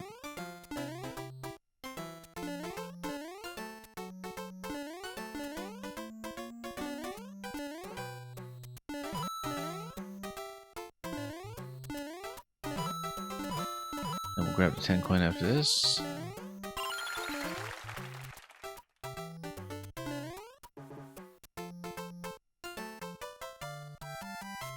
And let's see how that fills out.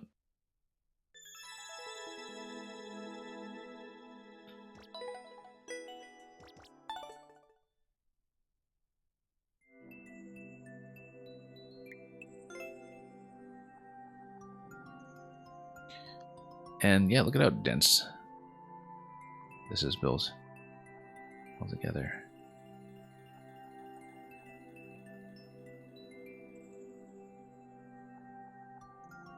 I suppose in the passages where lots of the different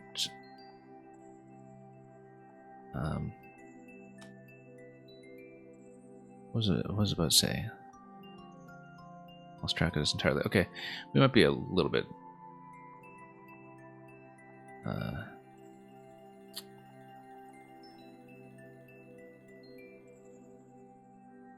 getting a little bit rough here. I'm looking at the sort of second big cluster here. You can kind of see where there was the big drop, I think it was.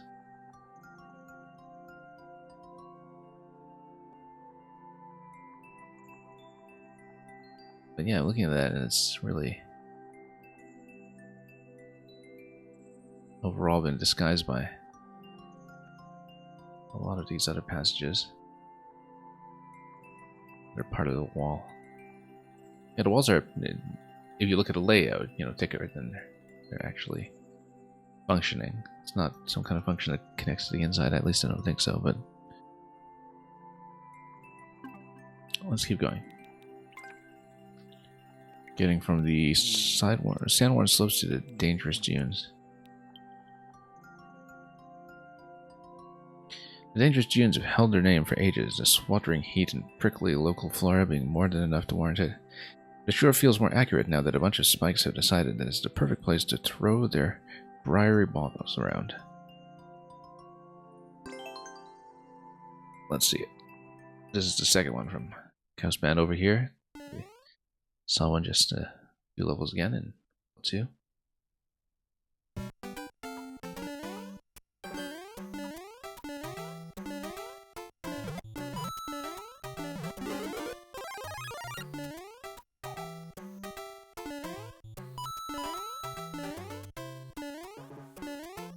Okay, let's see. Oh, no, this needs a P-switch.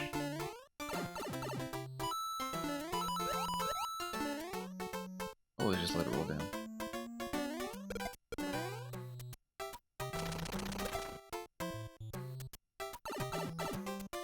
Hopefully something interesting.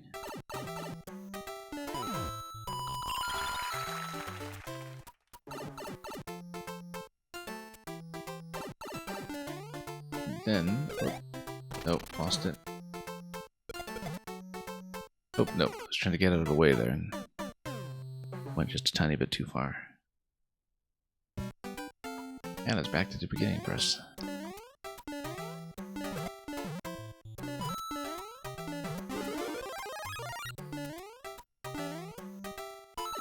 Nope. And yeah, we're being a little too aggressive about that. I'm thinking that we'll try to go for that spike ball route again if we can, just to see more of it.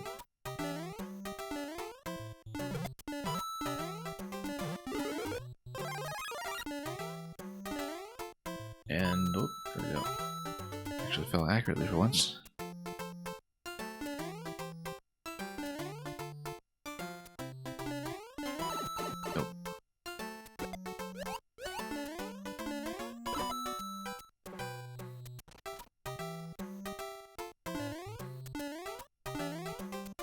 And, oh, we didn't even cut it all the way down.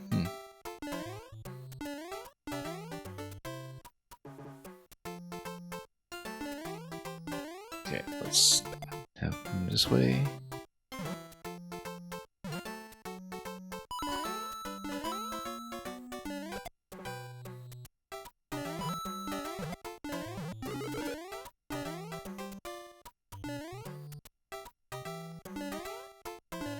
Okay, so nothing is going to join that boot down there. At least I don't think so.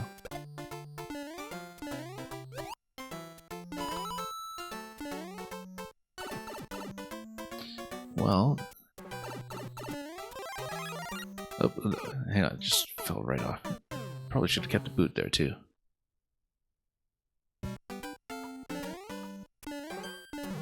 Getting a little slippery here. And Gaming Stage came in with a party of 16. Let me just give you a big shout out.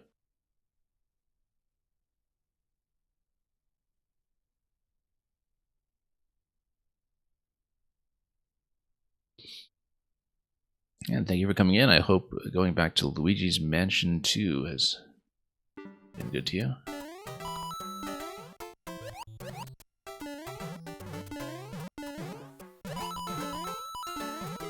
Oops, no. Just got run over.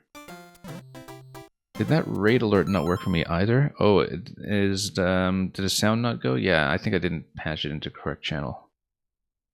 If you just saw... Did you see no alert, or did you just see no sound? But anyway, Tech Wolves, you're saying Luigi, yeah. And that will actually be accurate to what the level descriptions on the website have been saying. They've been going with Luigi as the designated character for World 3. And, okay, you saw nothing? Yeah, maybe my raid alert wasn't working. So, I'll have to look into that. Oop. We lost a boot at some point. So yeah, I hope, once again, Luigi's Mansion was going well over there. We've just been back to Maker today. Oh, you're saying that yours wasn't working either. Yeah, so it might be a server-side problem then.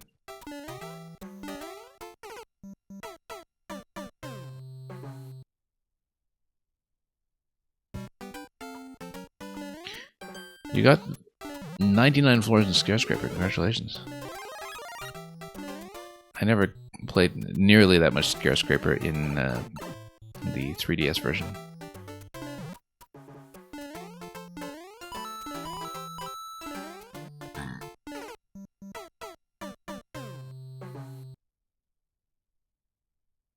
I've been running easy traditional levels all day because it's part of this massive collaboration project that was put together and which we've been looking forward to for some time. I've been doing badly. Just playing a little bit tired today maybe, but also because we initially tried to be as complete as possible with the secret hunt, and that just meant that we spent ages just at World 1, because there were a few that I couldn't find. We were doing pretty well for a while, but then my ability to find secrets has dropped off dramatically over the course of this very session. It got super glitchy on the way there. That's interesting.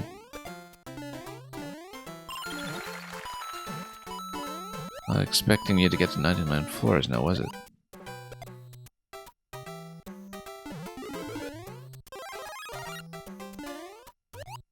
Oh, whoops. That's okay, we'll just take this one out.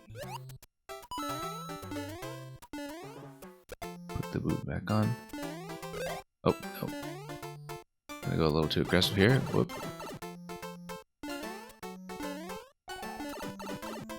It's so sloppy. Nope. I want to do a lot better.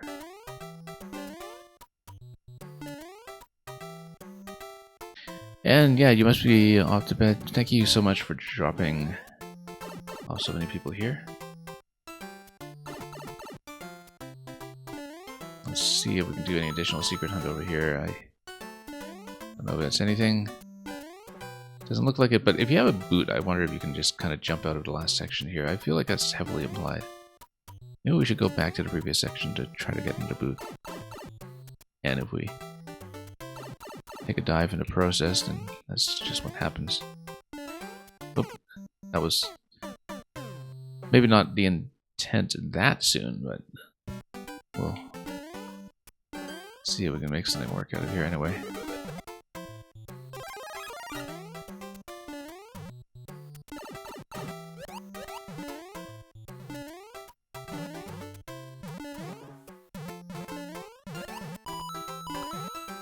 Yeah, rolling all these spike balls up the slopes are tricky to play against.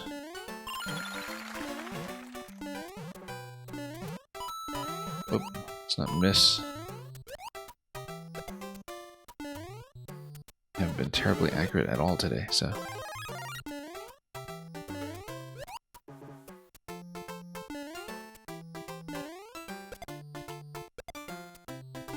Bunch of coins over here, that seems significant. Oh, look at that. That's new. Okay. Looks like it's going to be in an online theater war. Whoops.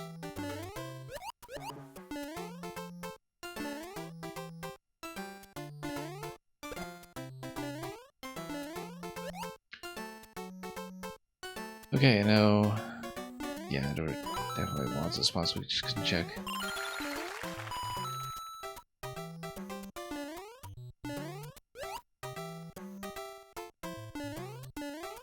No.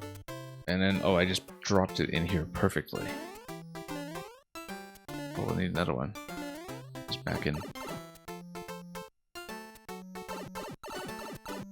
So we can actually check the top right where all those coins are. I feel like it's a pipe entry or something that just happens to be off screen.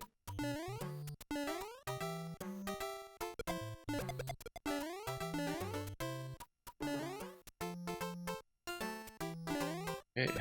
Just trying to go backwards and find a hat. Not a hat, a boot. What am I saying? Just... Yeah, pardon me. The commentary has kind of fallen off a cliff today. Oh, and look at that. Just a perfect landing. In a manner of speaking.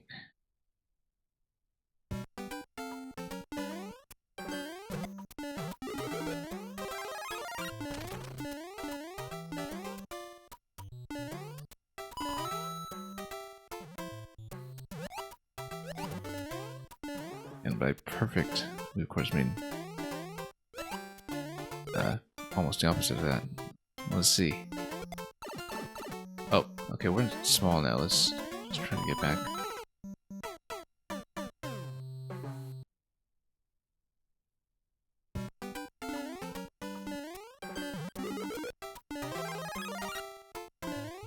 Oh, let's get it.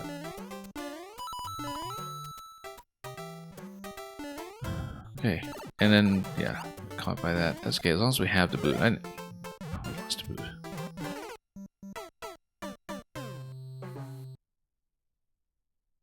They've just been crashing against everything here. I mean, part of it is that we've just been very reluctant to take the clears when we do have unfinished business to be done.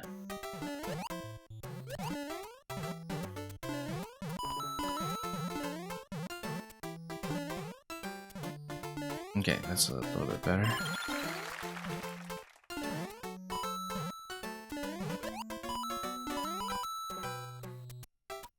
We'll just wait over here. And then we lost it. But we got another boot here. That's good.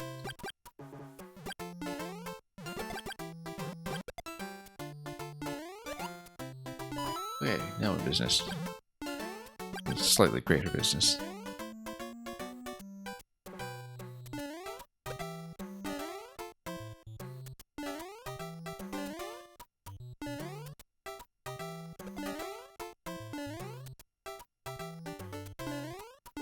Okay, that's fine.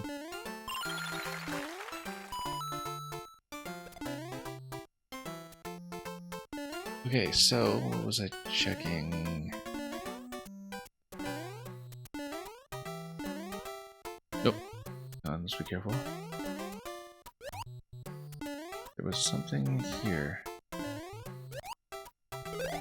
Nope, and then we just lost it completely again.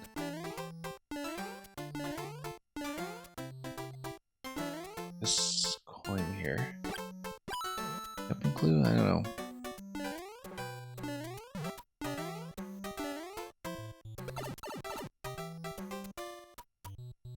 Yeah, because the idea here is that I'm trying to get over here to see if there's anything up top. I think there must be. Yeah, we could always check Invincible afterwards to make sure.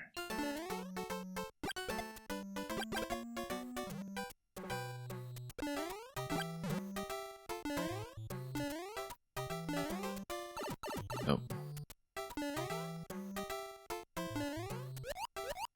Just trying to escort this to the end.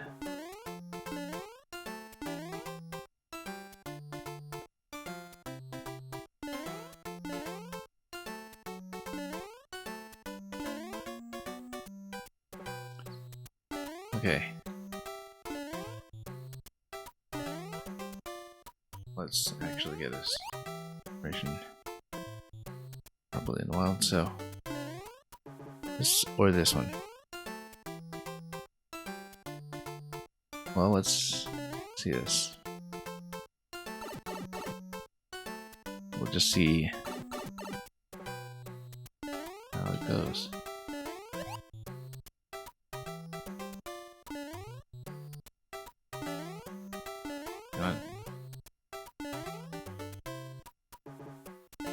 Well, there's nothing up there anyway. Trying to jump up. Looks like such a suspicious location. I guess not.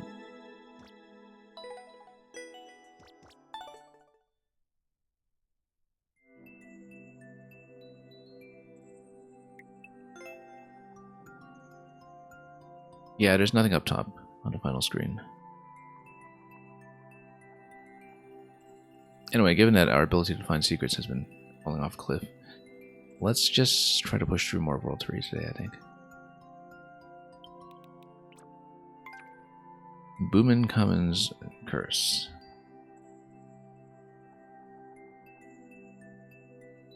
Boomin Commons' tomb is not haunted, at least that's what Luigi must tell himself as he enters the Grand Monument.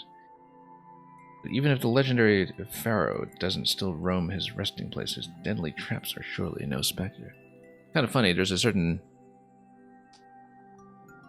assonance, I guess, between that and what indeed happens in Luigi's Mansion, which we were just talking about when the raid came in not long ago. Given in particular the Desert Pyramid area in Luigi's Mansion 3, which is a substantial part of the game that bears some resemblance to how this one level here is described on the website. Well, let's see what that entails.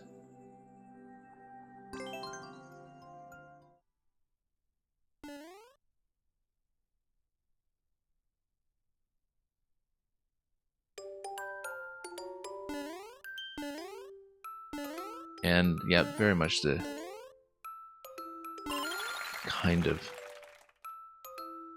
SMP3 style pyramid entrance that we've all grown to know so well.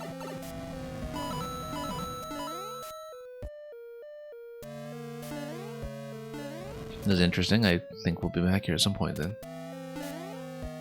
How things are set up. Yeah, because this way, if you have all of these bricks down below. Whoops, no, didn't drop quickly enough. Then you can have the equivalent of the whole, I don't know, load runner burial mechanic, essentially. Not that we can manipulate anything there just yet.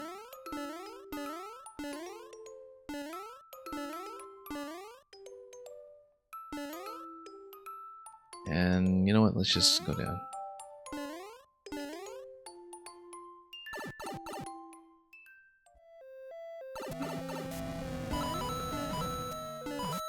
Okay, so we'll proceed over here. And just need to dodge everything on the way to the left side.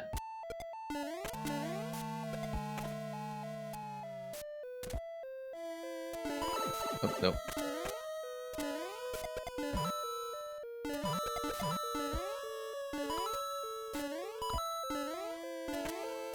Okay. And let's see how things go. No, it didn't seem like Sonic. No, well, not Sonic, but the Thwomp here is behaving as. Whoops. Much more than just an obstacle, a big stone shield. Oh wow, all the way back to the beginning. Yeah, that's right. Well, we didn't get that far, so just a whole lot of riding.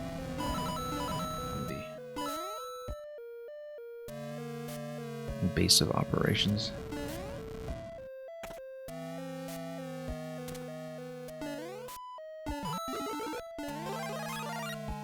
Okay, let's get this down.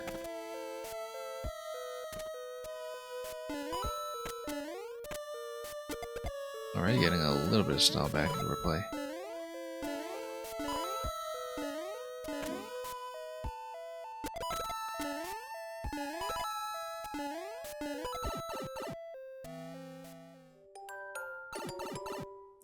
Now at this point, you can see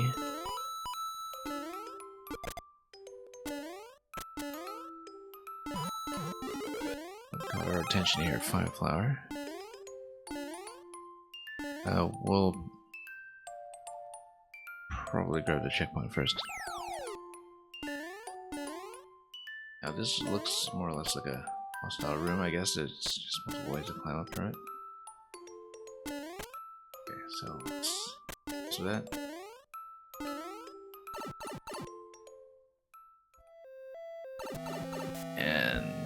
Here we are.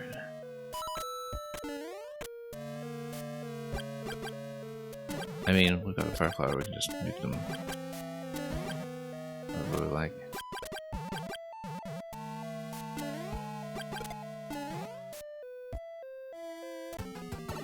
Oh, whoops.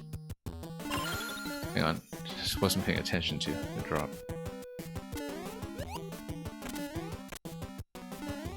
And then, luckily, he's just gonna get caught in the claw, which works for me.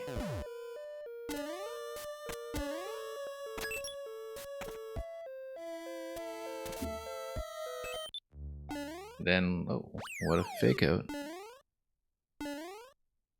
Let's fight again. And this time, oh, it'll be a bit of a chase sequence. The spike ball illuminating the road underneath.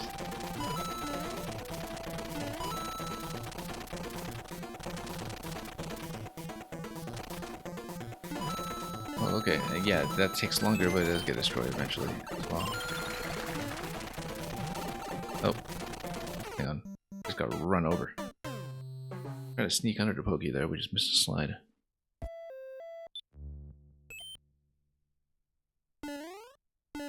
Anything else we can do here? Well, there's that on this side.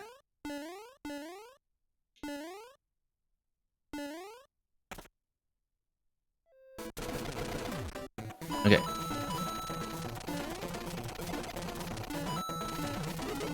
Hang on. Yeah, just too close to the edge.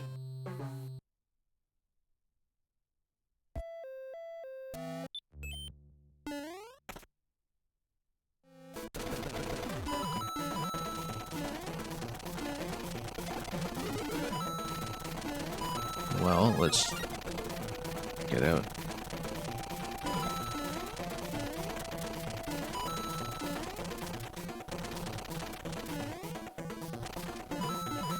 Okay, let's get over here before start catching up. Nope.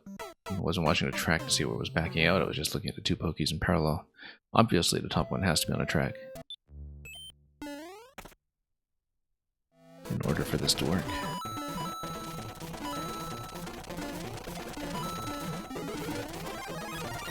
Oh, it's catching up. Rather too quickly.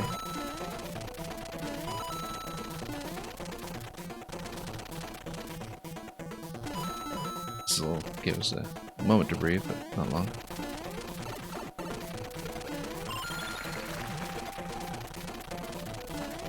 And, oh, not enough momentum. Surprisingly tricky. That moving target.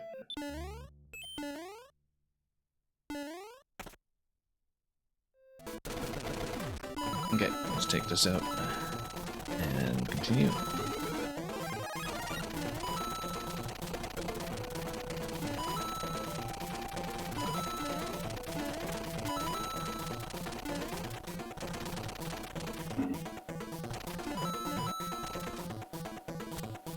Okay.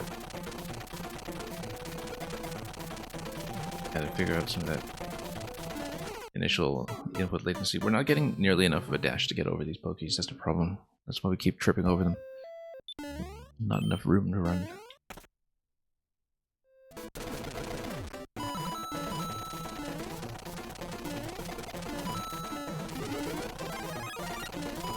Anyway, let's keep going.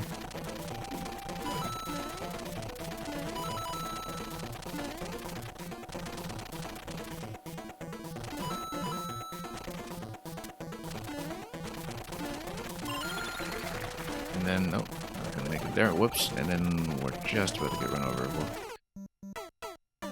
Damage boost through, but that was short-lived.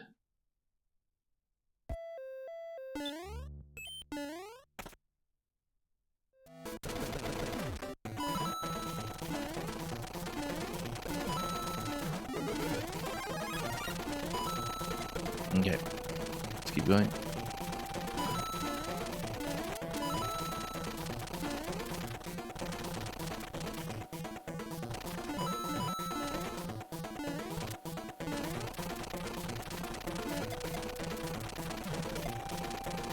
And then, oh, no, ran straight into it again.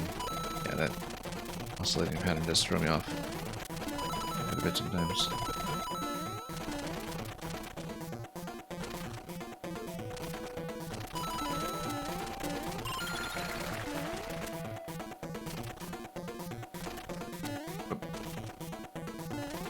Can't quite see where I am here. Oh, I guess, yeah, no, that eliminated the exit pipe. I just kind of stalled out for a moment. Yeah, a bit of an SD lock situation here then. Where I actually just did stick myself.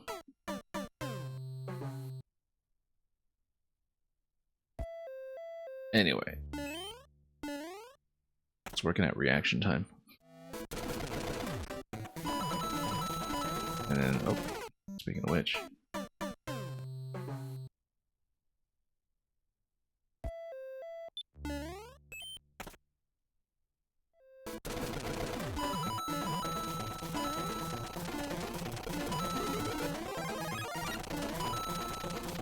There we go.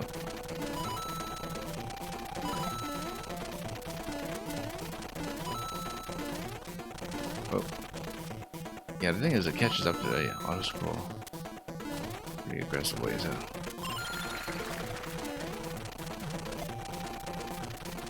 And, oh, once again, just not enough of a run to get over the pogies.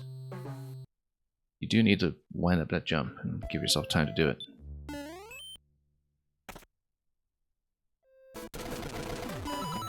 So instead we'll just get ahead of it. And then no, we'll just wait behind pace.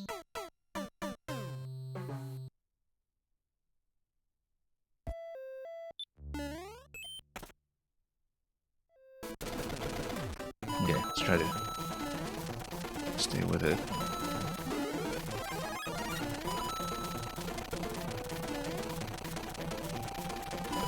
Okay.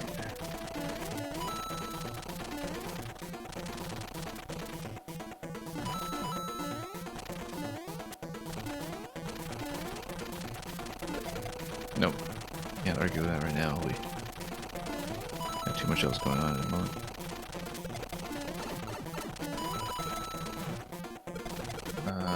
Oh, nope. Just not a lot of room to work with there.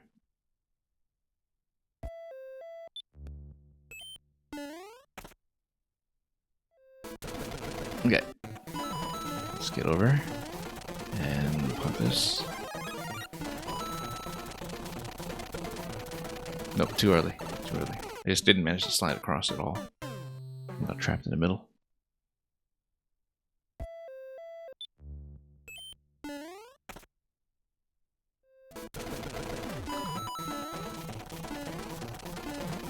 Yeah. Let's see. Oops. Oh, hang on. I'm falling straight into these gaps all day today. Especially, well, in maybe the last world or so when things started going a little bit haywire.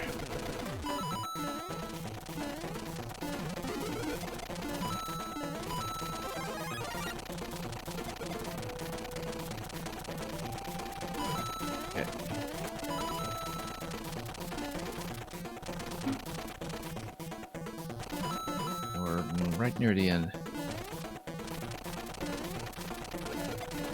don't have time to read all the maker descriptions right now, but just make sure we back in correctly. Whoop. Yeah, the thing is, yeah, no, we're just behind pace. Have to rush up ahead, have to take down that gate.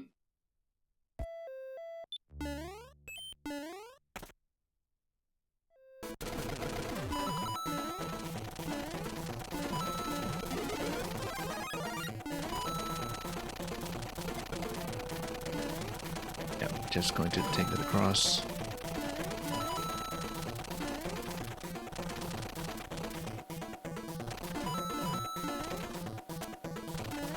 Okay.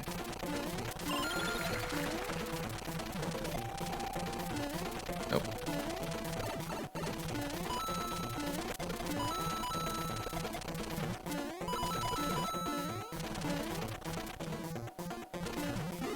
Okay, that was totally unnecessary, but we'll take it. And then, oh, down. There we go. Okay, made it out. Yeah, that was rougher than it should have been. Given how well signaled and telegraphed everything was, timing on the player side, it was maybe a bit substandard. Okay, again, that's what previous levels, the secret hunting has been getting worse and worse in terms of our level of success. That time around we were getting more concerned about just getting things through. I think there's this 3- pyramid cover art that we can also see quite prominently here. But yeah, I'm not going to glean much from the screen when most of the action is in the subworld instead.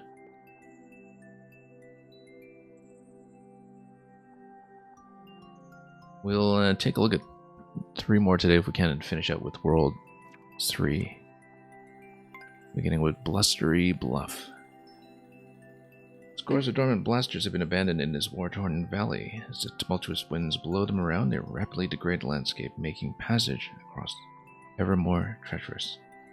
Luigi must take this chance to cross now, while the rickety bridges still stand.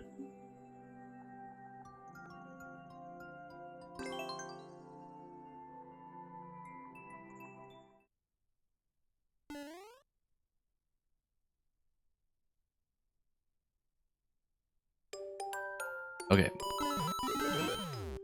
This time we hopefully won't get outpaced quite so much. We do have to deal with Desert Window. Oh. And, oh, there's no switch? Or is it just... Oh, and a long timer, maybe. Yeah, because I was thinking I'd have a clear opportunity to let things go right, and then...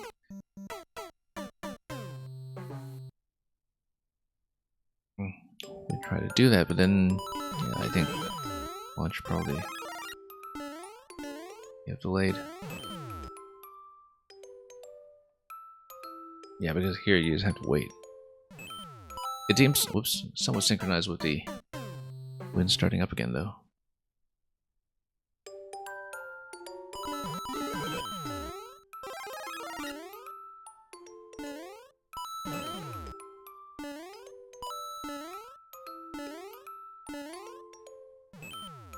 Okay, there we go.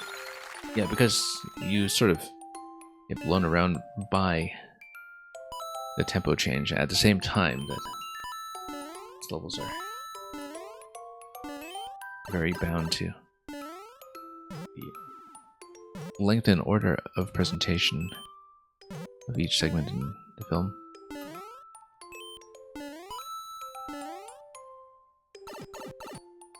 Okay, let's see what's inside this door. Oh, no.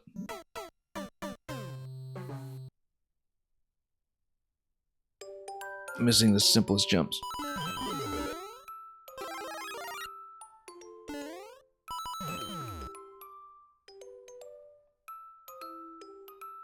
Then let's wait for this to come back. Yeah, because the thing is, it's very easy to just overshoot where you think you're going, because as the movement of the blaster starts up, you are kind of mentally set for lots more besides.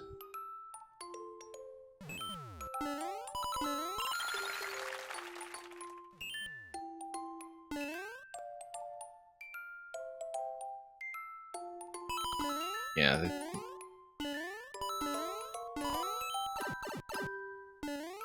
camera positioning for some of the work that's being done can be... Oh, it's a little bit fuzzy. Yeah, we keep just getting rolled out. Because of the wind, actually, that's what it is. Wind blows at the same time that you get picked up, swept off your feet.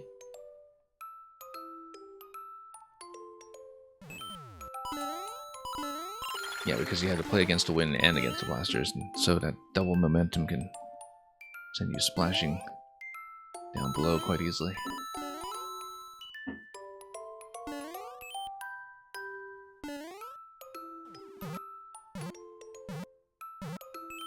Nope, then, yeah, once again, the wind is something I forgot to compensate for when the machine started up again.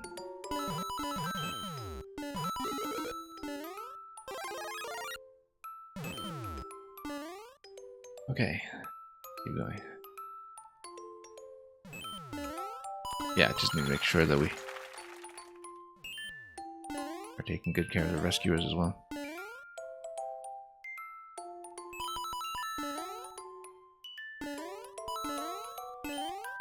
And then, yeah, terrible momentum control out for us today. Not exactly sure why it's going so badly. Oh yeah, this is gonna be a miss.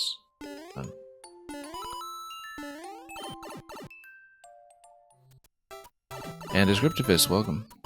I am indeed Green Mario today, apparently.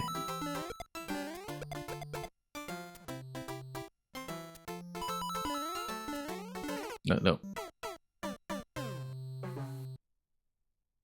We've been playing all these levels that have, you know, these pretty high clear rates in keeping with being traditional, and so many of them are up in the 20% range or so, and we've been dying on them like crazy, mostly because I've been trying to be very thorough about looking for secrets.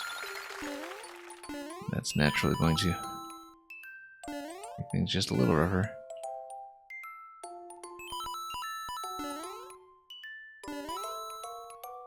Nope. Again. A very aggressive wind that is easy to underestimate simply because there are so many other movements we're watching at the same time.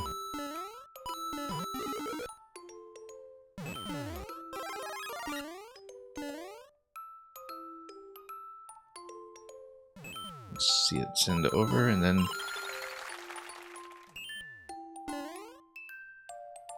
yeah, we'll see what they have to show us this time.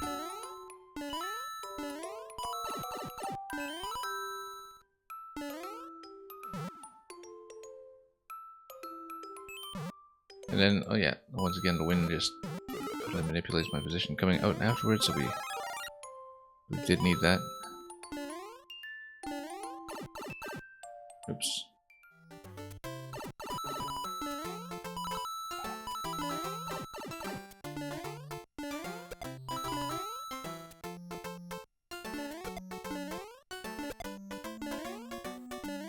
Okay.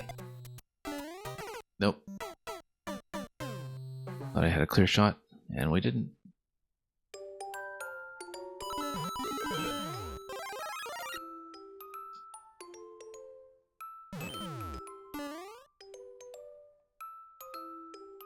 Okay, let's keep on pushing.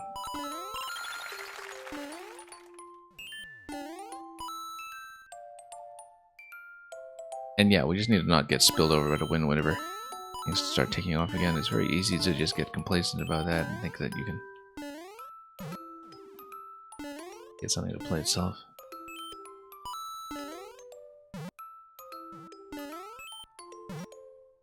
Oh, nope. Not much room, let's go.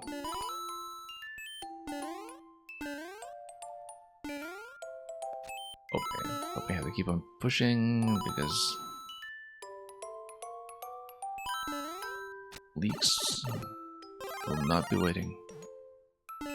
Can't point down there. No, doesn't matter. Can't get it at the moment.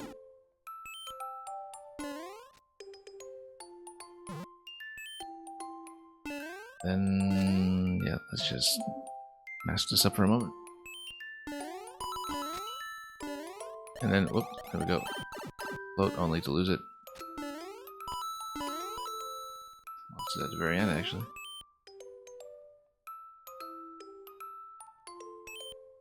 Whoop. Oh, not much to work with here.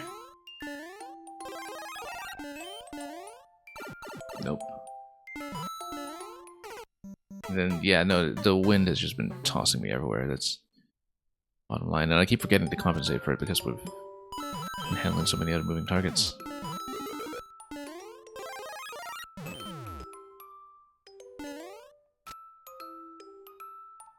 And Aegis Cook, welcome. Really enjoyed the trailer, by the way, that you put together for this release.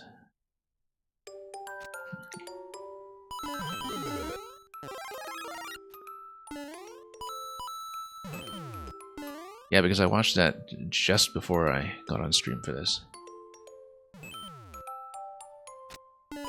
And whoops. We've been doing so poorly today. It's been falling all over ourselves in the easiest levels. Oh well. Initially, it was just because we were experimenting so much with exploring everywhere and trying to find all the SDB6 rooms, and then that is really kind of dropped off here in World 3.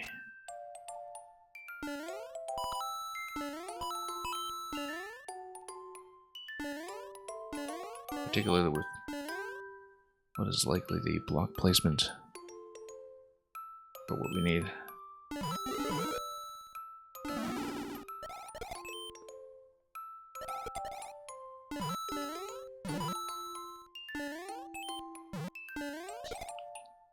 Okay, got rid of that at least so we can have a bit more room to work with. Whoa, no, couldn't get out.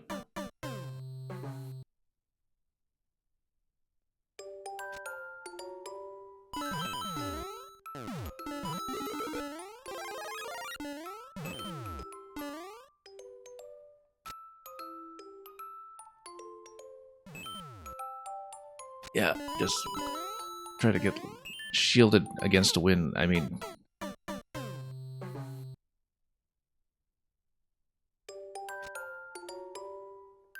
we'll see.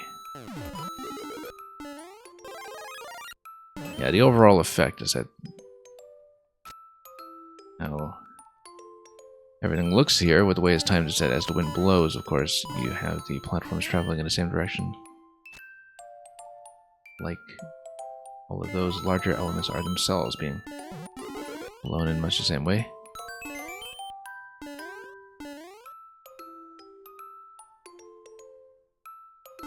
This is going to give you some room a little bit.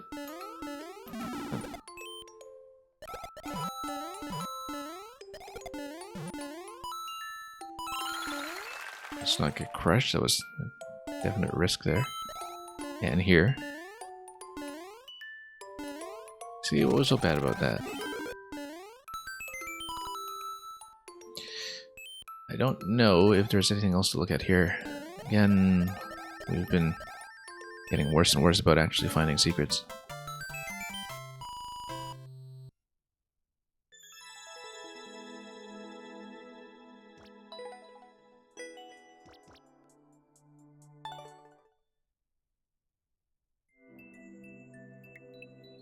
Kind of wonder, we've been looking at more info in almost every level now just to kind of scope things out and see how much we missed along the way.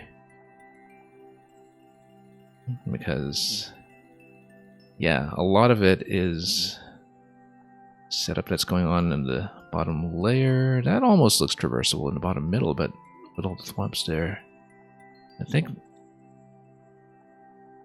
it's hard to tell though. And of course you just have all the one-way panels that are seemingly there for entity control.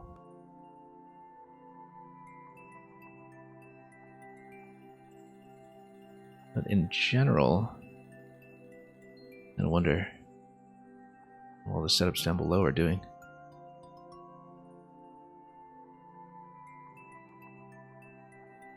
Anyway, regardless, let's get out of here. And take a look at levels 5 and 6 of the World 3 set here in the Drifting Dunes. This is all SMB3 team, not SMB2, but still we have the aptly named Pokey Pokey Panic, another contribution by our host, Gritafi.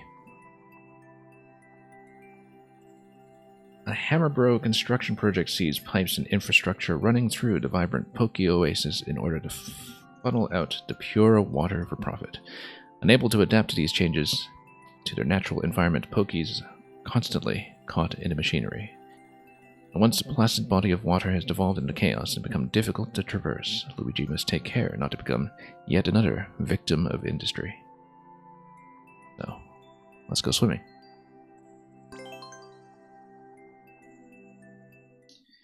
And yeah, you just cooked. You said it's been a while and you got back to Maker for this project. Yeah, I see a lot of very lapsed returning names in the Maker list for this project. Including people who I think were much more of a presence in Maker 1 than 2. Okay. We've really kind of unnecessarily struggled with the last few levels, I think. I sometimes hit a bit of a rough patch as a player, I guess, but everything's been really interesting and vivid and conceptually solid, of course, but we definitely struggled for a bit. No, we should probably just send something down there, not with the twister, but I actually kind of wonder what the P-switch would manipulate, whether the P-switch would actually just shut that off by moving the twisters down below or something. That's something we should have considered. 06i, I have not played this one before. This one specifically, no.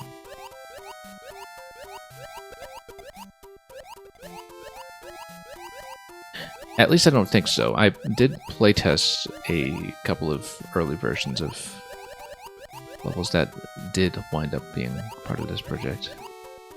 Let me just drop this off the claw, and then we'll see if the P-switch... notice that the P-switch blocks you off from the next pipe. I think the P-switch probably does disable... Yeah. The twisters, and then... Wonder... what else it would get you, in terms of access. Yeah, kind of shows you the P-switch mechanism. And of course we're just going to go backwards because we always check.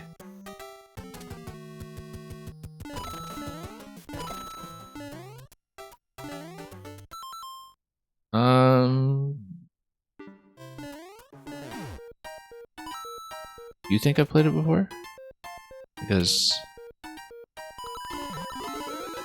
yeah, it does look familiar, doesn't it? I feel like maybe I did do an early version of this. But...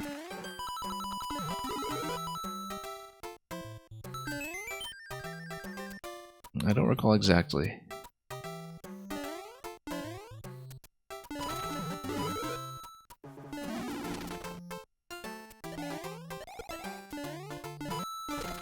It seems vaguely familiar, but... yeah, no, I definitely did. I remember a couple of these segments now.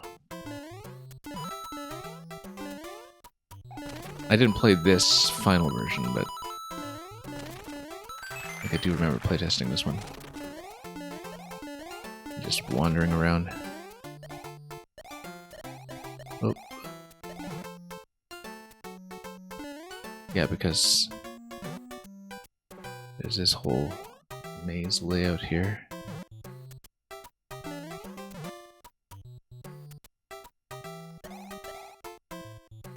Oops.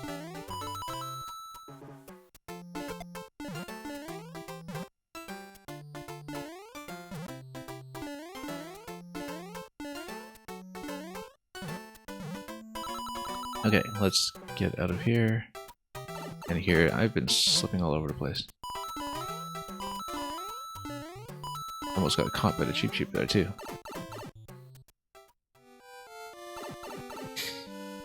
Yeah, no. I remember as well that there was a bit of a tricky secret here that I did in fact find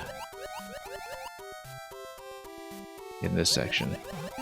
Because we actually went over it a lot in one of the viewer level streams. Or, again, a relatively gentle, traditional level then.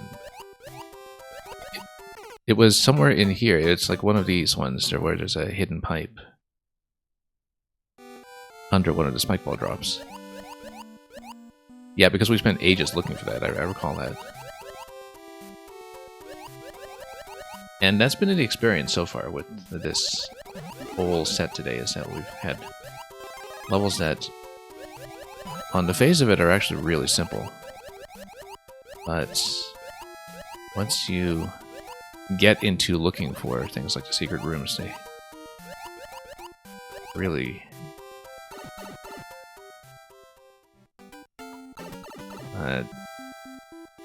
take a while to come over. But this one I actually remembered a solution for, because it's a very subtle visual change. I remember from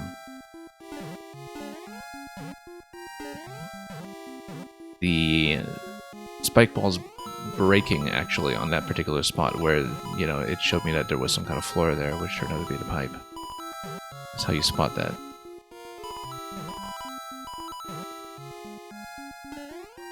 So yeah, the secret placement for the SDB6 rooms in this whole project are definitely kind of obscure and difficult by design.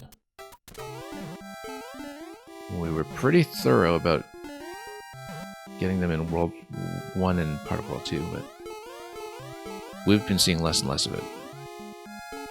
Particularly because the last few levels were more of a struggle than they should have been. And it's almost certainly because I'm just off my game a little bit.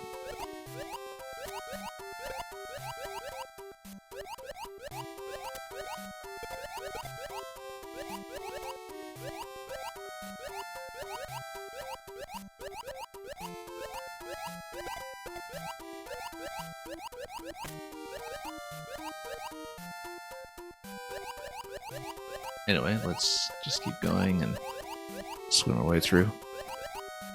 Now that we've found what we were looking for. And yeah, everything drops out for the big finish.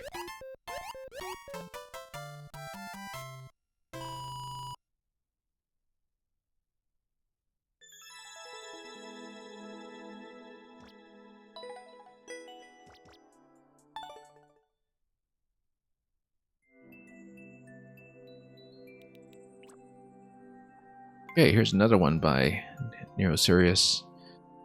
This is going to be the last one in World 3, and probably also our last one today. Because I went much slower than I thought it would, but, you know, we wanted to take our time. So we will, of course, be continuing this over the course of the week. I guess we'd be on target if we're at this pace to do the 9 worlds over the course of 3 streams or so. I was kind of thinking 2, but, you know, we're going slowly, we're hunting for secrets, we're also just dying a lot to silly things. Lockout locomotive. Luigi's in a hurry, so he hitches a ride on a prison train full of Bowser's critics, who have been locked up and shipped off to somewhere they'll never be seen again. Luigi will have to dodge the cruel and wily guards if he hopes to disembark with his freedom intact. I kind of like the idea of the train being full of, I don't know, food critics or something who don't like Bowser's cooking. But let's get in there and find out.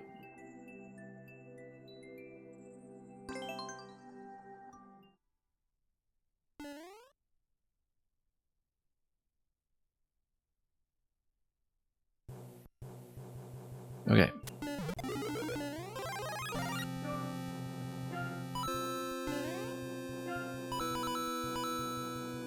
Anyway, very steamy.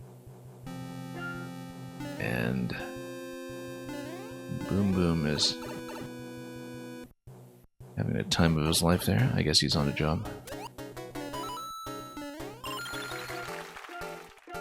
Spike balls down below. Yeah, let's be careful here with everything else going on. Kind of funny, it's a train level and it's an SMB3 airship level.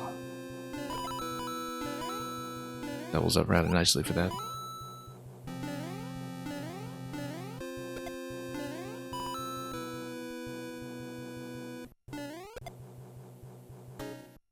Oh, whoops. I was looking off screen for a moment at something. That was entirely just a distraction death.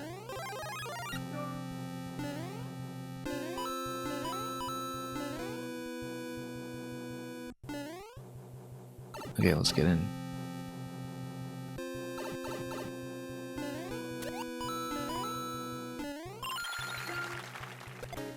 then forward.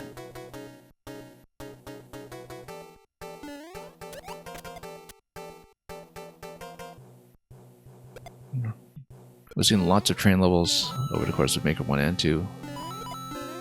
All kinds of different designs and concepts. This one I would say is stacked really quite tall. But also means that you've got lots of room for platforming. With all this headroom. Here in the train car.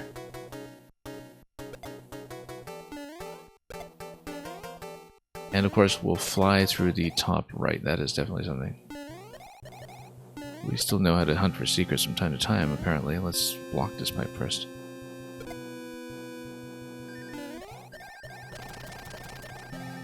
Okay, we actually got something. Anything on this pipe? Nope, just coins.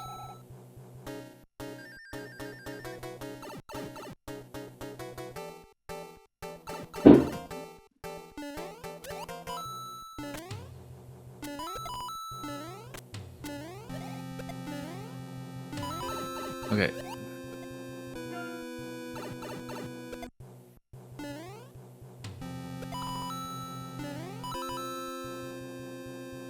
We'll just try not to get dunked by too many spike balls here. Can't get in here through the note block, of course.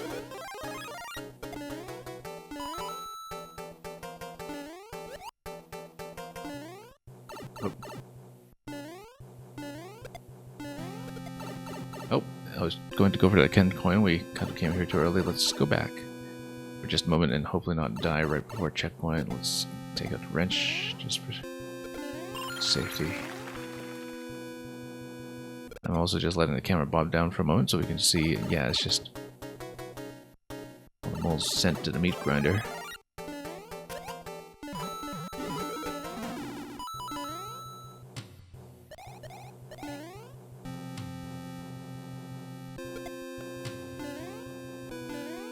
Okay, and then, oh, I was trying to get in here a little more accurately, but not so.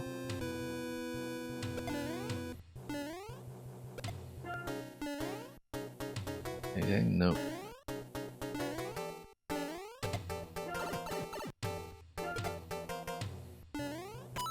Tricky positioning on a lot of that.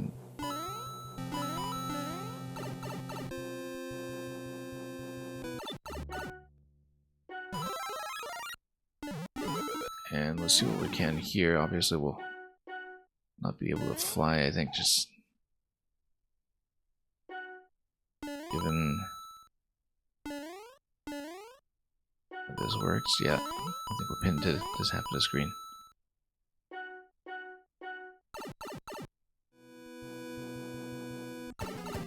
Anyway, here's Morton. I was kind of wondering which Koopaling would get, because I don't think the description said. I'll just be very careful with the stun lock, since that can lead all kinds of problems.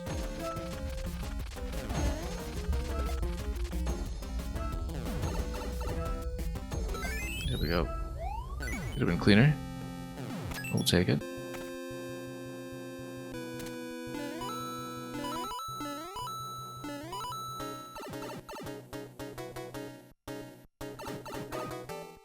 Okay, so we'll obviously want to check up here. Nothing else that I can see, though. I think that's pretty much the extent of it.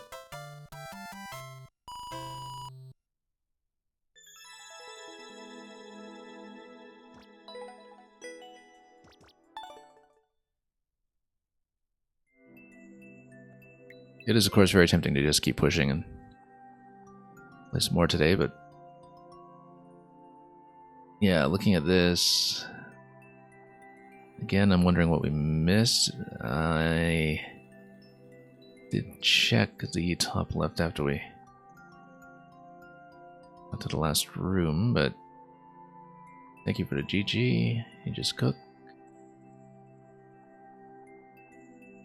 Or Aegis cook, I guess. Yeah. I